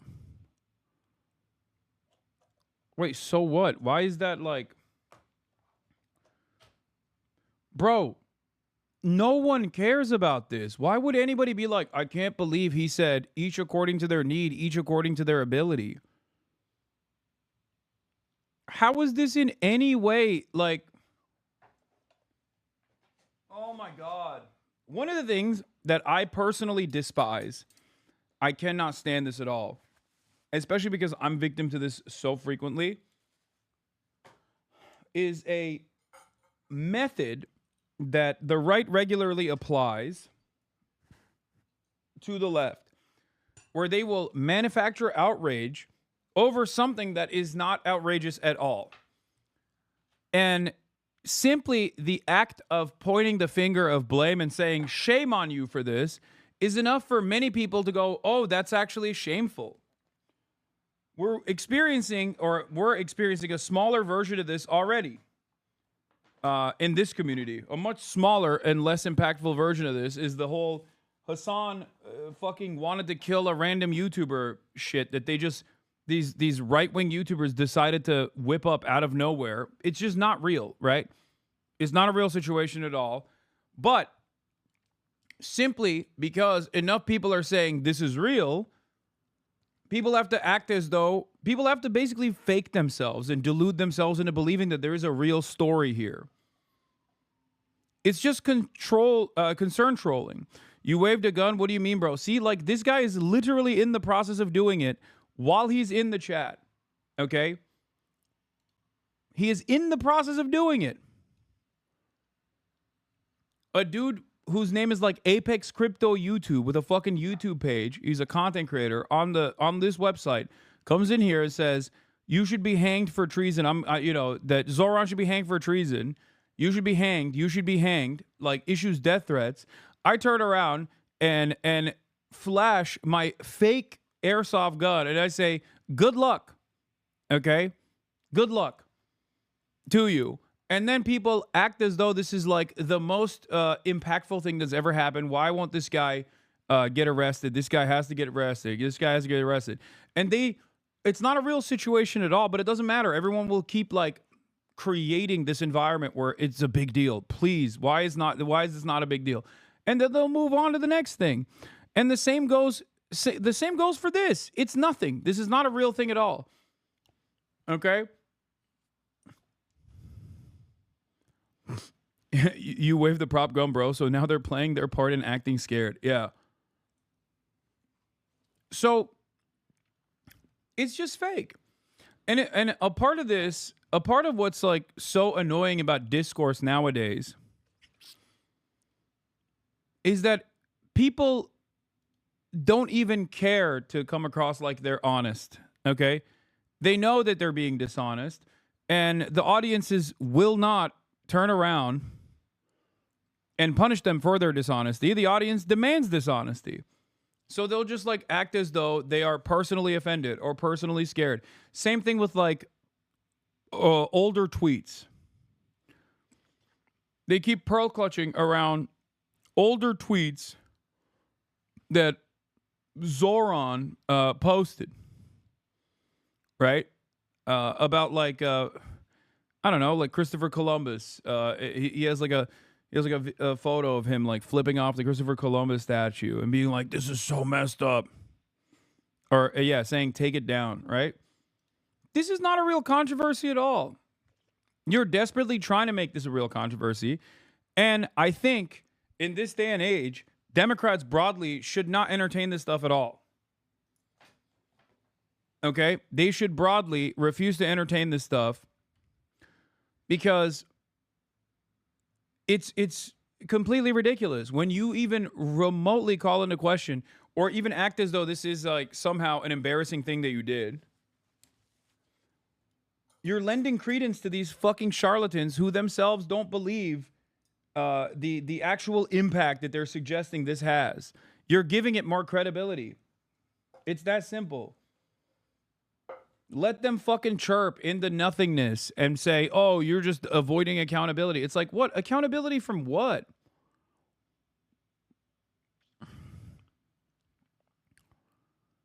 It's incredibly fucking stupid. Accountability from what? Why are these guys behaving like fucking 2016 era SJWs? I thought we had moved on from this. I thought we had fucking moved on from this. This is a classic case of a disingenuous weaponization of concern trolling. It's pearl clutching. These guys don't give a fuck. Why do you? Why should you? Why should anybody care about this? Now, are there things that Zoran could have done in the past that meets the standard that deserves scrutiny? Certainly. Everyone has done shit that meets that standard. But none of the things that they're trying to whip up into a controversy here is actually a real controversy at all. So there's no reason to fucking ever cave or give into it or even like offer any sort of analysis to be like, oh, well, I'm sorry. I'm so sorry that I did this. I'm so sorry that I did that. Like, fuck that. Because if you apologize or even come across like you've done something indecent when you've done nothing indecent, you basically have turned it into an issue. You literally have given your enemy ammunition. You've given your ideological opposition a real struggle all of a sudden, a real battle that they won.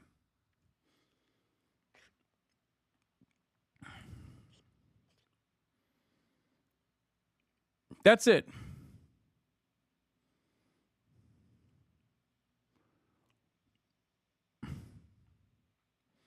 Don't lean into it.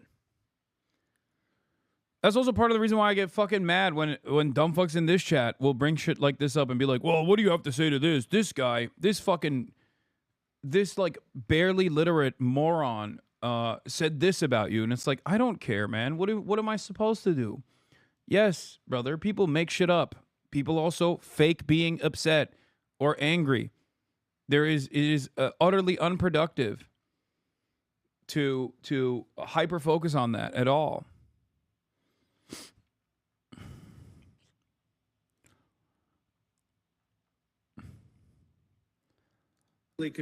Yeah, Josh Gottheimer is of course coming after him because he's one of the worst Democrats.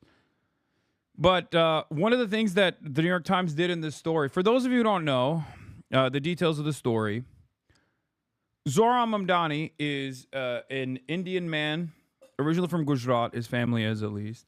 He's Indian Muslim whose family comes from Gujarat, who was born in Uganda, okay? And when he was applying for colleges, in the college application, he picked African American, and then in the other box put Uganda, okay, alongside I think Asian. And it was for a college application that actually didn't go anywhere. He didn't go to Columbia University. His father was a professor there, and he didn't even end up going there. And I guess like some hackers actually hacked into the database to uncover these files of all of the people that had applied to Columbia over the course of many, many years. And they went through that file and they found his information, his hack material. But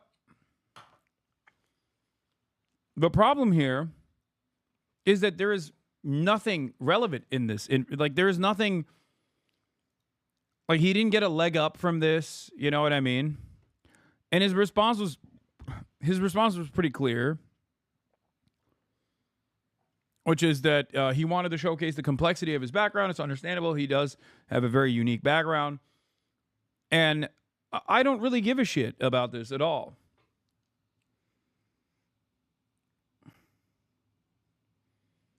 But it is yet another line, a desperate line of attack against a very popular socialist, because people don't want a Muslim anti-Zionist socialist, an anti-Israel socialist, to actually win any power in the party whatsoever, because then people will get the wrong opinions that you can actually be this way. You can actually be someone who's anti-Israel openly and not get punished for it. You can actually be someone who is in favor of uplifting the working class and win elections. Like, that's terrifying. That's a terrifying prospect for a Democratic Party that doesn't want to do anything of the sort.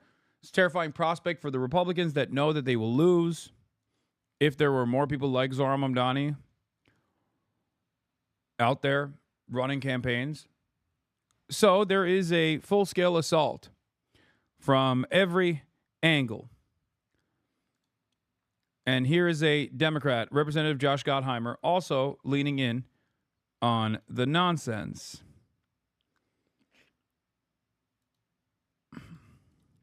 Confused by how people go ahead with a lot of the ideas that he's put forth, and if you saw this weekend when he was asked to condemn globalize the Intifada, right, and he refused, which is a call for a wave of terror. It was a call for a wave of terror against Jewish people around the world, and he refused to condemn that language.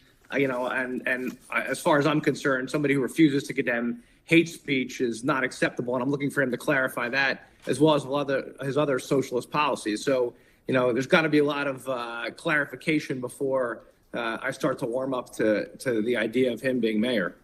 He says it's not the language that he would use when he was pressed on that by Kristen Welker on NBC. What do you think it says about the Democratic Party? Yes, dude. Yes. I don't even think he should have said that, but whatever. Because that's not the real issue here. The real issue is saying anything that's remotely anti-Israel. That's the real issue.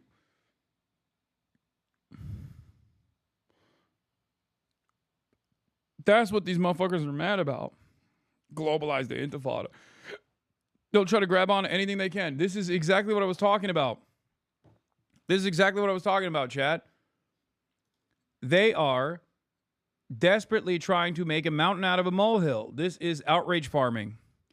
They are manufacturing outrage where no such outrage exists. The average person does not give a shit about this, okay?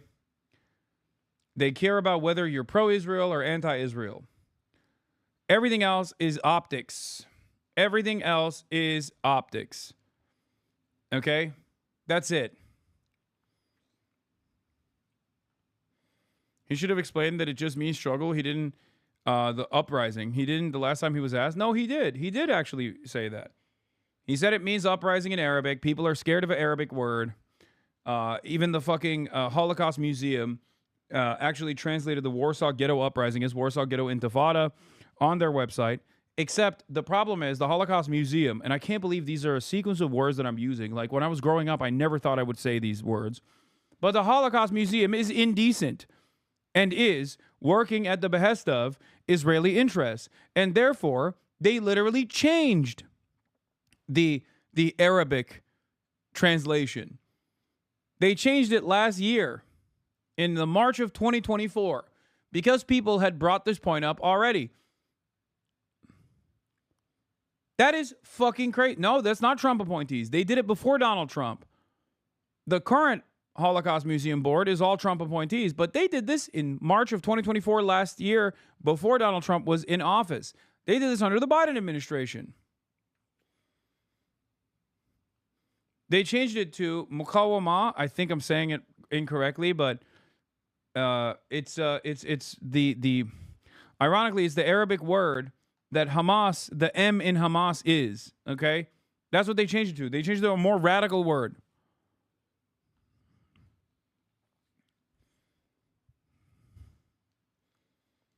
Yeah, Mukawama means resistance. For those of you who don't know, because everyone's always shocked, Hamas is an acronym. Okay? It's an acronym for Harakat, which means movement, Al-Mukawama Al-Islamiyya, which is the Islamic resistance movement. Mukawama, the word that the Holocaust Museum changed in the Arabic translation from Warsaw Ghetto Intifada to Warsaw Ghetto Mukawama, is Warsaw Ghetto resistance. That's what Mukawama means. And it is what the M in Hamas stands for. I will repeat once again. Harakat al-Mukawama al-Islamiyya. The Islamic resistance movement. Mukawamet.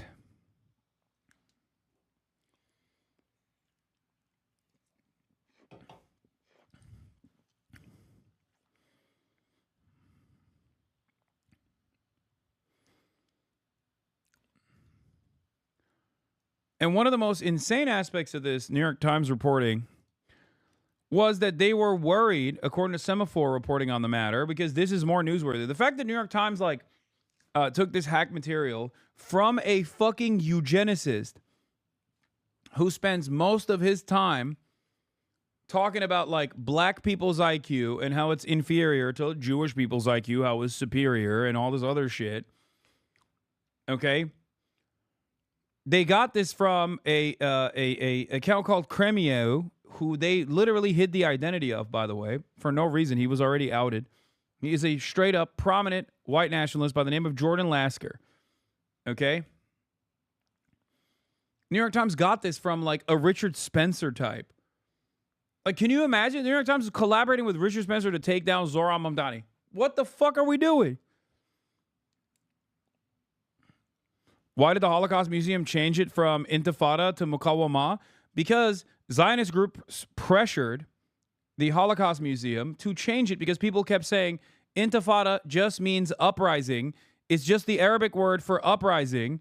You're being fucking ridiculous. The Warsaw Ghetto Uprising translates to the Warsaw Ghetto Intifada in the Arabic language version on the fucking Holocaust Museum website.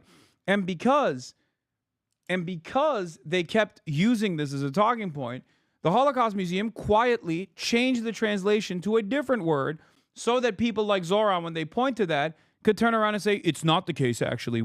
It's not. It's Mukawama.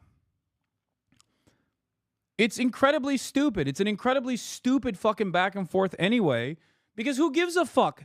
It's the truth. Warsaw Ghetto Uprising was translated as Warsaw Ghetto Intifada because it's an Arabic word for uprising. That's what the Intifada is. They didn't change it to the Arabic word for tickle party, you know? They didn't go Warsaw Ghetto Tickle Party in Arabic. They changed it to a different word, resistance.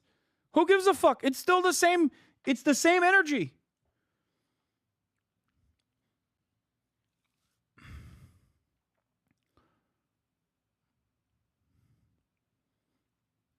It's all the same shit.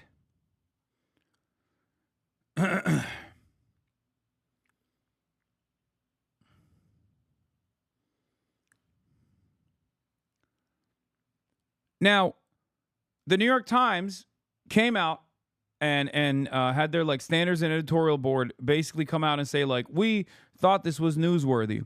Then Semaphore actually investigated a little bit further and found, this from a senior New York Times reporter, about the reductive political economic worldview that drives much of mainstream corporate U.S. journalism, says that the widely criticized Mamdani piece must have been legit because it created conversation and debate.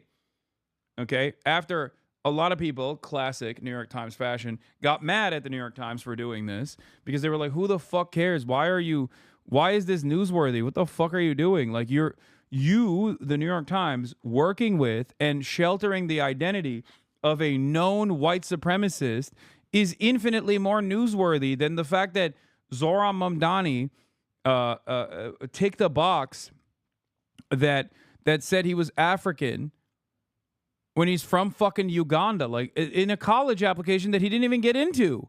Who gives a fuck? His dad is a part of the fucking...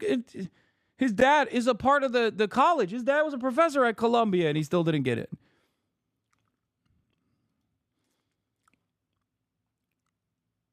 Despite some public criticism and internal grumbling, the paper's leadership has continued to back the piece. One person familiar with the editorial process noted that the Times senior editors were aligned on whether to publish the piece, which was read and greenlit by multiple top editors before its publication. Others on staff that spoke with Semaphore on the condition of anonymity said the reaction to the piece showed why it was important to tackle it. The fact that the story engendered all the conversation and debate that it feels like all the evidence you need that this was a legitimate line of reporting, one reporter told Semaphore. Like, it's so stupid. They're literally, the New York Times is now doing, I was just pretending to be stupid as a fucking line of defense. Wow. Seems like we kicked the hornet's nest here. But the most damning aspect of this from Semaphore was that the New York Times pushed ahead with its story about Zohran Mamdani's application to Columbia University to avoid being scooped by Christopher Rufo. Christopher fucking Rufo, man. The guy who is the guy who works for the Manhattan Institute think tank, whose entire job is to basically find out if there's like trans people existing anywhere and make that everybody else's problem. Like, these are not normal people. These are fucking evil villains, okay? And in Christopher Rufo's case, not even like successful evil villains, but just like dumb charlatans in general. How are you worried about getting scooped by Christopher fucking Rufo, man? Who gives a shit? You're the paper of record. Write a story about how stupid this is after the fact. But here we are.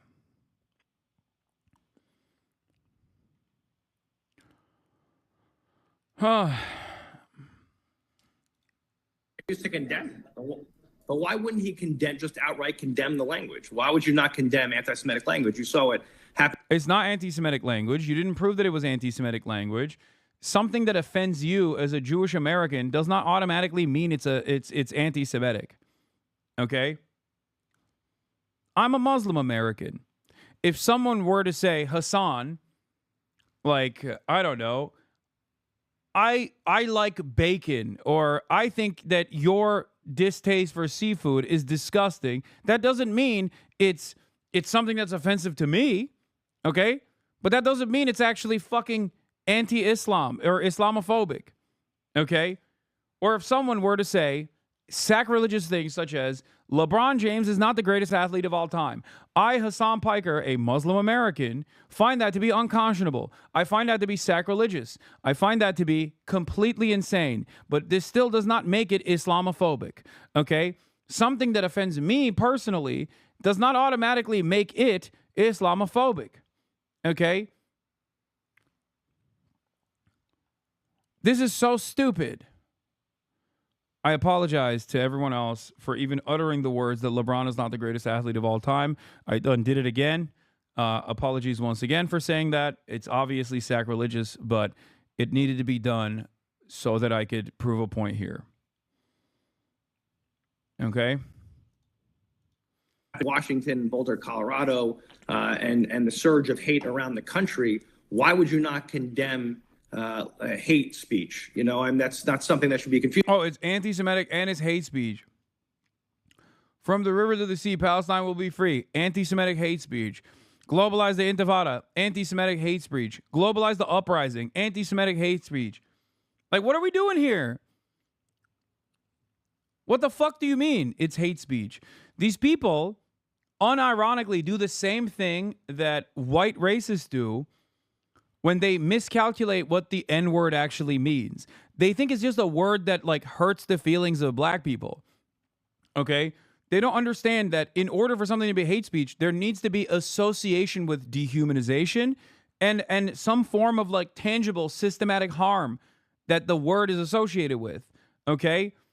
It's not just, the N-word is not bad because it hurts the feelings of black people. The N-word is bad because it's historically been deployed as a mechanism of dehumanizing black people, and successfully been deployed as a mechanism of dehumanizing black people. So when someone says the N-word, they're basically relitigating all of that and reminding black people the ongoing violence and systematic harm that they have to endure, that they have to experience even in modern society.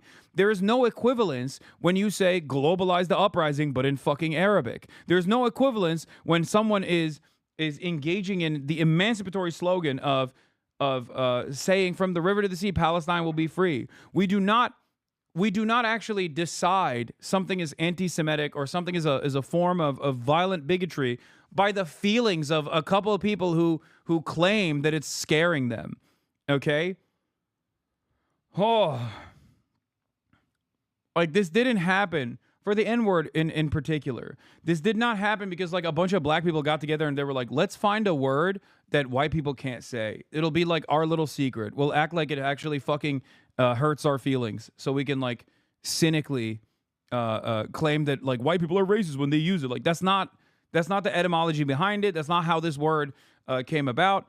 And that's not the reason why it's, like, considered a fucking slur for understandable reasons. Okay? It is associated with systematic harm. It is both a reminder of the historic harm that has happened, the historic dehumanization that has happened, and is a reminder of the ongoing dehumanization that continues. Okay? There is no fucking equivalence between something like that, a real form of bigotry, like the K word for Jews. There's a word for it. There's a word for it. Okay? That is anti-Semitic hate speech. Why?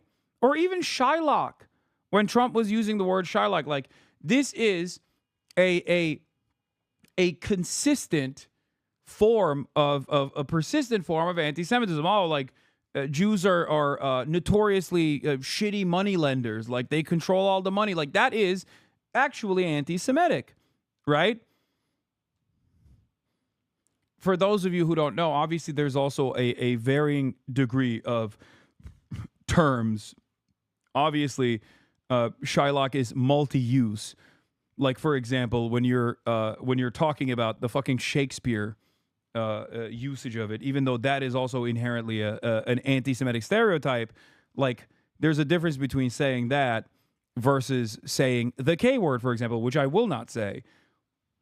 There's a difference between like the word queer versus the F slur, for example. I think you guys understand this. Anyway.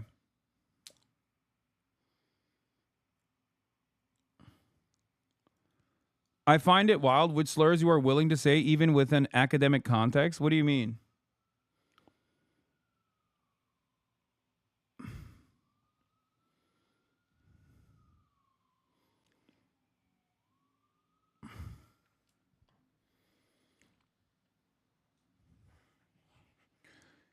I think there's a pretty well established like no word. There's a bunch of words that you shouldn't say and can't say, and it's understandable to not say it. And from the river to the sea, Palestine will be free does not meet that. Okay, does not meet that standard. Huh.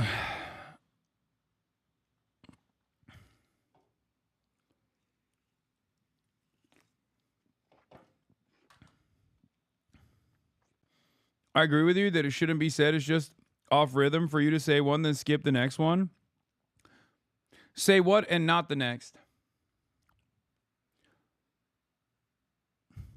Say which word and not the next, chatter. Do you feel like both of these words are to the same severity?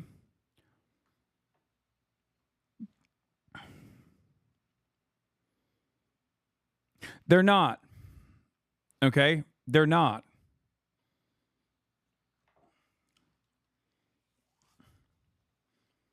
That's why I gave you an example from a different marginalized group of queer, which is multi-use. Okay? Versus the F slur, which is not multi-use. At least in its contemporary application. Do you understand?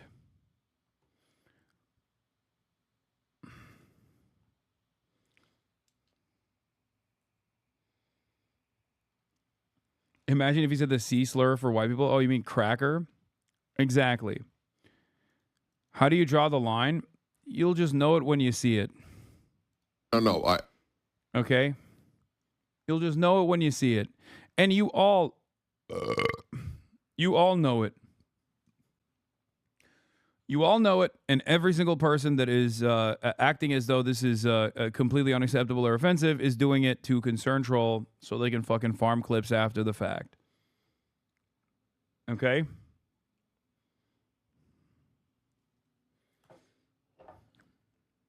Stop.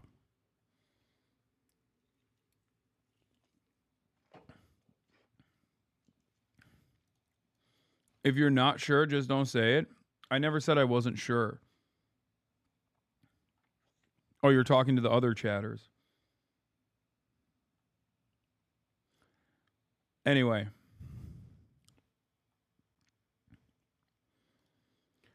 Also, something that is, I guess, unique, surprising, is you find allies in the strangest of places when the New York Times is so off base. This time, it's Curtis Sliwa. This is the second time where Curtis Sliwa has gone on Fox News, who is running as the Republican in the New York mayoral race, by the way. For those of you who don't know, the beret guy. Okay?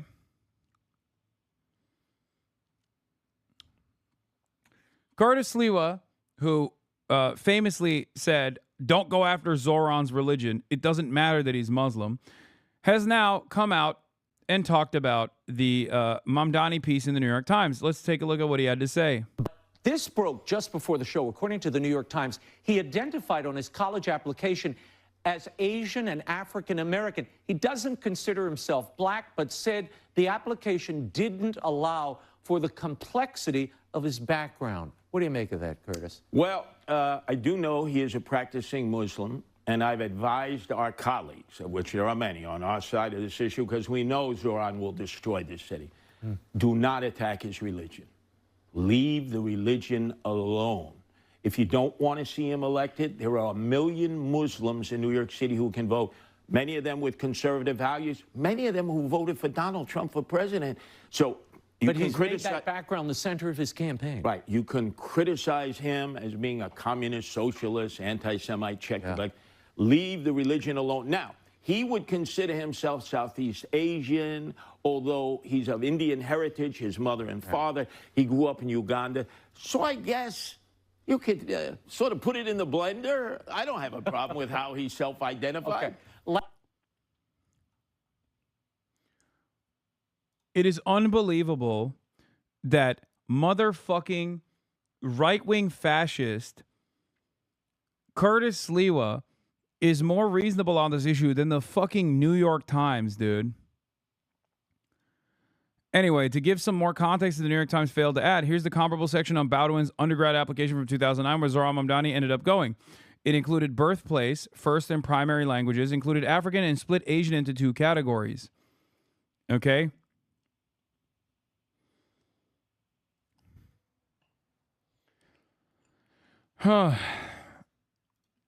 As opposed to the questions that Columbia had here.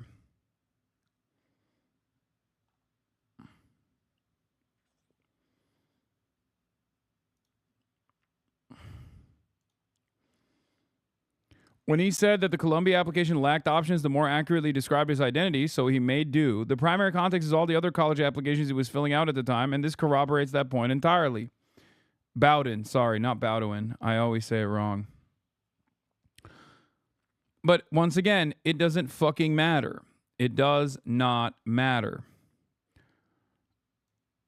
Yeah, also, there's apparently a massive, massive Israeli occupying force ambush that took place in the hands of the Harakat al-Muqawwama al-Islamiyya, also known as Hamas, the Al-Qassam brigades.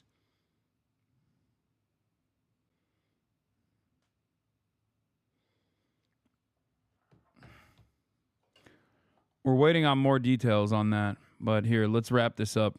By the way, against anybody, whether you're talking about against Muslims, against African Americans, against anybody, you should right away not hesitate and condemn hate speech. And so I don't understand where any confusion is there, and I'm expecting him, I hope, to clarify his position. But listen, I believe the Democratic Party needs to move in the direction of common sense and reasonableness, of affordability, and I think that's where we should be going. Where we should be. Shut the fuck up, Gottheimer.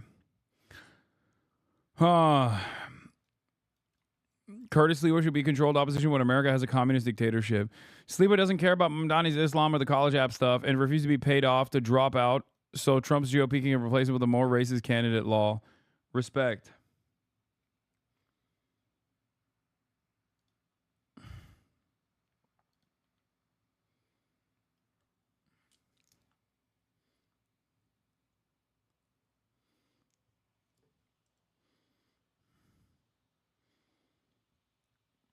Anyway.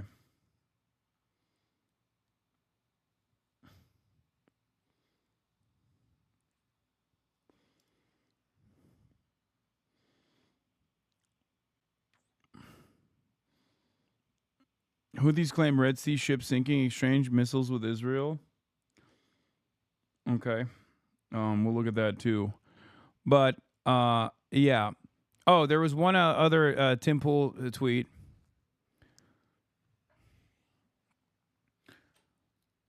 I can't tell if Tim Pool is like joking here or if he's just like legitimately saying this. But this also goes along with the Trump boosters running with the narrative that like it's too damaging to reveal this information.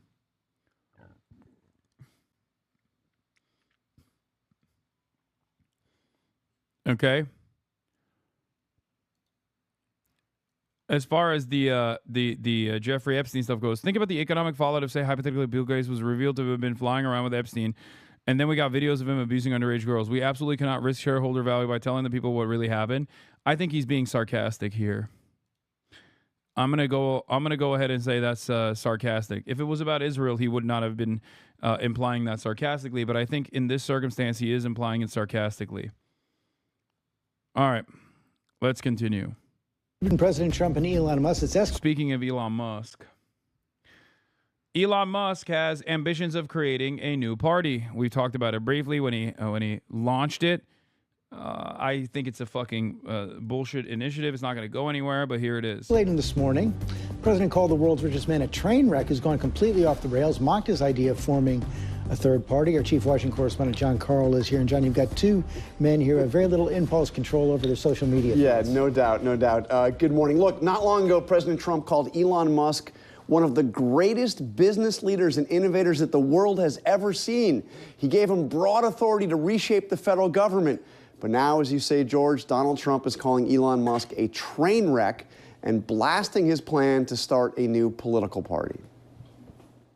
Donald Trump's alliance with Elon Musk was already in tatters after Musk attacked Trump's big tax and spending bill. He called it a disgusting abomination. But now Trump is taking aim at Musk's plans to create a new political party that he is calling the America Party. Third parties have never worked, so he can have fun with it, but I think it's ridiculous. Minutes later, Trump went further, writing on social media, quote, "I am saddened to watch Elon Musk go completely off the rails, essentially becoming a train wreck."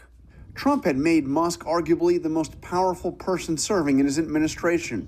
Just 5 weeks ago, he praised him as a, quote, "incredible patriot" for slashing government spending through the so-called Department of Government Efficiency. Elon's service to America has been without comparison in modern history. But Musk hated the big Republican tax and spending bill, what Trump called the big, beautiful bill, saying every lawmaker who supported the legislation should hang their head in shame because of how much it will add to the debt. Holy fuck. It's like this is so long. Oh my God, you know his ass is bent. Oh, he's pissed, bro. He's fucking pissed off. That's crazy to see. I'm not reading all that. I'm sorry. disappointed to see the massive spending bill, frankly, which increases the budget deficit, not just decrease it, and undermines the work that the Doge team is doing.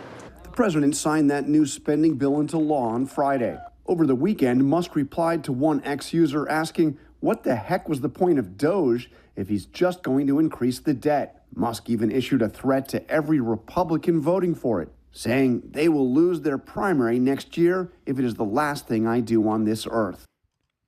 Oh. What the heck? What the heck is the point of Doge? I mean, I don't know. It feels like you got everything you wanted out of this.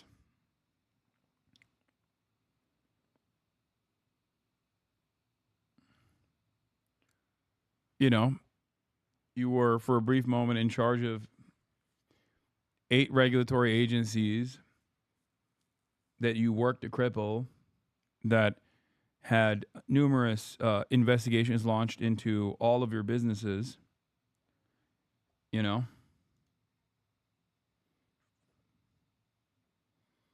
Trump says that Musk is just upset because he has slashed government support for electric vehicles, hurting Tesla. He's losing his EV mandate, and he's very upset about things, but, you know, he could lose a lot more than that. I can tell you right now. Hey, Elon can lose a lot more than that. Seemed like a little bit of a threat there. It doesn't appear that Musk has filed formal paperwork for his new political party yet. He's got the money, if he does, to get things started. But, George, he is a long, long, long way from creating a party that could actually be a threat to Democrats and Republicans. It's been more than a century since we've seen one in this country. Okay, John, thanks very much. Elon Musk says he's launching a new political party after Trump signed his big, beautiful bill into law. Madeline Rivera is live in Washington with the latest. Maddie. Good morning. I think a lot of people don't realize, like, oh, what if Elon Musk tries to... What if Elon Musk tries to, like, primary Trump and Trump associates by saying Trump was a Jeffrey Epstein affiliate? I don't think you guys understand that people give a shit about that. Like, there are some in the conspiracy world that actually do care about Trump not fulfilling the promises But those people will just stop. They were already low propensity voters that came on board the Trump train because Trump was offering them something, and they'll just leave. But the hardliners in the MAGA squad will never go against Donald Trump. They will literally welcome Jeffrey Epstein with open arms if Trump was openly a Jeffrey Epstein affiliate, and he kind of is. They don't care. Emily and Charlie. On July 4th, Elon Musk posted a poll on Ask asking his followers if they would be interested in a new political party. He followed up the next day with another post saying, when it comes to bankrupting our country with waste and graft, we live in a one-party system, not a democracy. Today, the America Party is formed to give you back your freedom. Musk says his strategy would be to just focus on 2 or 3 Senate seats and 8 to 10 House districts. He adds that would be enough to serve as the deciding vote on contentious laws, given the tight margins in Congress. Musk has been critical of the One Big Beautiful Bill, saying it will increase the deficit. But some Republicans say a third party could split the conservative vote and help Democrats win more easily. President Trump is slamming Musk. I think it's ridiculous to start a third party. We have a tremendous success with the Republican Party. The Democrats have lost their way, but it's always been a two-party system. And I think starting a third party just adds to confusion. It really seems to have been developed for two parties. Third parties have never worked. So he can have fun with it, but I think it's ridiculous. Musk's announcement to form a new political party comes after he said just 2 months ago that he was going to cut back on political spending. And this morning, Tesla shares and stocks are down, suggesting that investors may be nervous. Bro, you know this shit is bunk because Elon Musk is linking up with Andrew Yang, okay? A Musk-led third party makes as much sand as selling sand in the desert. Entire thing makes very little sense to me. It makes about as much sense as selling sand in the desert. What are we talking about here? What is the size of Elon Musk's base? Well, I calculate it to be about 4%, just 4%, 1, 2, 3, 4% of all voters. What is that base made up of? Well, it's those who view Elon Musk favorably and the GOP unfavorably. We're talking just about 4% of all voters out there, because it turns out most of the people who like Elon Musk already like the GOP already. That is, they already have a party for him. In my mind, there is just no base for Elon Musk's third party in the electorate, at least initially speaking. All right. When we talk about third parties... Dude, hold on. I think this is really important information. Holy Toledo. Maybe the Democrats should have learned a thing or two from this. I'm just saying.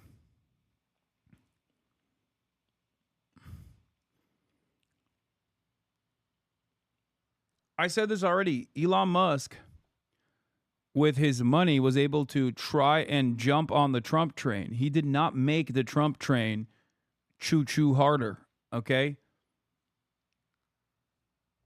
I think he's so stupid that he personally thought that all of the glazing that he got from Trump and prominent figures actually led to some kind of like real transitive property Elon Musk love. That is not the case. Okay, $250 million gives you access, unprecedented access in the Trump administration. Okay, it goes a long way, but you can't buy people's actual loyalty, especially if you position yourself against Donald Trump, who is a historically charismatic cult leader for his own cult. At the presidential level, the candidate who most recently had the most success in terms of getting the most votes was Ross Perot. So how does Elon Musk compare to Ross Perot? Yeah, we'll go all the way back in the time machine to 1992.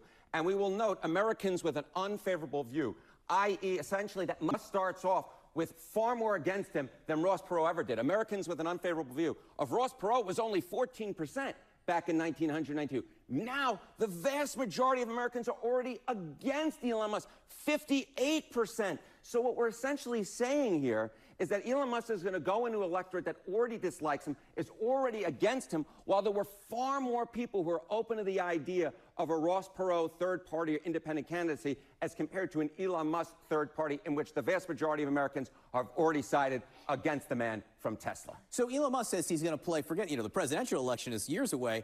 The congressional election next year, he says he wants to play there. What's the history of third-party candidates in congressional races? Horrible, awful, terrible, terrible, terrible. What are we talking about here? All right, elected to Congress from a third party since 1970, just 0.2% of all winners were either third party, independent, or write-in. We're only talking about 24 out of over 13,000 winners. The bottom line is third-party independents, they just don't succeed. Donald Trump is right when he's talking about the fact that third parties, simply put, don't work. I will leave with this one coda, though. When you're talking about 4% here, it may not be about winning the race, but 4% has been enough to sway an election back and forth. Ralph Nader in 2000, as we were talking about, he could spoil it for the GOP, but he probably can't win it himself. Harry, thank you. Thank you, my friend. Holy Toledo, 1994.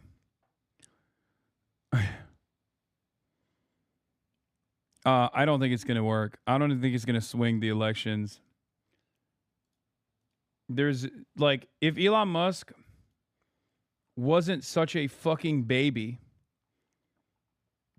if Elon Musk wasn't such a thin-skinned man-child, he would recognize that any association with him is immediately going to ruin the chances of any party. He would, if he was a real one, he would try and fund a party with a successful opposition figure that is charismatic and would try to do it as quietly as possible. But he wants all the glory, and he wants to feel like a powerful man. And what he fails to consider, what he fails to realize, is that there's no one. He has no one in the base that actually fucks with him.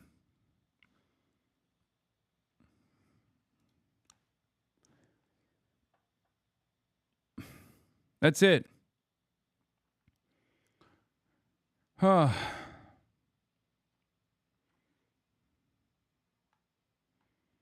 What is this? Governor David Patterson?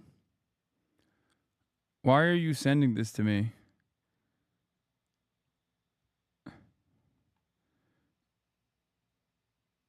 I've been very clear in my position that I simply do not believe Zohran Mamdani is the best person to lead New York in these extremely turbulent times. We just saw federal budget passed and signed into law. I don't care about this.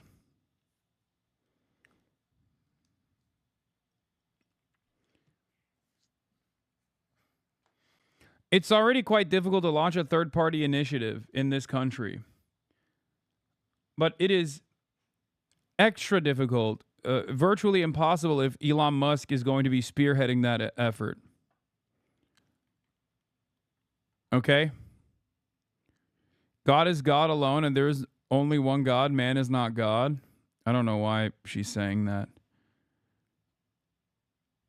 About Musk's latest political venture. Charlie and Emily. Thank you, Maddie. I'm Steve Ducey. I'm Brian Kilmeade. And I'm Ainsley Earhart. I'll let you go. It's not a big secret that you had your differences. Okay, I don't care about this. Let's begin in Washington with... It's tariff time. Hey, guys, remember when our big, beautiful boy, Donald, said he was going to tariff everybody on the day of liberation, and then the markets took a nosedive because he was just, like, doing a tactical nuclear first strike on all global trade for no reason other than the fact that he wanted to molest the money. And then he slowly had to scale it back. But in the process of scaling it back, he also simultaneously kept claiming that he was going to have 90 days and 90 deals. That his administration was claiming. His administration was fucking claiming that they were doing hundreds of deals. If not, they were doing more tariffs deals than there are actual countries on the planet. Okay? Like Donald Trump literally came out and was like, we're doing 250 deals. It's like, there's not that many countries. Like, what are you talking about? He's like, no, we're doing 300 deals. And it turned out that there weren't any fucking 200, 300 fucking deals, okay? That was not happening at all. And I told you at the time, I was like, this is bullshit. It's not going to happen. Well, July 9th is the deadline for the 90 days, 90 deals. And now the Trump administration is going to start releasing letters on some of these countries that haven't come to the table, I guess. Okay? And he's also announcing some of the tariffs that are going through regardless. Here it is. With latest news on the tariff front, and Megan Costella has the details. Megan, we had heard things were a little contentious with the Japanese, which was supposed to be one of the first deals announced, and now this. Yes, now this, Kelly. The president did post overnight on Truth Social that he would start sending these letters at noon today, telling countries what their exports would face to send them into the U.S. And now just... Dude, that's so funny. Here is the latest list of countries President Trump has sent letters to in the tariff rate he says he will face, that they will face on August 1st if a deal isn't made. So he pushed it back. He pushed a new deadline. Now it's August 1st. It's no longer July 9th. Laos, 40%. Myanmar, 40%. Thailand, 36%. Cambodia, 36%. Bangladesh, 35%. Serbia, 35%. Indonesia, 32%. South Africa, 30%. Bosnia, 30%. South Korea, 25%. Malaysia, 25%. Japan, 25%. Kazakhstan, 25%. And Tunisia, 25%. What the fuck is Laos supposed to do? What is Myanmar supposed to do? Incredibly stupid. And I thought they had locked down something with Japan.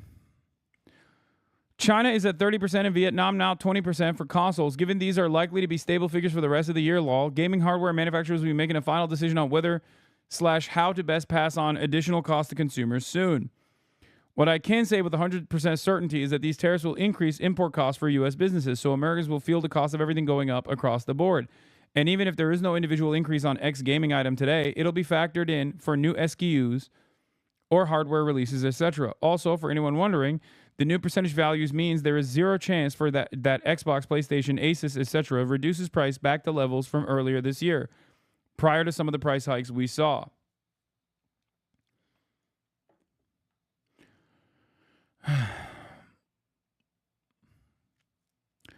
He's fucking over the gamers, man.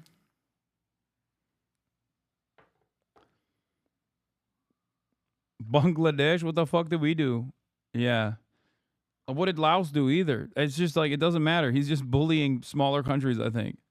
Just the last hour, we got the... He's literally bullying smaller, like, not smaller countries necessarily, but poorer countries in an effort to make himself feel powerful, I think.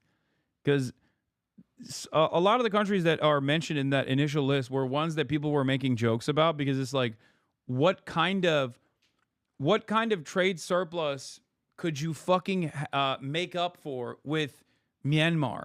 Like, with what money will they purchase American goods? You know what I mean? It's akin to tariffing fucking Penguin Island. Like, it makes no sense. What are they supposed to do? Purchase F-150s? And I think the real reason, or part of the reason why he's doing this, is because these are like BRICS plus countries, like countries that are aligned with China in trade. So I think he's just trying to punish them as best as possible. Yeah, they do trade with China and a part of the Belt and Road. He wants to decouple them. Yeah. The first of those, the president posted full letters on Truth Social that he says he sent to the leader. But there are so many other countries that he could do. There are so many other countries he could do that to, but he's not really, because it's a little different to do it with like Brazil as opposed to Myanmar, which goes back to my point initially, which is it's not necessarily just about trade surplus, it's about who he can bully.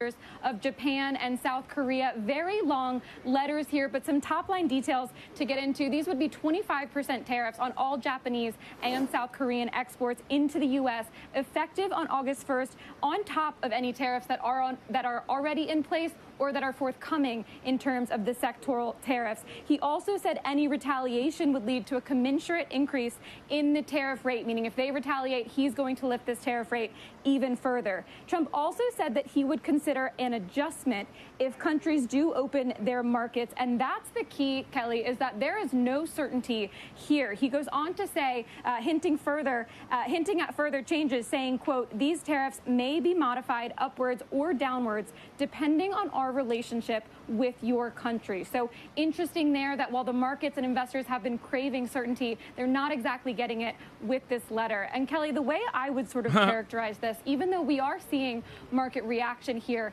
is just to remember that what this is essentially doing is kicking back in the reciprocal rates for these two countries that were announced on April 2nd. South Korea was already seeing 25%. Japan was at 24%.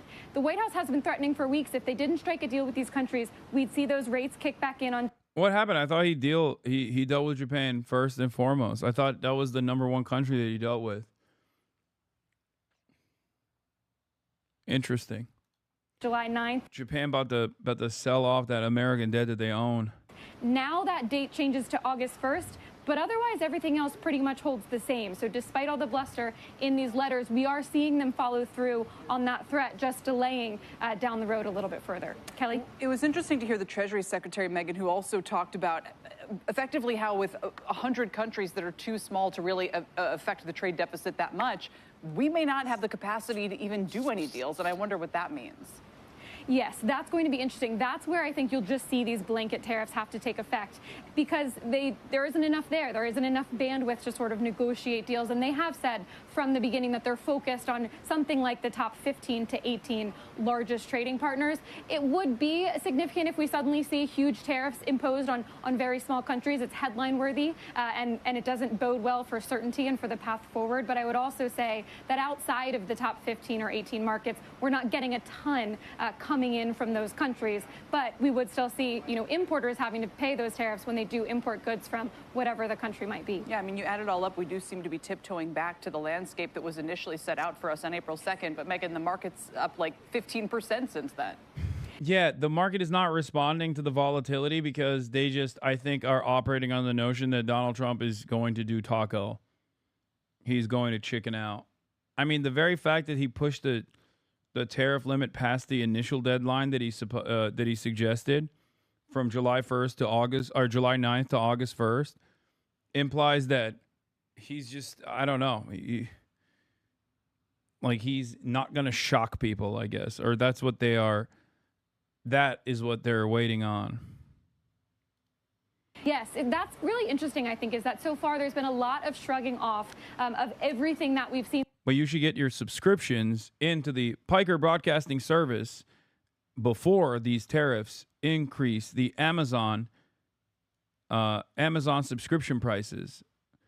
That's right. The Piker broadcasting service is sponsored by you, the viewers, for you, the viewers.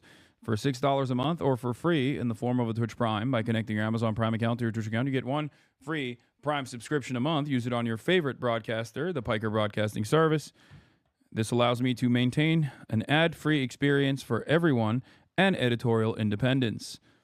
The Piker Broadcasting Service is brought to you by the viewers, for you, the viewers. Viewers like you. Thank you.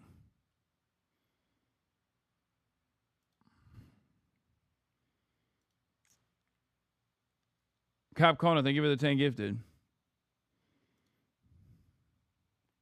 So far. And I would say that's because things aren't in place yet. We continue to see these tariffs. And even though this looks a little bit like an escalation that he really means business, he has set these letters, they're doing it in conjunction with delaying the deadline from July 9th to August 1st. By doing that, they say it's not kicking the can down the road any further. Officials get defensive when you try to talk to them about that, but it does allow for more negotiation. So it means that even while the market is reacting today, they probably have one eye on that deadline and say this could very well change again between now and the end of the month. All right, Megan, appreciate it very much. Megan Casella at the White House. A lot that we still don't know, Brian, but we're learning more now. So 5 new letters were just posted on True Social announcing tariff rates set with 5 Planty Andy, thank you for the 25 gifted subs, allowing 25 individuals to be a part of the Piker Broadcasting Service.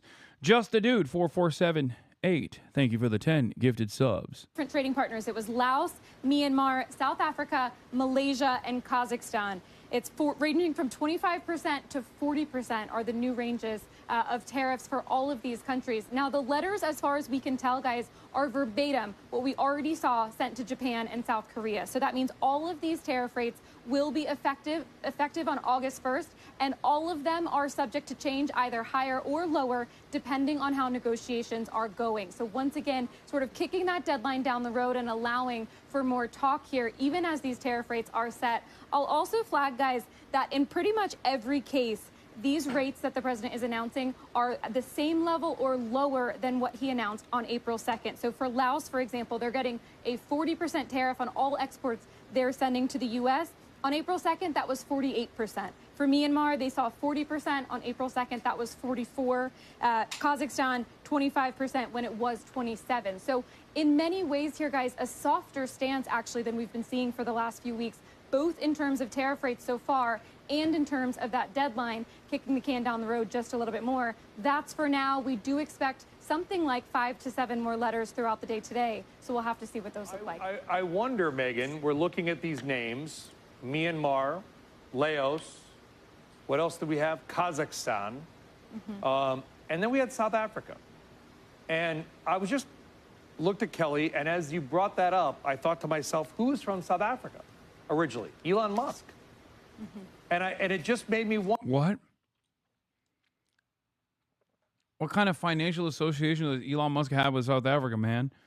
If anything, he wants to punish South Africa because of the ICJ genocide case.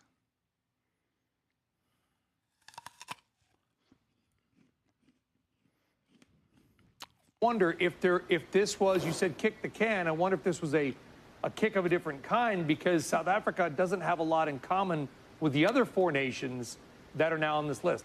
Don't have to respond. I'm just throwing that out there. No. It's an interesting ad at an interesting time. It is obviously a much more developed economy than the other ones on this list. I don't know off the top of my head the amount of trade that we do with South Africa, but South Africa and Malaysia on this list are probably the largest trading partners of these 5, but they're not really our largest trading partners. I would say, though, Brian, that while, yes, it is coming at an interesting time, there were about 60 trading partners, remember, that got these so-called higher rates back in April. And for South Africa, seeing a 30% tariff now, that's exactly what the president did announce back in April. So actually no change. If anything, their connective tissue is bricks. Welcome back. So Zoran Mamdani, the Democratic nominee for New York City mayor, and the party's new poster boy, has a history of anti-Semitism, including this highly offensive video making fun of Hanukkah that he posted back in 2024. What?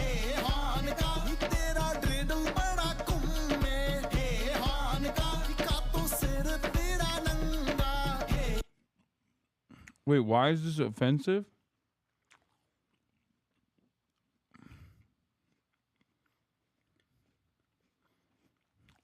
Also, I don't want to be racist, and I don't know if I'm being racist, but is that just rain?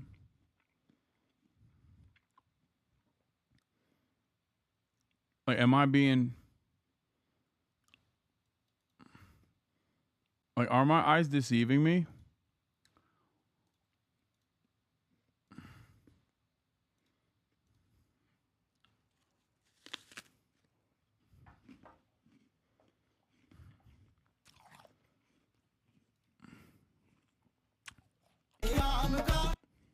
Yeah. Fox News reached out to Mamdani's campaign about the video, but has not heard back. And Mamdani's still catching heat for reportedly lying about... Admitted he got caught. I don't understand what he did here. Take the L, bro. Take the L for what? Is Zoran even in the video?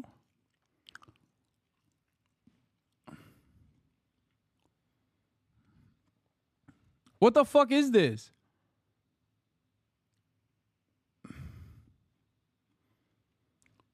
No, he just posted it.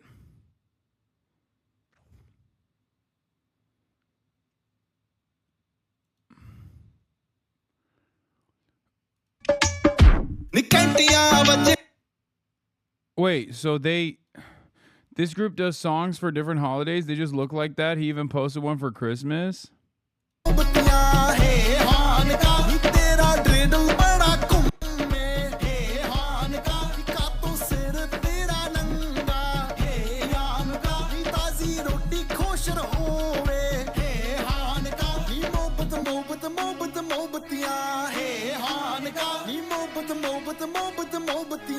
I don't get it. What's anti-Semitic? Like, what is the... Like, is it just that, like, they're Indian? Is that why? Like, they're brown? Like, is that unironically the point of contention here? Is that, like, they're brown guys that made a video celebrating Hanukkah? I'm not... Guys, normally, I'm a little tuned in. I'm a little better tuned in to, like, the mind of a racist. And I can kind of comprehend, like, what the argument is.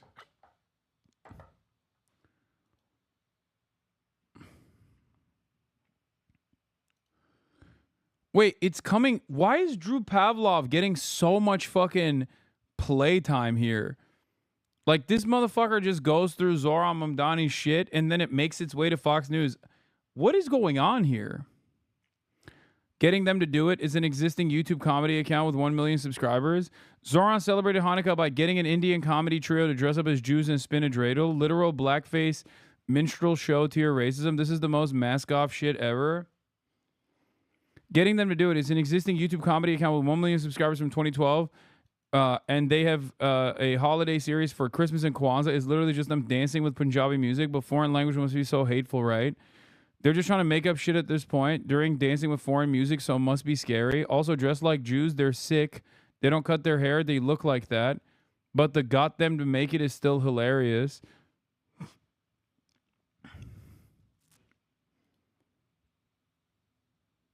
Wait.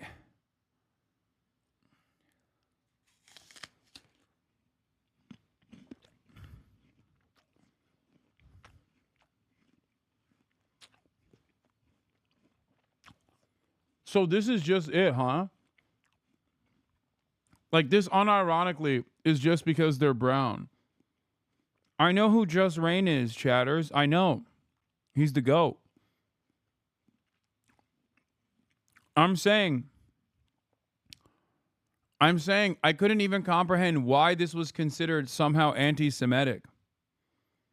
Like, this is a bridge too far for me. Normally, I'm pretty tapped in to the mind of a racist. But I didn't understand what the offensive act here was. Like, I didn't get it. It's like if a Chinese comedy trio or a comedy troupe in Mandarin sung like Happy Hanukkah or sung a song about like Christmas, and then people were like, this is the most racist thing I've ever seen. This is like anti-Semitic.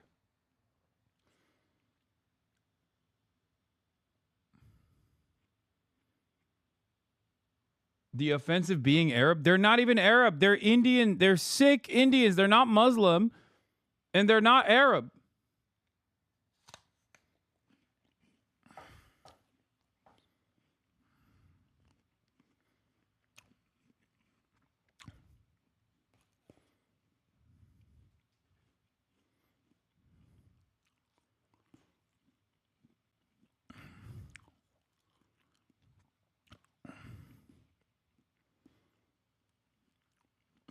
This is new.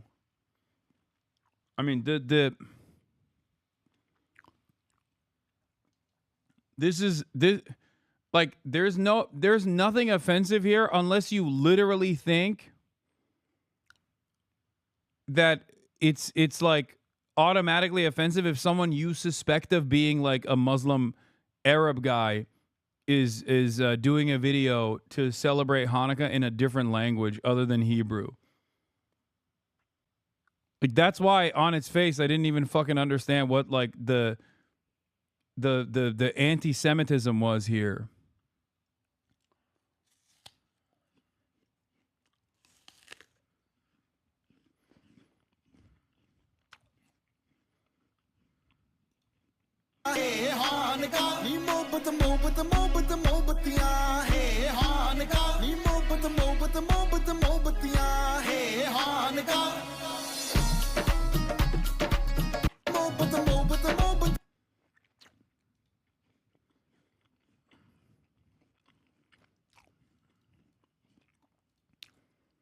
These are the lyrics only scary to race because they're in another language. Hanukkah, more lights, more lights. Hanukkah, where you play with a dreidel. Hanukkah, where the roti is kosher. Hanukkah, more lights, more lights.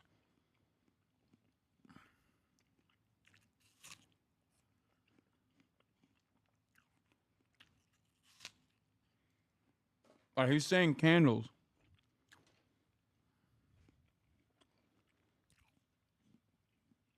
You look too deeply. You need to look without brain. I can't even. They did a Merry Christmas one too.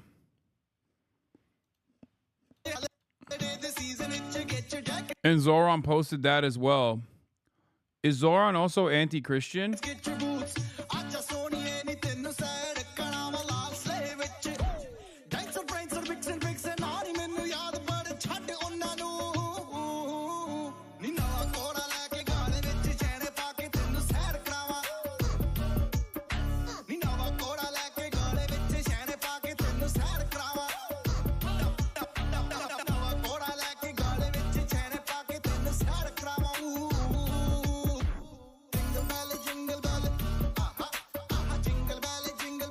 This is fire, by the way.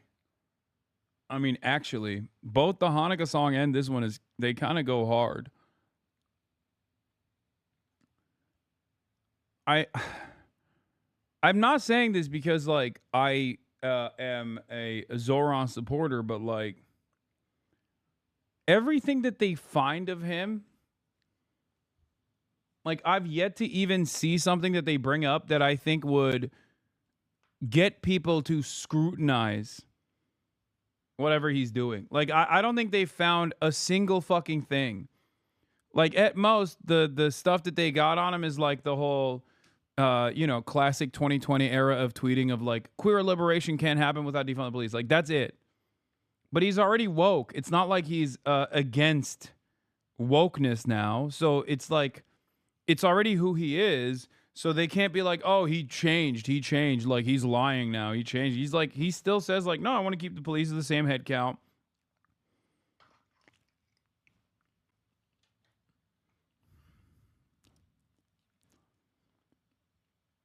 I want to keep the police at the same head count and, like, restructure the way that we utilize cops. Allegedly, they found him being pro-Assad. What? Zoran Mamdani faces new criticism after unearthed. Dude, this is like the same. The Zoran Mamdani shit is so funny because, like, I'm sorry, this is exactly what people do to me. It's so crazy. Sharing a pro-Assad article denying chemical weapons use is like remember when I wrote, remember when I famously, at the time, wrote an article for the Huffington Post and made a video about how people actually did not care about Syrian refugees at all. And I tweeted the sarcastic tweet like, oh, now it's time to care about Syrian children because the media told me so. And people always point to, you're much more attackable. No, dumb fuck. The reason why I'm much more attackable is because I'm not running for a fucking major seat and have a tremendous sea of support. And for years and years, they've been doing exactly what they're doing to Zoran to me. So much so that it doesn't even matter if something is true or not, which is the example that I was about to give. No, it's because you're annoying. Oh.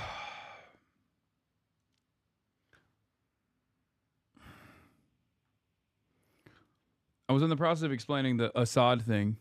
I wrote an entire article, not defending Assad by any means, but talking about how the Western world was not opening. The Western world was not opening their fucking doors to Syrian refugees after this like massive crisis that we also played a role in, and how fucked up it was. And people love pointing to that tweet of me being like, people don't give a shit about Syrian refugees. sarcastically, and saying Hasan was actually fucking pro-Assad. Look at him being pro-Assad. Like, no one cares. No one cares about what the truth is.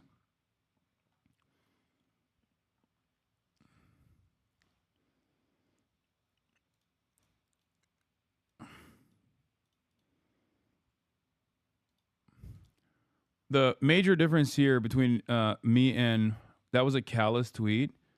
What? See, this is what I mean. That tweet was in poor taste. Let's be real. Look. I quite literally have also a legion of fucking weirdos that will relitigate all of the manufactured fucking crises that are not real. It's not a callous tweet. You misunderstood. And now I'm in the process of explaining it to you. The truth is that both sides are bad. No, the truth is that you're a fucking moron. This is it. This is the problem. The truth is I'm an endlessly accessible person, which is precisely why all of the manufactured outrage that has calcified over years, regardless of what the truth is, doesn't fucking matter. It just like stays in your head. Do you see what I mean? That was not a fucking callous tweet at all. That was me literally fucking criticizing people not giving a shit about Syrians.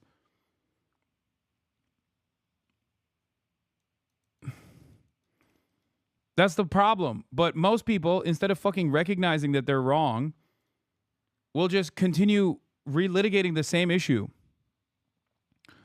Same goes for this. The brothel thing doesn't help. Zoran doesn't fake laugh as much. This is what I mean. What brothel thing, dumbass? I went to a fucking brothel that was, still is, legally operational, that they successfully sued the fucking state for falsely claiming that they were doing sex trafficking. And motherfuckers still bring this shit up. Again and again and again and again. And it's like disingenuous. And at first, I spent so much time explaining to people like what the truth is. And it doesn't matter. It literally does not matter at all. Also, what fake laughing? I don't even know what the fuck that means. But the playbook is always the same.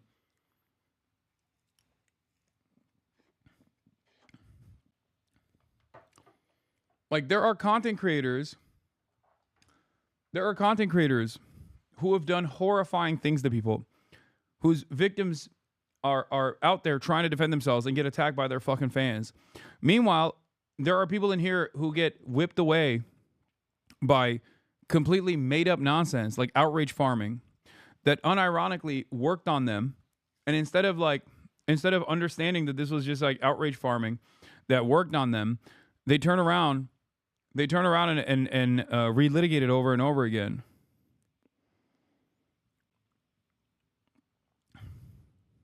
This is the point I was making, which is that this is completely fucking made up. Outrage farming, outrage, manufacturing outrage. Something that would otherwise not be considered outrageous is considered outrageous because enough people say it's outrageous and then people get whipped away in the fucking panic of it. The greatest example of this is me buying a house for myself and my family. Everyone still fucking talks about that.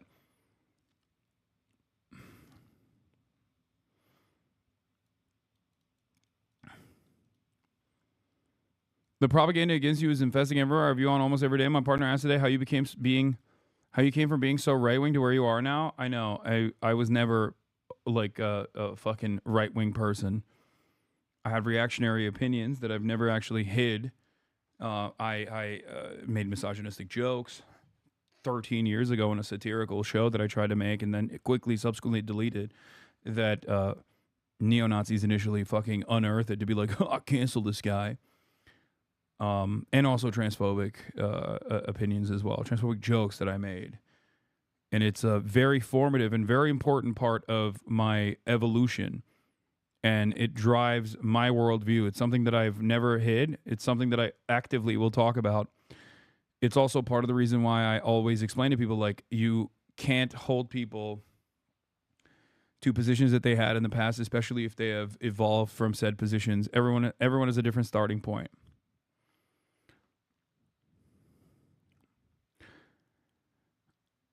Anyway.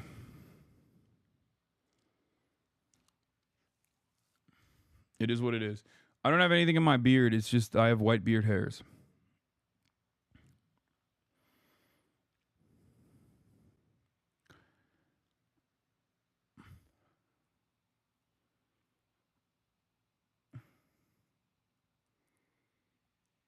What do you mean, bro? This is the first time I'm hearing of it, therefore you're hiding it? Yeah, exactly.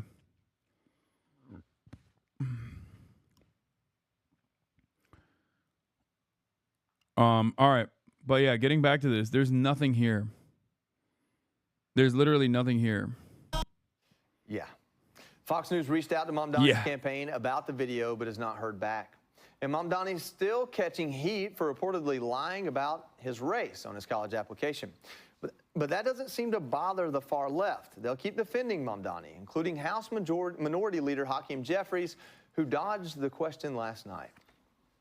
New York City Mayor Eric Adams is attacking Mamdani over reports that he identified himself as African American and Asian on college application. I mean, is this a real issue to you? I think to me, you know, the issue that we have to deal with in New York City, which our Democratic nominee did talk about extensively during the primary campaign, is affordability.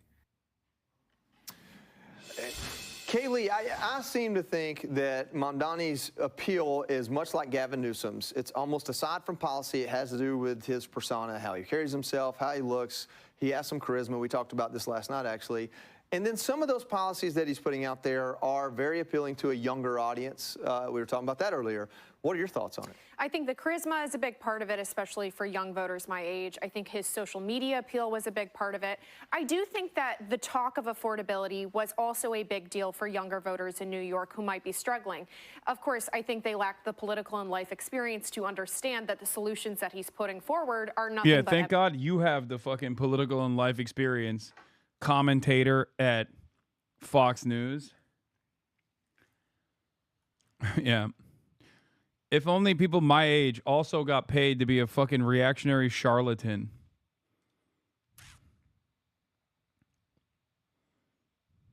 Empty promises. Everyone, it's a lower and lower constituency that insists on hating as you.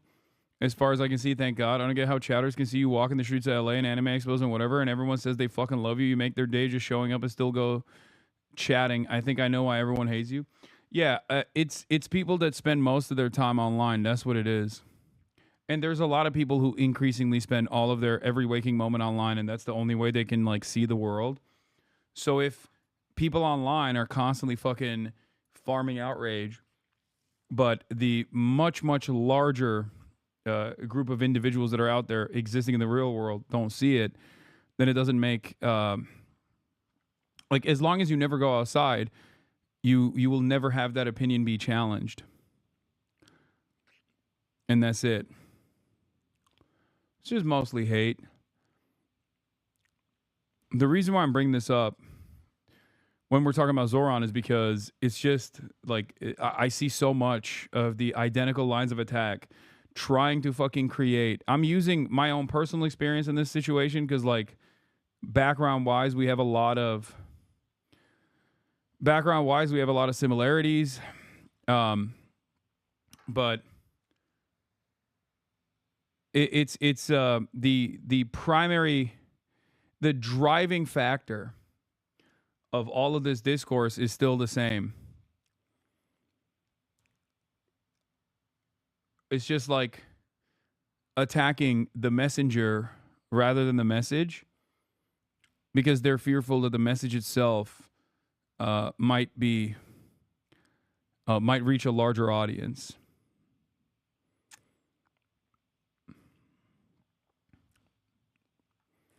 That's it.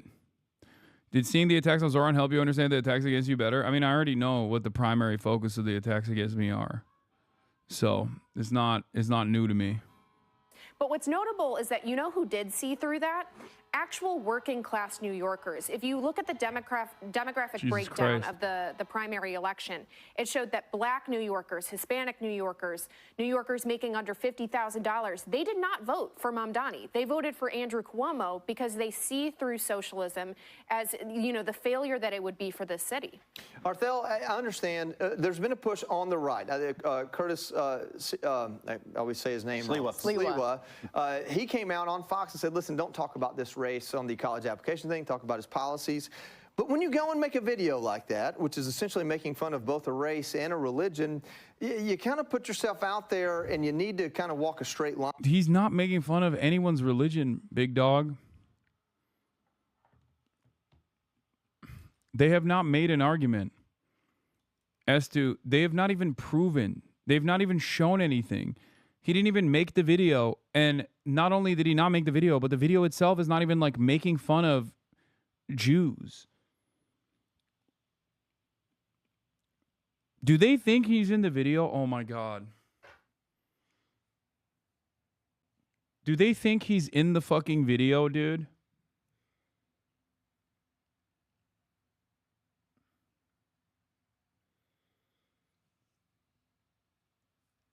Oh my God, they definitely think he's in the video. Not that it fucking matters, because it's not an anti-Semitic video at all. Oh my God.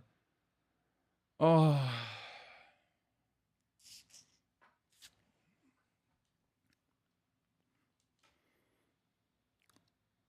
Some do.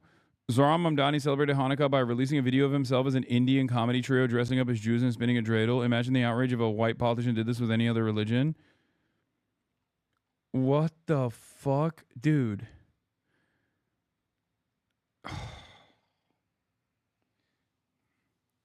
God, Eyal Yakubi is so fucking annoying. I mean, it's just like these guys, Drew Pavlov, Eyal Yakubi, all these like fucking people, they're so stupid and so fucking racist. And you expect them to just like kind of go away because people will like recognize they're stupid and racist after the 700th fucking time that they're outed as being stupid and racist. But then you realize, no, actually, everyone is just as stupid and just as racist. So they love this shit. The whole conversation is so fucking funny. There are literally videos of people making Hanukkah raps, and we don't hear a fucking peep out of those people. It's not mocking the Jewish faith. It's pure fucking racism, unironically anti-Semitism for basically saying that Jews can only be white. Yeah.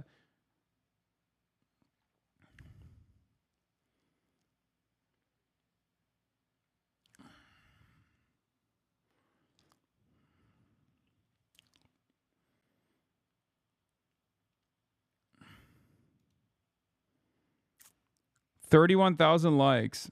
Resurfaced video of Zohran Mamdani shows the New York City mayoral candidate mocking Jews during Hanukkah. I'm sorry, dude, but if there was any sort of like institutional protection against Islamophobia, these people would be getting called out right now, not the other way around. Okay, it goes back to the thing that I said over and over again, which many people in my former podcast co-hosts' community got mad at me for, which is objectively the truth. While anti-Semitism and Islamophobia are unacceptable bigotries, anti-Semitism has no institutional permission, whereas Islamophobia has all institutional permission. There is no punishments for being Islamophobic. You can be as openly Islamophobic as you want to be. That's all that, like, you can just get away with saying whatever the fuck you want.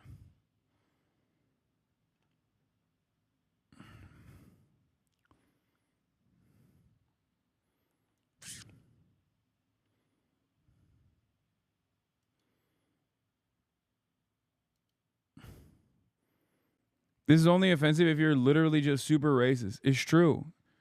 Like, you just genuinely either A, think that these are like Arab Muslims, and even then, like, there is no mockery of Judaism here at all.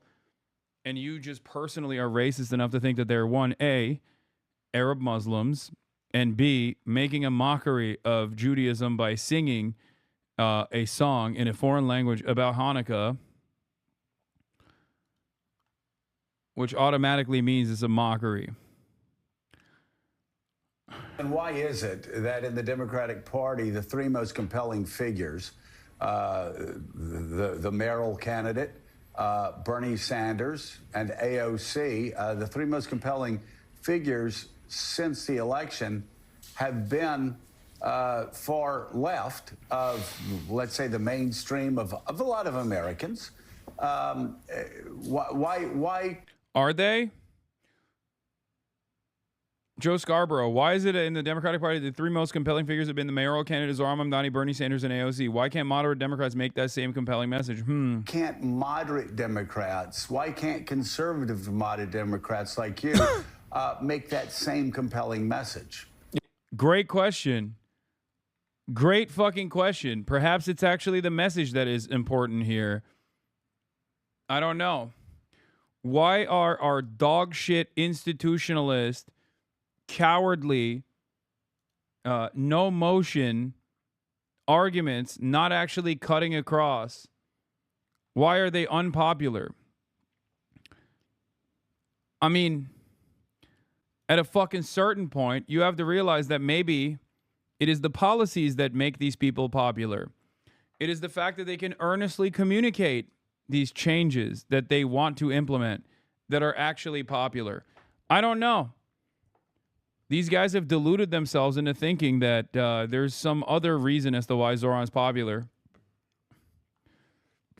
He's a politician. He's a politician, okay? Before he ran for mayor of New York, he was a state assembly person. Not a lot of people knew who he was. So why is it that when they encountered him in this setting as a politician, advocating for these things, did they actually like what he has to say? Perhaps it has something to do with his policies. Maybe they should spend another fucking $40 million trying to figure out how they can get Pete Buttigieg to be on board with this. On how Pete Buttigieg can maybe make themselves as popular as Zohran.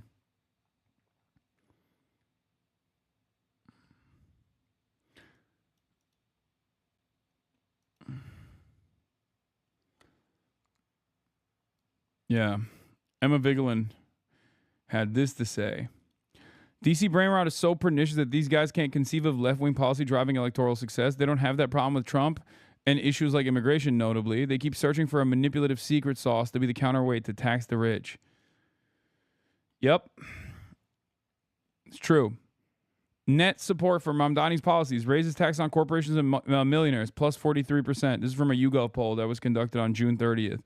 Free childcare for children under 5 years, plus 38%. Freezing rent for lower income tenants, plus 38%. Government-owned grocery stores, plus 20%. Eliminating fares on public buses, plus 10%. This is really net support for tax the rich to give more free stuff? Yeah, exactly. It's a democracy, jackass.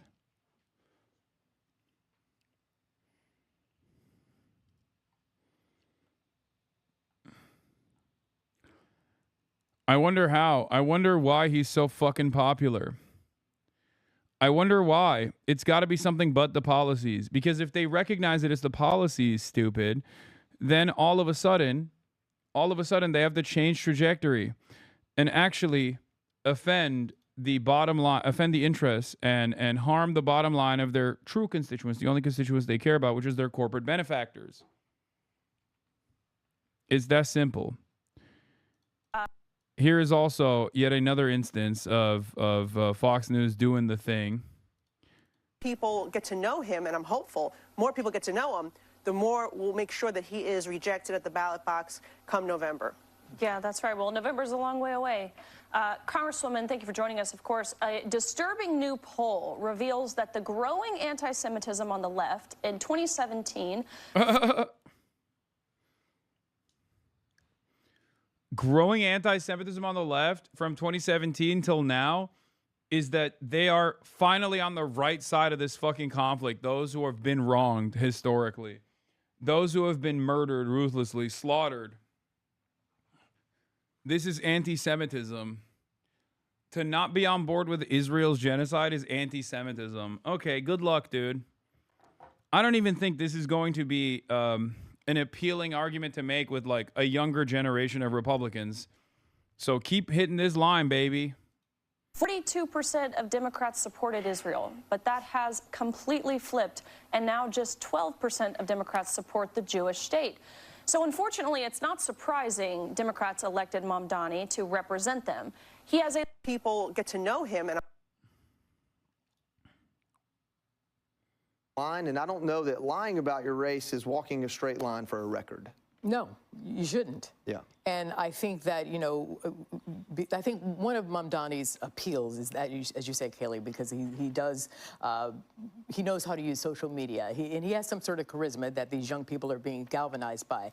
But because you do understand how social media never goes. I love that both the Republicans and the Democrats are saying the same thing. Like, the Democrats are like, what's the method to the madness? What's the secret sauce? And how can we copy it? It can't be the policies, obviously. And the Republicans are like, what's the method to the madness? Oh, his powers of doing Shia style hypnosis. It must be that he is a 12er Shia, and therefore he has arrived at the power of hypnosis and been able to hypnotize New Yorkers with his sexy dancing hips and rap music. Goes away, you don't make a video like that. It's going to come back to haunt you, and it's inappropriate, quite frankly. He's not in the video, you fucking moron. Oh my God. Oh my God. Oh my God. We should be tarring and feathering these fucking people, dude. It's so crazy. It is fucking insane.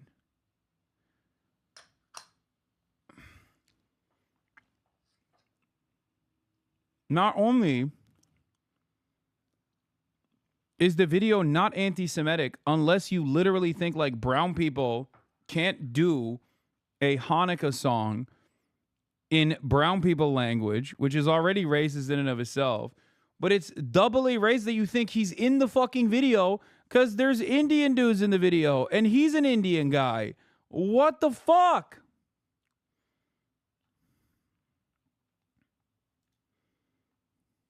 But, you know, listen, I think that I noticed that Minority Leader Jeffries didn't necessarily answer Mr. Sharpton's question. And I think that's where the Democrats are having some big problems. I think they need to offer Americans something to stand for and to be drawn to, as opposed to just telling them to run away from something that they say is not bad. Joe, I know you've got something to say about this. Let me introduce this, and then you can double up here. While most Democrats hail Mamdani as their socialist savior, a few are worried this lurch to the far left could cost them in the midterms. I was very surprised that he won. When you talk about, free childcare and free buses and all of this stuff, it's like free, free, free. It ain't gonna work. If you're the Democrats, and you hear me and hear me good, if you... Bro, stick to fucking ball, okay? Stick to fucking ball. You don't know what the fuck you're talking about. Stick to, like, which Pokemon you'd fuck, okay? Or which Pokemon you think is, like, cool. Just get the fuck out of here, dude. Oh, my God. Going on the Sean Hannity show. Like, what is his pedigree? What the hell is this shit?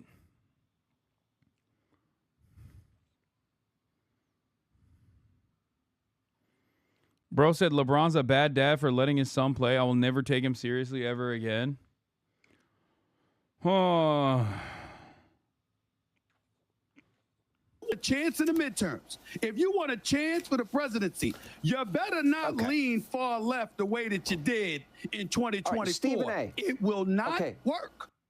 Yeah, it seems like there's fear among the Dems when they're already floating unhinged conspiracy theories about the 2026 election. Do you worry about vote tampering in the midterms? Do you worry about Donald Trump and Stephen Miller and some of these types monkeying around with the midterms and the way we do elections in this country? In the short word, yes. In the longer word, very. I don't put anything past him. Nothing. To try to call the election off, to do anything you can. Yeah, it seems to me like they're worried about the midterms. They only hold a 2-point advantage in generic polling. And a drastic... That is abysmal, dog. I'm sorry.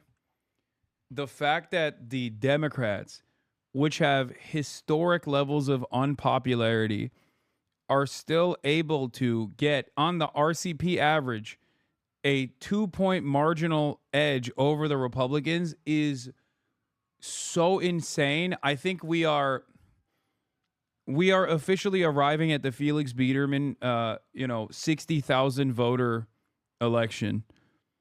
Like, that is mind-boggling, dude. The fact that the Democrats are so fucking underwater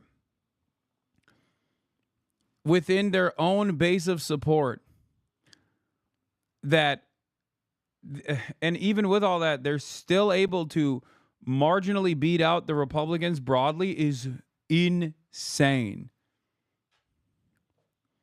Did Hasanabi just tell Stephen A. Smith to shut up and talk about dribbling? I said stick the ball. You know, that's his fucking area of, I guess, reasonable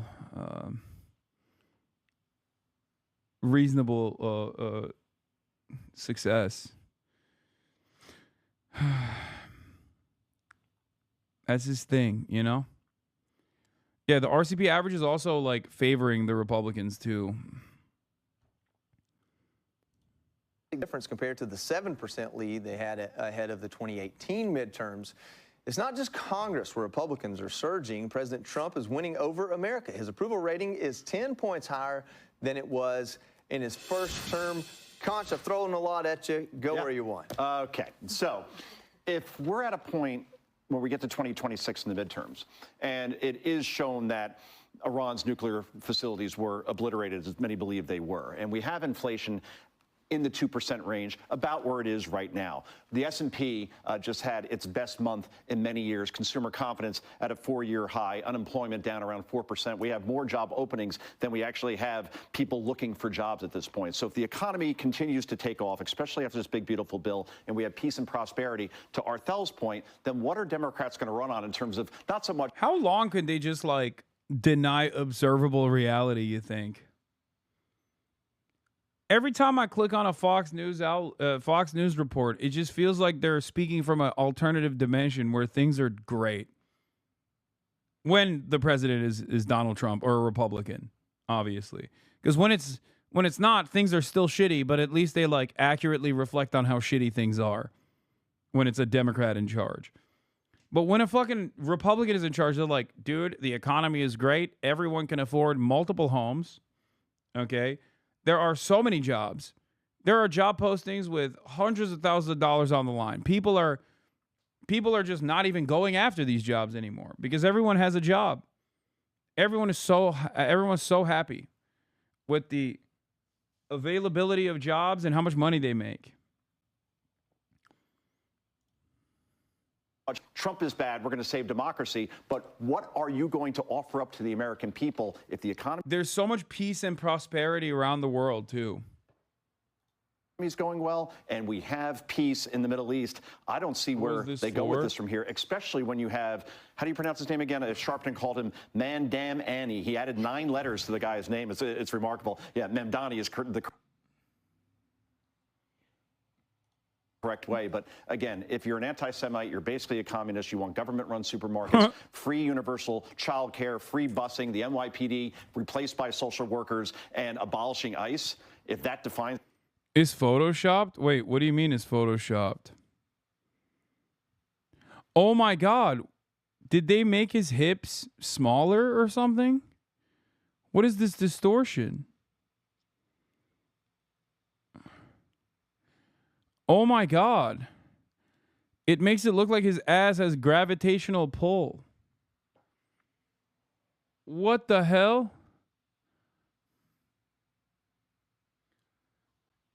Bro,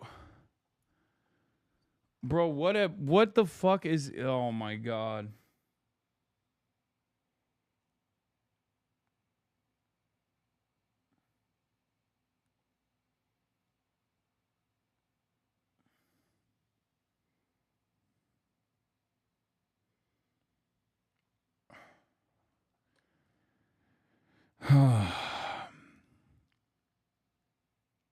Democratic Party, they're going to have a lot of trouble winning in the midterms. That what works in New York will not work in many swing states. That's certainly for sure. Kayleigh, I think what defines the Democratic Party right now is just simply being anti-Trump. And Joy Reid has put out another conspiracy theory. Let's hear it.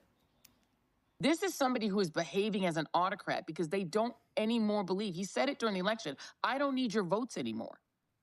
And he doesn't. I don't think Trump intends to leave office. I'm very clear about that. I think he intends to stay in office like Putin till he dies. What do you think about that? You just wonder if they ever get tired of this narrative, of these talking Not points. at all. Listen, I'm bullish on 2026. I understand the historical precedent. I know it's typically hard for the reigning party to keep going. But let me just say this. If there's one thing that the past couple of weeks have proven, it is never, ever, ever bet against the guy who has managed to fulfill just about every campaign promise that he made in the first 6 months since being back in office.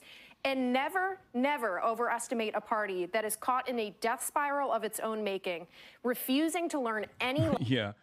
The only organically popular figure... The only organically popular figure in a party that is like experiencing unimaginable unpopularity is actually signing off on their death sentence. If it is, and you guys hate the Democrats, why the fuck are you advocating for them then? This doesn't make any sense, right? If you want the Democrats to lose over and over again, you should be talking about how great Mamdani is.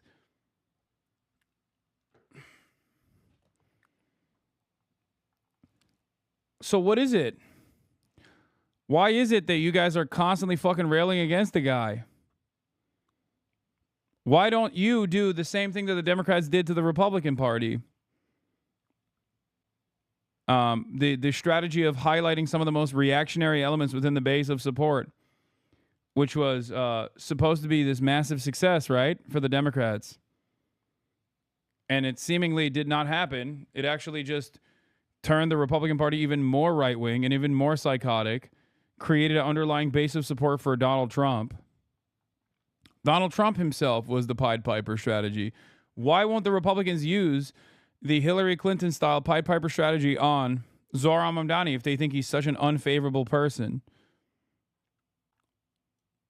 Net favorability, Mamdani plus 5%, Cuomo minus 5%, Sliwa minus 9, Adams minus 29. American Pulse from July 1st.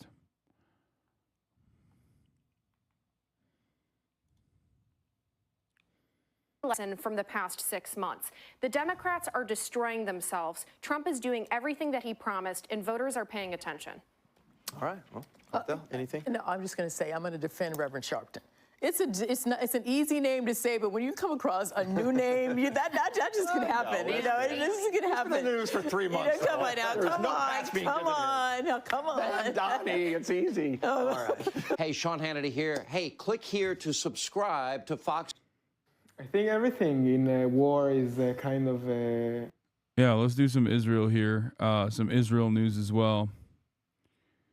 Oh, also, the girlies are calling out Hakeem Jeffries for not defending Zohran Mamdani on anti-Semitism. This was your moment, Hakeem. This is the kind of cherry picking because of who donates to Hakeem Jeffries. AIPAC donates to Hakeem Jeffries.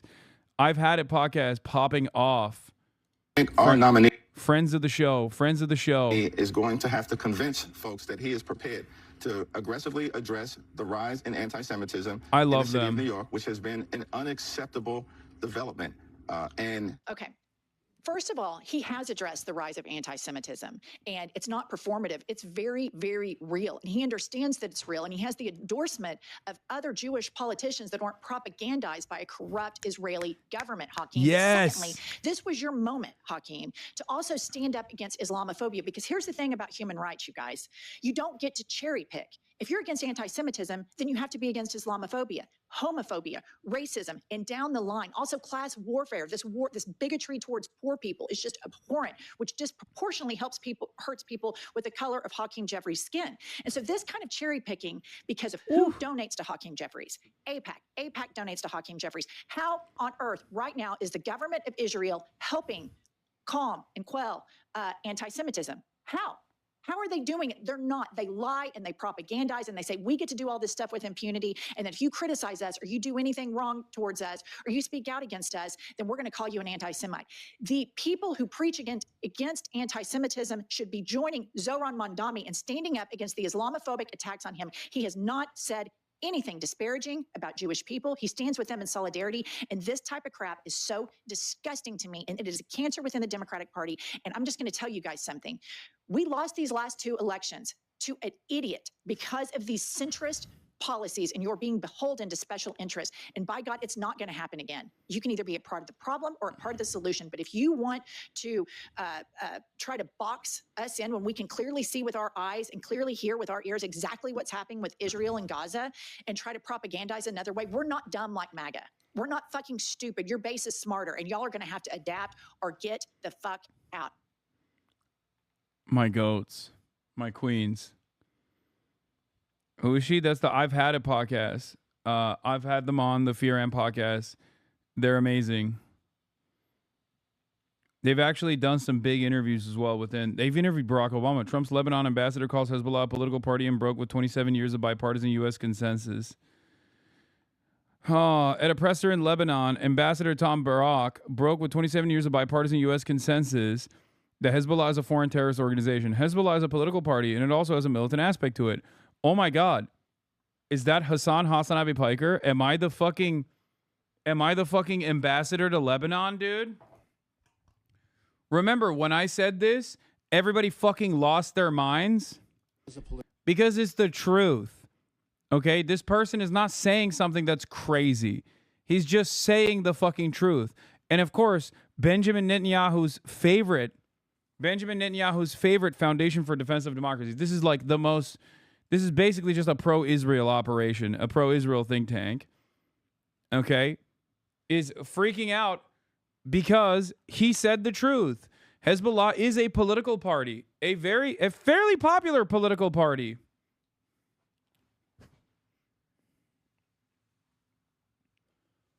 In Lebanon, an incredibly diverse country.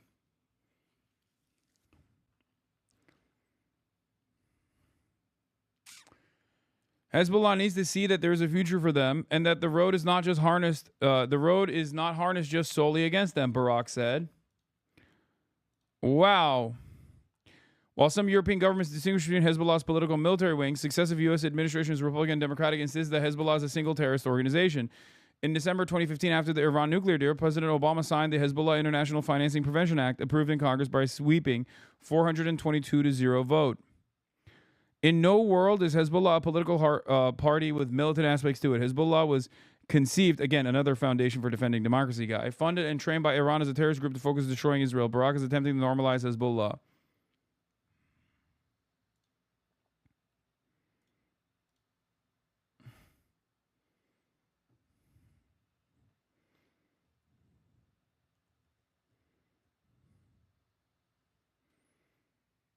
He's fucking right. He's 100% right.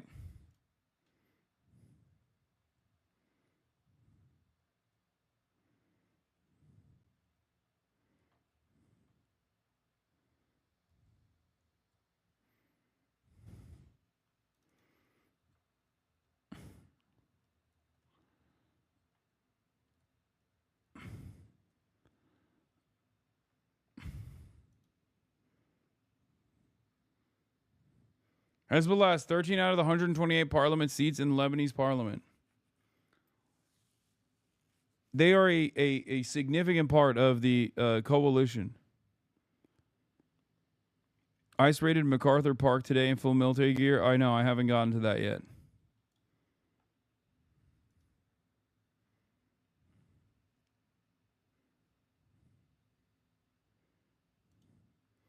Do you know about this? What is this? They've started importing their right to rape riots to the U.S. What?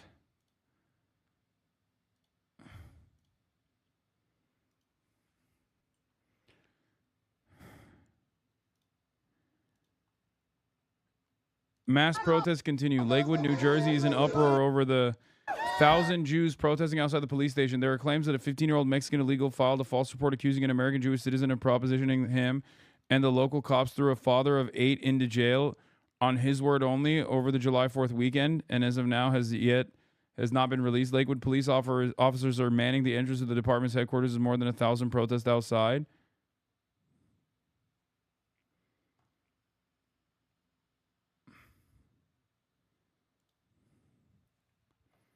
What the fuck?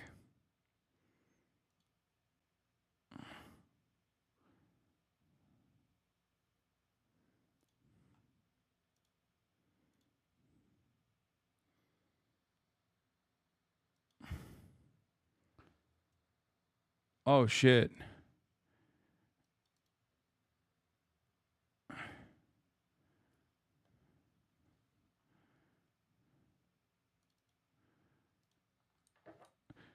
What the fuck is happening here?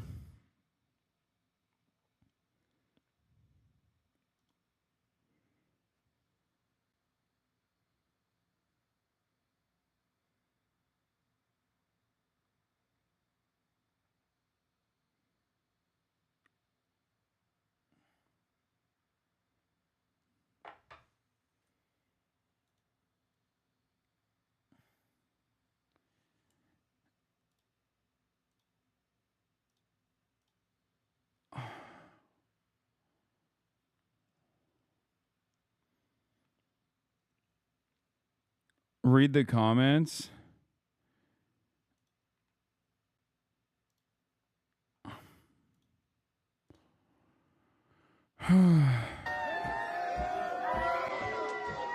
Let's put out the facts. He asked the kid standing in a spot like Home Depot where to get someone hired. The kid instead took a picture and told the cops he was being solicited. They didn't take a statement from this individual and instead locked him up.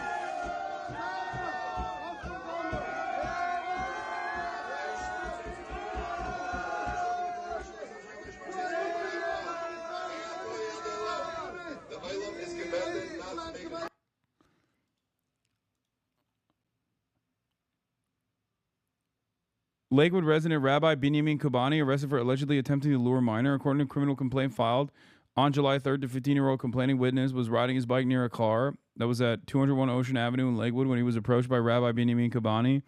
The complaint allegedly Kobani then asked him if he had a job, and when the 15-year-old replied no, Kobani asked him if he would like to make some money while gesturing in a way that indicated masturbation.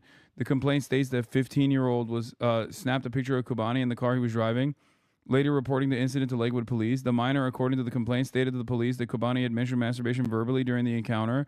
Kobani was later arrested by Lakewood police and charged with attempted second-degree luring. He's currently incarcerated awaiting his arraignment.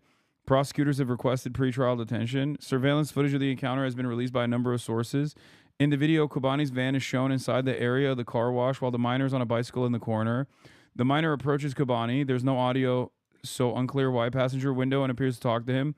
At some point, stands up straight, pulls out his phone, appears to snap a photo of Kobani through the window, and then again in the back of the van as it drives away. Community outlets like Matzov claimed that Kobani was simply trying to hire the minor to clean up some meat juice that had leaked in Kobani's van a few days prior. Many members of the Lakewood community showed up to the precinct to protest his release.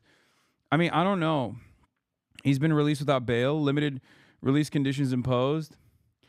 I mean, it sounds fucking nutty, but I mean, I don't fucking know.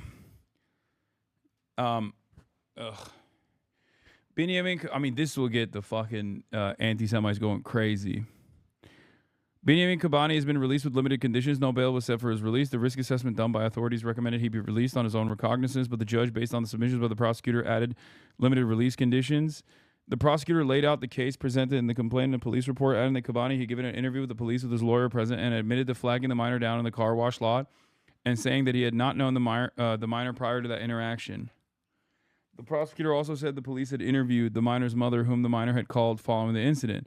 Kobani's lawyer spoke about how Kobani gave a statement at the police precinct with his lawyer present to attempt to clarify what had happened. He also submitted 7 letters written by Rosh Yeshiva of Beis Medrash Gowoa, Rabbi Shmuel Tendler, on behalf of Kobani to attest to his character and demonstrate his close ties to the community. In other words, that he poses little flight risk.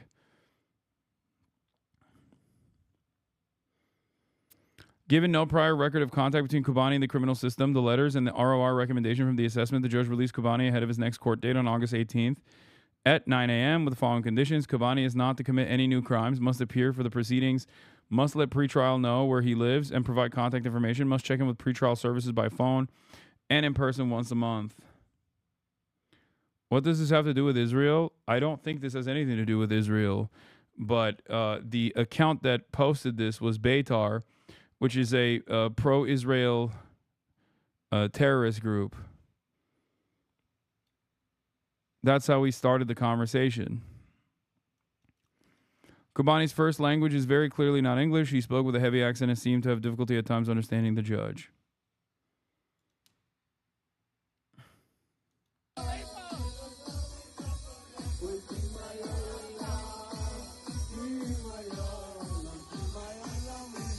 I'm not going to say anything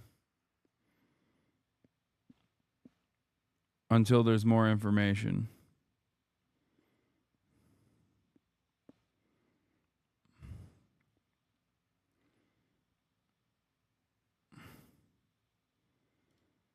Good Felix reply here about claims this is a fake report. What?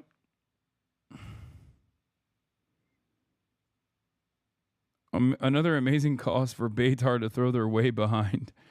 15-year-old undocumented Mexican immigrants love making unsolicited false reports to the police. I mean, was he actually undocumented? Oh, Beitar claims that he was undocumented. We don't even know if he's actually undocumented.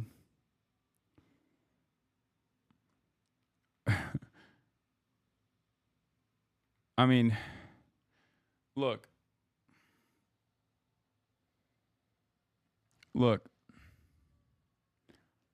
I don't know what happened here. And I'm not going to say I know what happened here.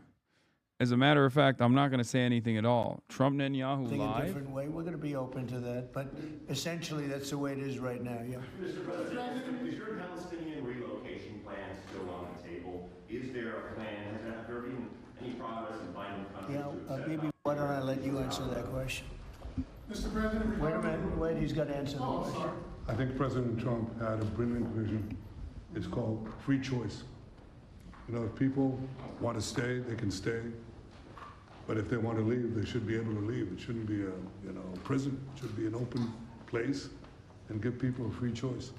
We're working with the United States very closely To make it unlivable.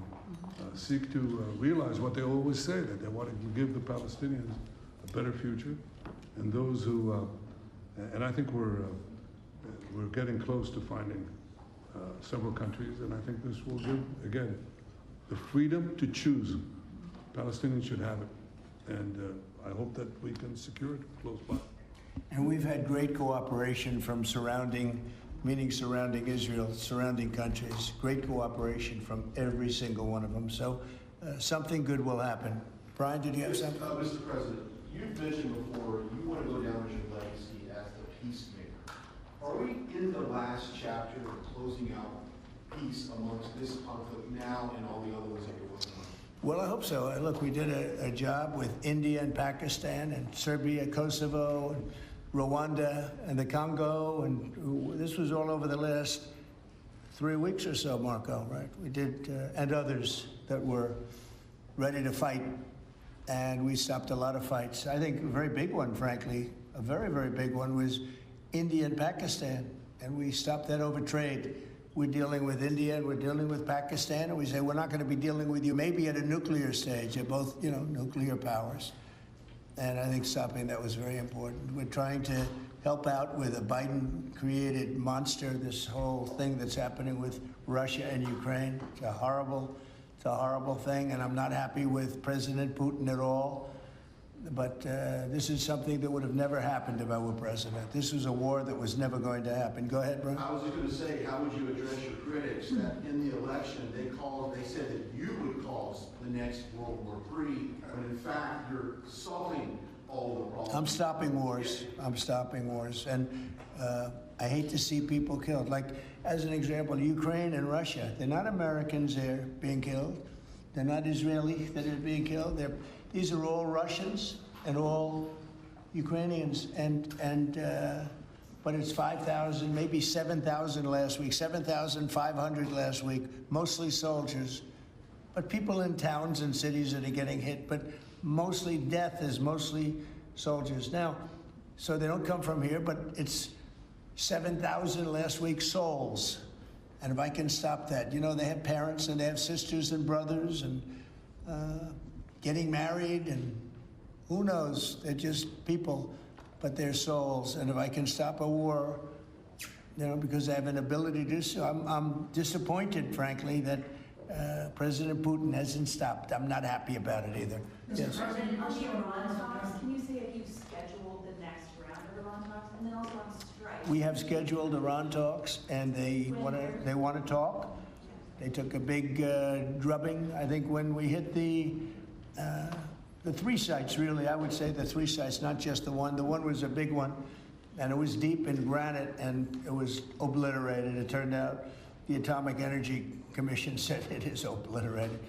I would just want to take our hats off to those incredible flyers, the people that flew that big machine, and frankly, the mechanics and everybody else. I mean, they had zero. They flew for 37 hours with zero problem mechanically. I mean, when you think in carrying the biggest bombs ever, the biggest bombs that we've ever dropped on anybody, when you think non-nuclear, and we want to keep it non-nuclear, by the way. But they did a phenomenal job. It was an amazing job, and I think that was, I was talking to Bibi about it before, that was the very beginning of the end. It ended very quickly after that. I don't want to say what it reminded me of, but if you go back a long time ago, it reminded people of a certain other event, and Harry Truman's picture is now in the lobby, in a nice location in the lobby where it should have been, but that stopped a lot of fighting, and this stopped a lot of fighting. When that happened, it was a whole different ballgame. On future Iran strikes, can you say what might make you have the desire to do another strike on Iran? Another what? Another strike on Iran. I hope we're not going to have to do that. I can't imagine wanting to do that. I can't imagine them wanting to do it. They want to meet. They want to meet. They want to work something out. No, they're different. They're very different now than they were 2 weeks ago. Is there a date yet for the Iran talks, or a city?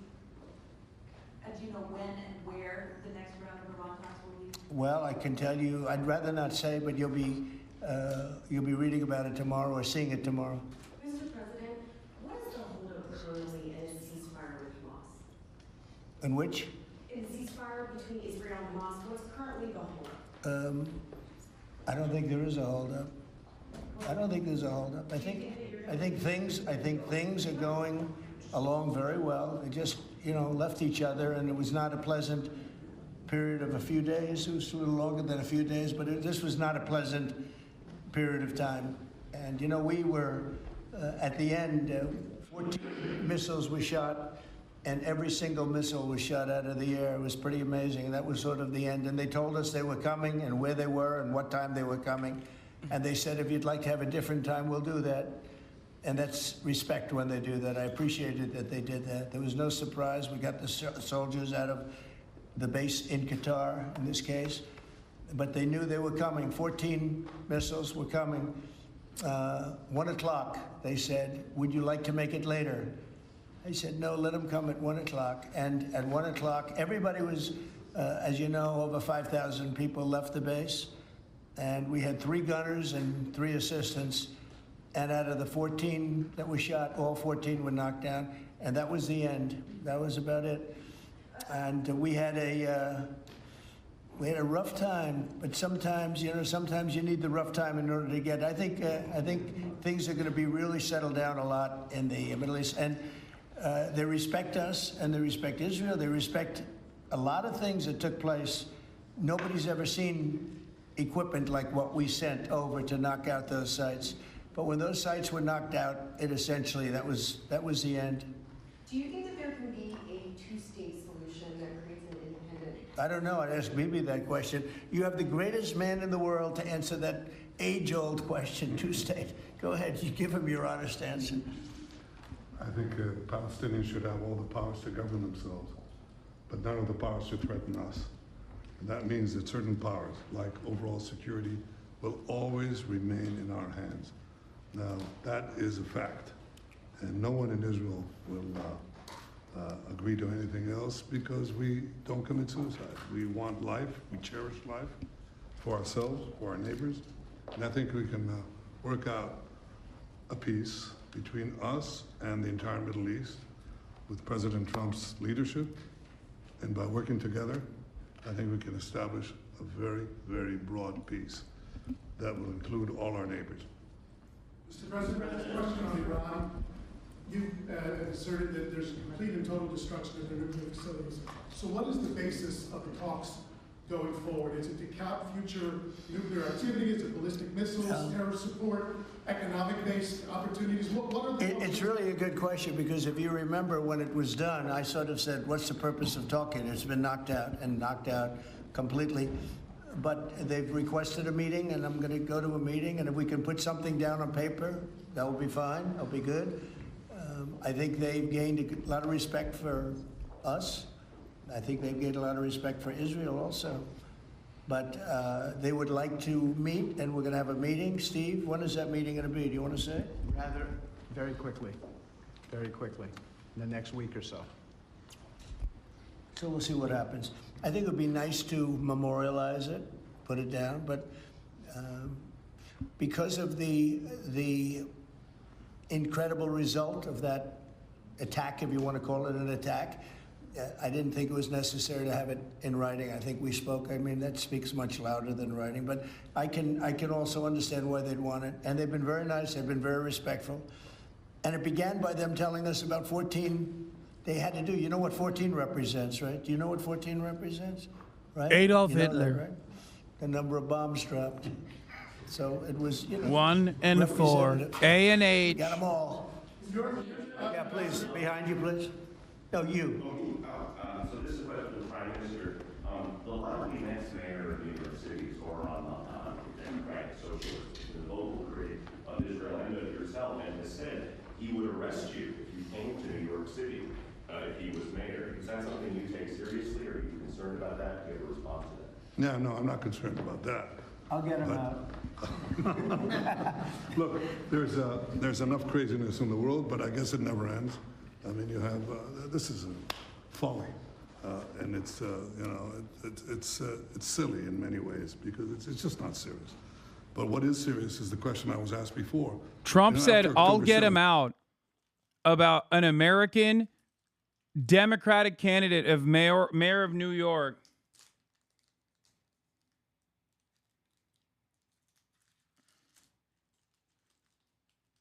Or fuck, 8 is Heil Hitler. 14 is the 14 words. I fucked it up. All right, whatever. Shut up. I was making a joke anyway.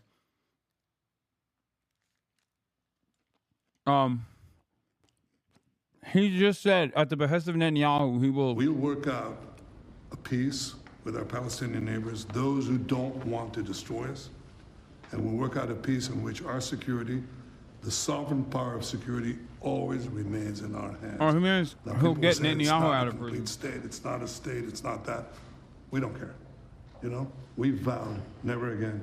Never again is now. It's not going to happen again. So we'll see you in New York next year? Oh, well, look, I'm going to come there with the President Trump, and we'll see how do you know who the mayor will be? I don't know that. Do we know that? He's going to be very fine, and who knows? We don't know who the mayor's going to be yet. But this is a communist. He's not a socialist. He's a communist, and he said some really bad things about Jewish people, and he said some really bad things about a lot of people. And I think he's going through a little bit of a honeymoon right now, but he might make it. But, you know, it all comes through the White House. He needs the money through the White House. He needs a lot. He's going to behave. He'll behave. He better behave, otherwise he's going to have big problems. But it's a philosophy that this country is not ready for, and it never will be. By the way, we have a man with us who thought this was going to be a very glamorous, easy job. He's the ambassador to Israel, Mike Huckabee, former governor, former everything. I'd say he's a former everything, and respected and loved by everybody. And he loves Israel. He loves the state of Israel, and nobody loves it much more. And he's not Jewish, and he loves Israel. And he wanted to be there. I said, you know, Mike, it could be dangerous. No. Well, at least I was right about that. He was in every bunker you could be in. He was running around from bunker to bunker, but he's still with us, fortunately, and he's done a great job. Would you say a few words, Mike? Just want to say what an honor it is to serve you, Mr. President, and to see a historic horizon that we are looking at in the Middle East. And when the President made his trip to the Middle East, and then he really reached out to the new Syrian government, knowing they needed the partner, and knowing that they could pick the wrong partner. And what the President did, which took us all off guard, but the strategic move in that has set up something that is absolutely historic. And Mr. President, I don't even think you fully comprehend the impact that you're having on the region in a way that is so remarkable. And it was your leadership, the celebration, the sense of partnership that you gave with the Israeli people was so dramatic. But the message was bigger than to Israel. It was a message to the world. America's friends can trust us, but America's foes had better fear us. And that is a message that the president sent to everyone on the planet. And it is a message that will resonate toward a matter of peace, the likes of which I don't think we've ever seen. So thank you. Great job you're doing, too. Thank you. They love you over there. They respect him and they love him. You know, it's very, very interesting. We had the pilots here yesterday, as you know, and they were incredible. And we also had the mechanics. We had a lot of people here that had to do, I think about 170 people that had to do with that incredible journey, a journey that could have been horrible. You remember what happened with Jimmy Carter, with the helicopters and all of the problems, and ultimately hostages. We had the exact opposite. Everything was perfect. It worked perfectly. But I didn't realize, I was saying to one, is this something that you felt strongly about? Absolutely, sir. I couldn't wait. I said, better than you, really better you than me. But they couldn't wait. He said, sir, we've been practicing for this mission for more than 20 years. From just after 2000, they've been thinking and practicing to go into that area. I guess you probably know that better than anybody, Pete. They've been looking at going in, but they never had a president that would allow them to do it. And perhaps right, perhaps wrong. I don't know if that's true or not, but I didn't realize they were preparing for that journey from just a little bit after 2000, the year 2000. And I was pretty amazed by that. They knew it. They knew every inch of it. And they came back and they said, we got it better than we ever did in practice. But they've been practicing for more than 20 years. Can you imagine? Yeah. On Ukraine, Mr. President, are you planning to send more weapons to Ukraine? We're going to send some more weapons. We have to. They have to be able to defend themselves. They're getting hit very hard now. They're getting hit very hard. We're going to have to send more weapons. Yeah, defensive weapons primarily, but they're getting hit very, very hard. It's very sad. So many people are dying in that mess. Mr. President, the one big beautiful bill now signed into law by you, what would you like congressional Republicans to turn their focus to? All they have to do now is talk about how good it is. The biggest tax cuts ever. No tax on tips, no tax on social security. American foreign policy is uniparty. Trump had a little bit of a weirdness with the whole I love Vladimir Putin stuff. Well, back to business as usual, it seems. 1 year deductibility, you know, things that from a business standpoint you'd understand. The jobs that are being created. And one of the things that is, and this is also that, but it's also because of the tariffs, a tremendous success. We're taking in hundreds of billions of dollars in tariffs. One of the things that is so exciting is the number of companies and car companies where they're building plants. AI is the big thing. We have over $15 trillion announced already, and it's been, I mean, really, I would say it's been during the last 3 months, but we're here for a short period of time, and some administrations never had anywhere near that number for a whole term, probably for a whole 2 terms. But we're up to over $15 trillion coming into our country. There's never been anything like it anywhere in the world. There's never been an investment like that anywhere in the world. We, look, I told this story, and I just told it to Bibi backstage. I was talking to him, and I said, you know, the King of Saudi Arabia, smart guy, and also we went to Qatar, and we went to UAE. Really 3 strong leaders, smart guys. They all told me the same thing, and then that was reiterated at NATO just recently when we got back, where they agreed to spend $1 trillion a year, by the way, which is about 3 times what they were spending. But they all said the same thing. We thought your country was dead. Horrible term, right? We thought the United States of America was dead. and now you're presiding over the hottest country anywhere in the world. We're the hottest country in the world. I think Bibi would admit it, even hotter than Israel, though Israel was pretty hot about a week ago, I can tell you, for the wrong reasons. Oh my God. But we are the hottest country in the world right now. Yeah, you got 25 people killed, Bibi. Very hot. Lasered them right out of the sky with those Iranian missiles. Building, and that means things like we've never seen before. So all we can do is keep working hard. There'll be always surprises. Some of the surprises are going to be bad surprises.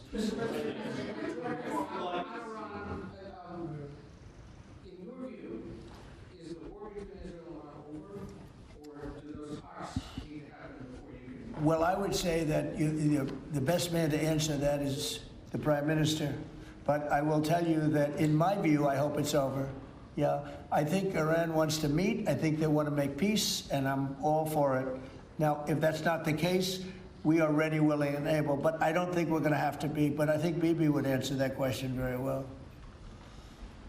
I think the partnership between Israel and the United States, the partnership between President Trump and me, produced a historic victory. It's an incredible victory, actually. It brought the greatest capabilities of the United States that are unmatched with the great capabilities of Israel and the army of Israel, pilots of Israel, soldiers of Israel, and the Mossad. While this guy is doing this extraordinary, very important dick riding session, Israeli occupying force soldiers got potentially smoked, according to reports from the ground in Gaza. IDF chief of staff threatened to resign over the incident. Dozens of soldiers burned and mutilated in a complex multi-stage ambush in Beit Hanun. They were planning to build 20,000 of these things and launch it on a country the size of New Jersey. And no country could withstand that. So what do you do when you have two things that are going to kill you? You have to remove them. With our combined effort, we did.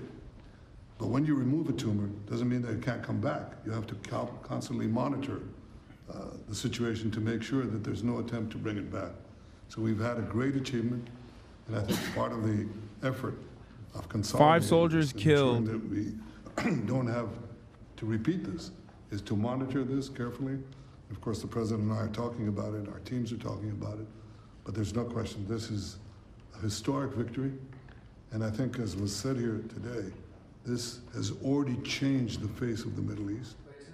But I think that there is an opportunity here to create a historic expansion of the Abraham Accords, which were themselves an act of history, that deserve a Nobel Prize for the president.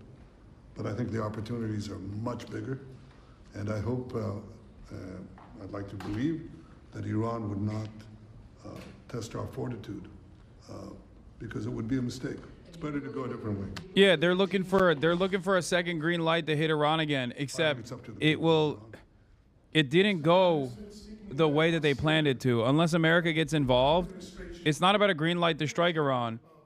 It's about whether or not America will join in and how much America has the capacity to join in. Are you comfortable with the pace of change, with the security situation vis-a-vis Syria right now? I think there's an opportunity to explore. I think that everyone understands that the situation has changed. Before that, Iran was essentially running Syria, okay, directly through Hezbollah. Hezbollah has been brought to the Iran is out of the picture. So I think this presents opportunities for stability, for security, and eventually for peace. And I think that's been opened up also by the fact that the president has opened up a channel. So they have something. There's a lot to lose by going back to conflict, and there's a lot to gain by moving towards peace. And I think that opportunity has been opened by the president and by the changed security situation which we brought about with the collapse of the Assad regime. Are there direct talks with the Assad government? Now, let's suppose there were. Would I answer yes? No, right? That's my duty to ask. Right? It's your duty to ask, and my duty to ask you back. So, you know, at the request of a lot of countries in the surrounding area of the Middle East, including Bibi, we took the sanctions off Syria. and I met the new leader. I was very impressed by him. Somebody said, well, he comes from a very tough background. I said, well, you know, I'm not that surprised. It's a tough part of the world. But I was very impressed by him. But we took the sanctions off because we want to give them a chance. They would never have had a chance without the sanctions. And one of the things we have with Iran is, you know, we have they call biting, they are very biting sanctions. And I would love to be able to, at the right time, take those sanctions off, give them a chance at rebuilding, because I'd like to see Iran build itself back up in a peaceful manner and not going around saying death to America, death to the USA, death to Israel, as they were doing. You know, they were the bully of the Middle East, and now they're not the bully anymore. But they were saying terrible things, and would like to see them. They have such potential. You know, they have the oil power, and they have great people, smart people, energetic people, amazing. And I know so many Iranians from New York. I have a lot of friends, and they're great people. So it's a shame when you see a thing like this happen. But I think that taking the sanctions off of Syria is going to give Syria a great shot at making it. Mr. President, a congressional question. Are there any executive orders that you'd like to see Congress focus on when they come back in session? Do you have any that you prioritize to go first? Well, we've done a lot of them in the last, as you know, and I always say the great, big, beautiful bill. I add the word great. But it was the largest bill of its kind ever passed. We were talking about it before. It was beauty. But, you know, a lot of the things that we did, executive orders, have been codified in the legislation that we just had passed. And we're going to be sending in a lot more over the next period of about 2 months separately. But a lot of it was part of that beautiful big bill. Mr. President, on tariffs, what happened to 90 trade deals in 90 days? Oh, we've spoken to everybody. We know it's all done. I told you, we'll make some deals, but for the most part, we're going to send a letter. We're going to say, welcome to the United States. If you'd like to participate in the greatest, most successful country ever. I mean, we're doing better than ever. We have, I don't think, and you're going to see these numbers soon. We've never had numbers like this. We've never had investment like this. We have more than 90. We're going to have much more than 90, but most of those are going to be sent a letter. This is exactly what I said. Now, we've made a deal with United Kingdom. We've made a deal with China. We've made a deal. We're close to making a deal with India. Others we met with, and we don't think we're going to be able to make a deal, so we just send them a letter. If you want to play ball, you have to. This is what you have to pay. So as far as I'm concerned, we're done. We're sending out letters to various countries telling them how much tariffs they have to pay. Some will maybe adjust a little bit, depending if they have a cause. We're not going to be unfair about it. And actually, it's a small fraction compared to what we should be getting. We could be asking for money. It's really cool of Trump to be able to speak like this with Benjamin Netanyahu's dick shoved so far down his throat. You know, it is impressive. And in any case, it is. I need to figure out the lighting in here for later in the day. But also, I'm going to end it on this note today at 6 hours and 30 minutes. I apologize for the half-day, short day. I am in New York after all. I'm ending it quite early, as a matter of fact, at 5 p.m. because I have a phone call that I need to take and also dinner that I need to go to. And that is all I got for today. A half day once again, a half day nonetheless. But I will be back tomorrow. What the fuck is going on? Oh, this thing can't handle 2 videos at the same time. Anyway, what is happening? My internet connection is so ass here. Not the upload speed, thank God, but the download is bad. Anyway, love you guys and see you tomorrow. Hopefully we'll have some IRLs mapped out for tomorrow as well. I'm still working on it, but love you guys. And I'll be doing a majority report in the morning, tomorrow morning, and then after that I'll be live on my channel. Peace, and see you tomorrow. Bye-bye.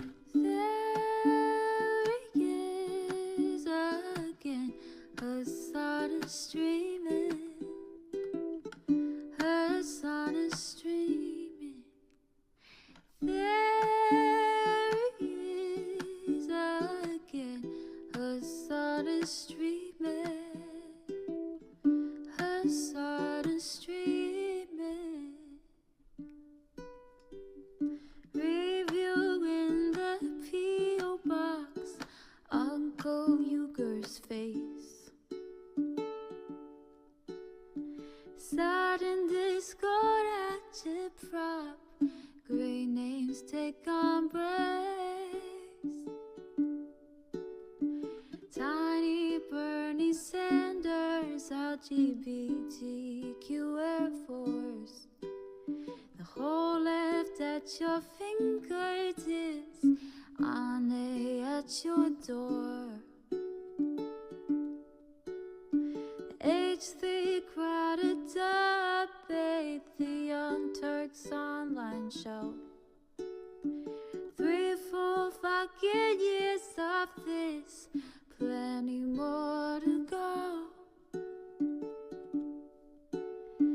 90-day fiance talks of champagne bourgeoisie.